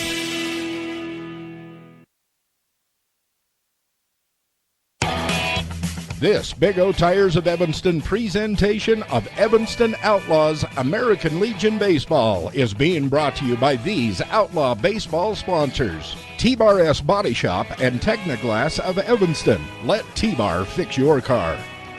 Old West Stories and Productions. For all of your website and graphic design needs, call the marketing experts at this radio station, 789-8116.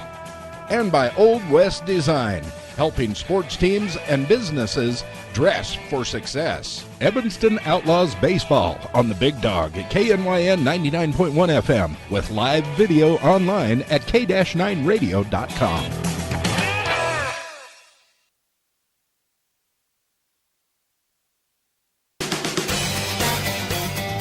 This Big O Tires of Evanston presentation of Evanston Outlaws American Legion Baseball is being brought to you by these Outlaw Baseball sponsors. Telegram to good health. Click on the telegram at k-9radio.com. Uinta Physical Therapy. You have a choice of where you can get your treatment. Walmart of Evanston. Save money, live better. Evanston Outlaws Baseball on the Big Dog at KNYN 99.1 FM with live video online at k-9radio.com.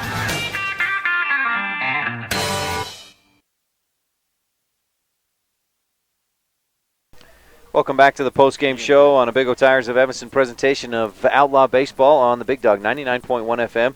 You can watch live online at k-9radio.com. Joining us now on the post-game show is Outlaws head coach Judd Kishpaw. I apologize. We're getting new headphones. You're not going to be able to hear me through the headphones. Can you hear me just talking? Yeah, I can hear you. Okay. I appreciate you joining me here on the post-game show. Coach Kishpaw, 6-1 loss to Rock Springs. The Rock Springs team, they've been looking great lately. Well, like I talked to you just before, they're the most underrated team here, and you can see they hit well. Their kids, most of their kids, I voted for their districts. They've got solid kids. A lot of them they didn't have the first of the year. I'm not going to make excuses for our kids, but I really feel like 5 of those runs shouldn't have happened. And our pitcher is forced to throw a ball right down the pipe, and then that just gives them leverage, and then they put it into outfield, and whatever happens. But that's a good hitting team, really it is. Nick Bloom had a great night. I think we had him with 15 strikeouts. You guys, though, out-hit Rock Springs tonight. You had more hits than they did tonight. Yeah, we just had some mistakes. God, I thought I had it counted up to 7, but that might have been 2 or 3 innings ago. So I know Nick's good. I mean, there's no doubt about it. He sometimes gets a little headsy, as you saw in that when we loaded the bases. Right. That's what we were trying to do, was get in his head a little bit, because if we can do that, he's able to come apart sometimes. So yeah, Nick's good. He's a stud. What can you tell me about Ian Fisher and when he had that double and he came up at second? I think it's in his planner, but Coach Hunter down there, he's I don't know, he's a specialist with feet and everything, so he wants to look at it. But I think I've done kind of the same thing. I think it's a bruise planner or something like that. I can't tell you, but it's got a knot there. I think he's going to be okay. His dad says he's going to be fine, so we'll see. We'll see. We're crossing our fingers at ice and ibuprofen tonight. Right. Dad says it'll be fine. You can go out there and play, Fisher. Yeah, right? He'll get on his back. So this loss, it knocks you out of the opportunity to play for first and second. You still have the opportunity to take third and fourth and go to state. Yes, yeah. We have to win tomorrow right. at noon. At noon against Riverton, right? Riverton, that's correct. We got to win that first game. That gets us seeded. And then, we'd like to see, I'm guessing Torrington tomorrow, but we'll let them play it out and see what happens between Laramie and Torrington. But, so Riverton. Any ideas about who you're going to put on the mound to start tomorrow? Well, I don't know. Those last 2 pitchers we put out there, we sat there and thought, they're struggling. Anything off speed, anytime you go from 85 down to 65, but with well-placed balls, you can see Hunter Hicks.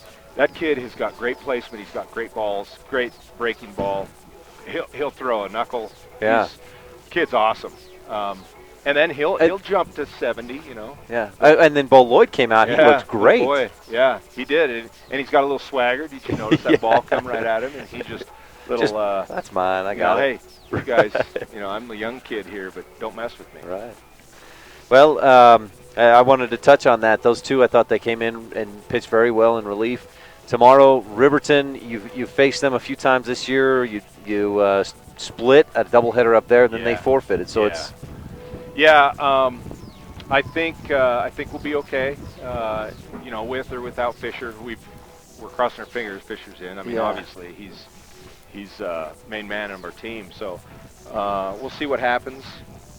We'll just get up early and get over here. What's the emotion of the team right now after that loss and looking ahead to tomorrow's games? They're down. They're frustrated. Frustration more than anything, and I have to get on them. Learning how to control that frustration and not blaming, the umpires for certain calls and everything. And I know the play down here at the home plate, that was legit.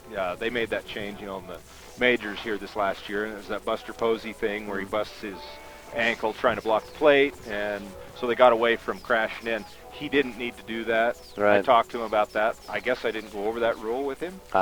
He was definitely safe if he would have just slid. We're up 2, and then we got some motion going, the momentum. And anyway, that deflated it, though, that little rally you had going. The kids, they're tired. They want to go home, so yeah. I should let you go then. I appreciate your time, Okay, Coach buddy. Kishpa. Thanks for coming to join us. We'll talk to you tomorrow, and good luck against Riverton. All right. Thanks, Ryan. All right. That's Coach Jed Kishba here on the post-game show. Stay tuned. We'll have more coming up right after this on a Big O Tires of Evanston presentation of Outlaw Baseball on the Big Dog 99.1 FM with video live online at k-9radio.com.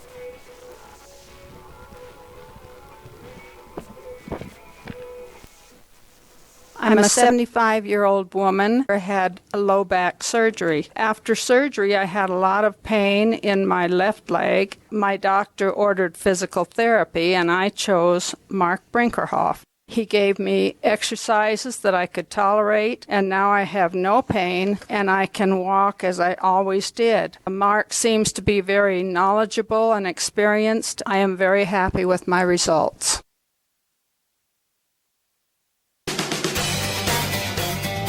This Big O Tires of Evanston presentation of Evanston Outlaws American Legion Baseball is being brought to you by these Outlaw Baseball sponsors. Telegram to good health. Click on the telegram at k-9radio.com. Uinta Physical Therapy. You have a choice of where you can get your treatment. Walmart of Evanston. Save money, live better. Evanston Outlaws Baseball on the Big Dog at KNYN 99.1 FM with live video online at k-9radio.com.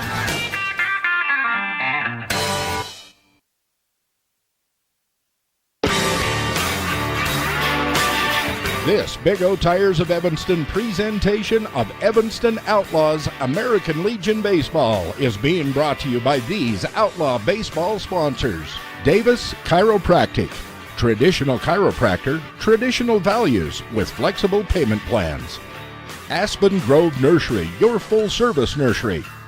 Uinta Physical Therapy, comprehensive assessment and treatment programs for your individual needs. Evanston Outlaws Baseball on the Big Dog at KNYN 99.1 FM with live video online at k-9radio.com.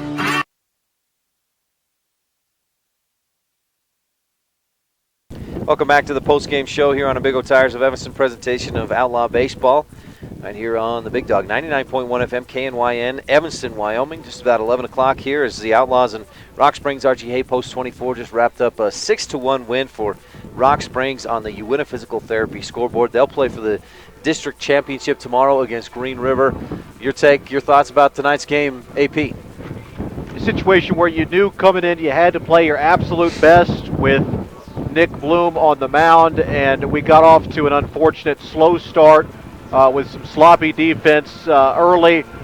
Bloom, for the most part, was on top of his game. As Coach Kishbaugh mentioned, occasionally he can run into issues, not just a windblower post-game, but it can run into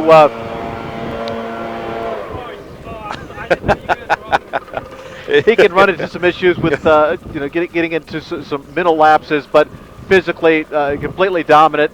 A tough call late in the 8th inning with the, as Coach Kishbaugh mentioned, the Buster Posey rule, and then a nice rally there in the 9th that late base running error doomed us there. Bottom line, though, still got an opportunity to advance to Laramie with a win tomorrow, Ryan, at high noon over Riverton. Now the Outlaws will face Riverton at noon. We'll have the pregame at 11:45. If the Outlaws win, they're on to state. If they lose, the season's over. You're right. It's a game of monumental import as you win, and you're assured of at least 3 more games. The one at 4 o'clock and 2 in Laramie. If you lose, you pack up the balls and bats, and you get ready for another long, cold Wyoming offseason. So a lot of things are on the line tomorrow for the Evanston Outlaws. A very quick turnaround for them, their fans, and the broadcast crew who will be hustling back here to Sweetwater County to bring it to you. I guess we're going on air at 11:45. 11:45 pregame. Now, if the Outlaws, again, if we mentioned if they lose against Riverton tomorrow, the season's over. If they win, they'll play at 4 p.m. tomorrow afternoon. For in a much less important game. Right. Still important for a better seeding, but the big one is at high noon. And again, we'll have that 11:45 pregame tomorrow tomorrow morning with first pitch at 12 noon right here on the Big Dog. Now, this has been the Evanston Outlaws postgame show here on KNY and the Big Dog in Country, 99.1 FM with video online at k-9radio.com. This has been a sports production and sports broadcast of Old West Media Incorporated and Cook Brothers Broadcasting. No portion of this production can be used or rebroadcast without express written consent of Old West Media Incorporated. Once again, our final score on today's Uinta Physical Therapy scoreboard: Rock Springs Archie Hay Post 24-6. The Evanston Outlaws 1. Join us tomorrow. Again, as we said, pregame's at 11:45. First pitch is at noon, and we'll be on the air with you at that time. Until then, go Rebel, go Outlaws. You've been listening to a Big O Tires of Evanston presentation of Evanston Outlaw American Legion Baseball on KNY and the Big Dog in Country, 99.1 FM with video online at k-9radio.com. Today's game has been brought to you by these Outlaws supporting businesses and individuals. Big O Tires, the team you trust, by Castle Rock Chevrolet, Hoover Chiropractic, T-Bar S Body Shop and Technoglass of Evanston, Old West Stories and Productions, Dirty Harry's Pet Wash, Old West Design, Telegram to Good Health, Allstate Casey Kukert Agency, Walmart of Evanston, Ogden's Flooring and Design of Evanston, Rocky Mountain Massage, Aspen Grove Nursery, Davis Chiropractic, and your scoreboard sponsor for today's broadcast was Uinta Physical Therapy. Thank you for listening to a Big O Tires of Evanston presentation of Evanston Outlaw American Legion Baseball on KNYN, the Big Dog in Country, 99.1 FM with video online at k-9radio.com.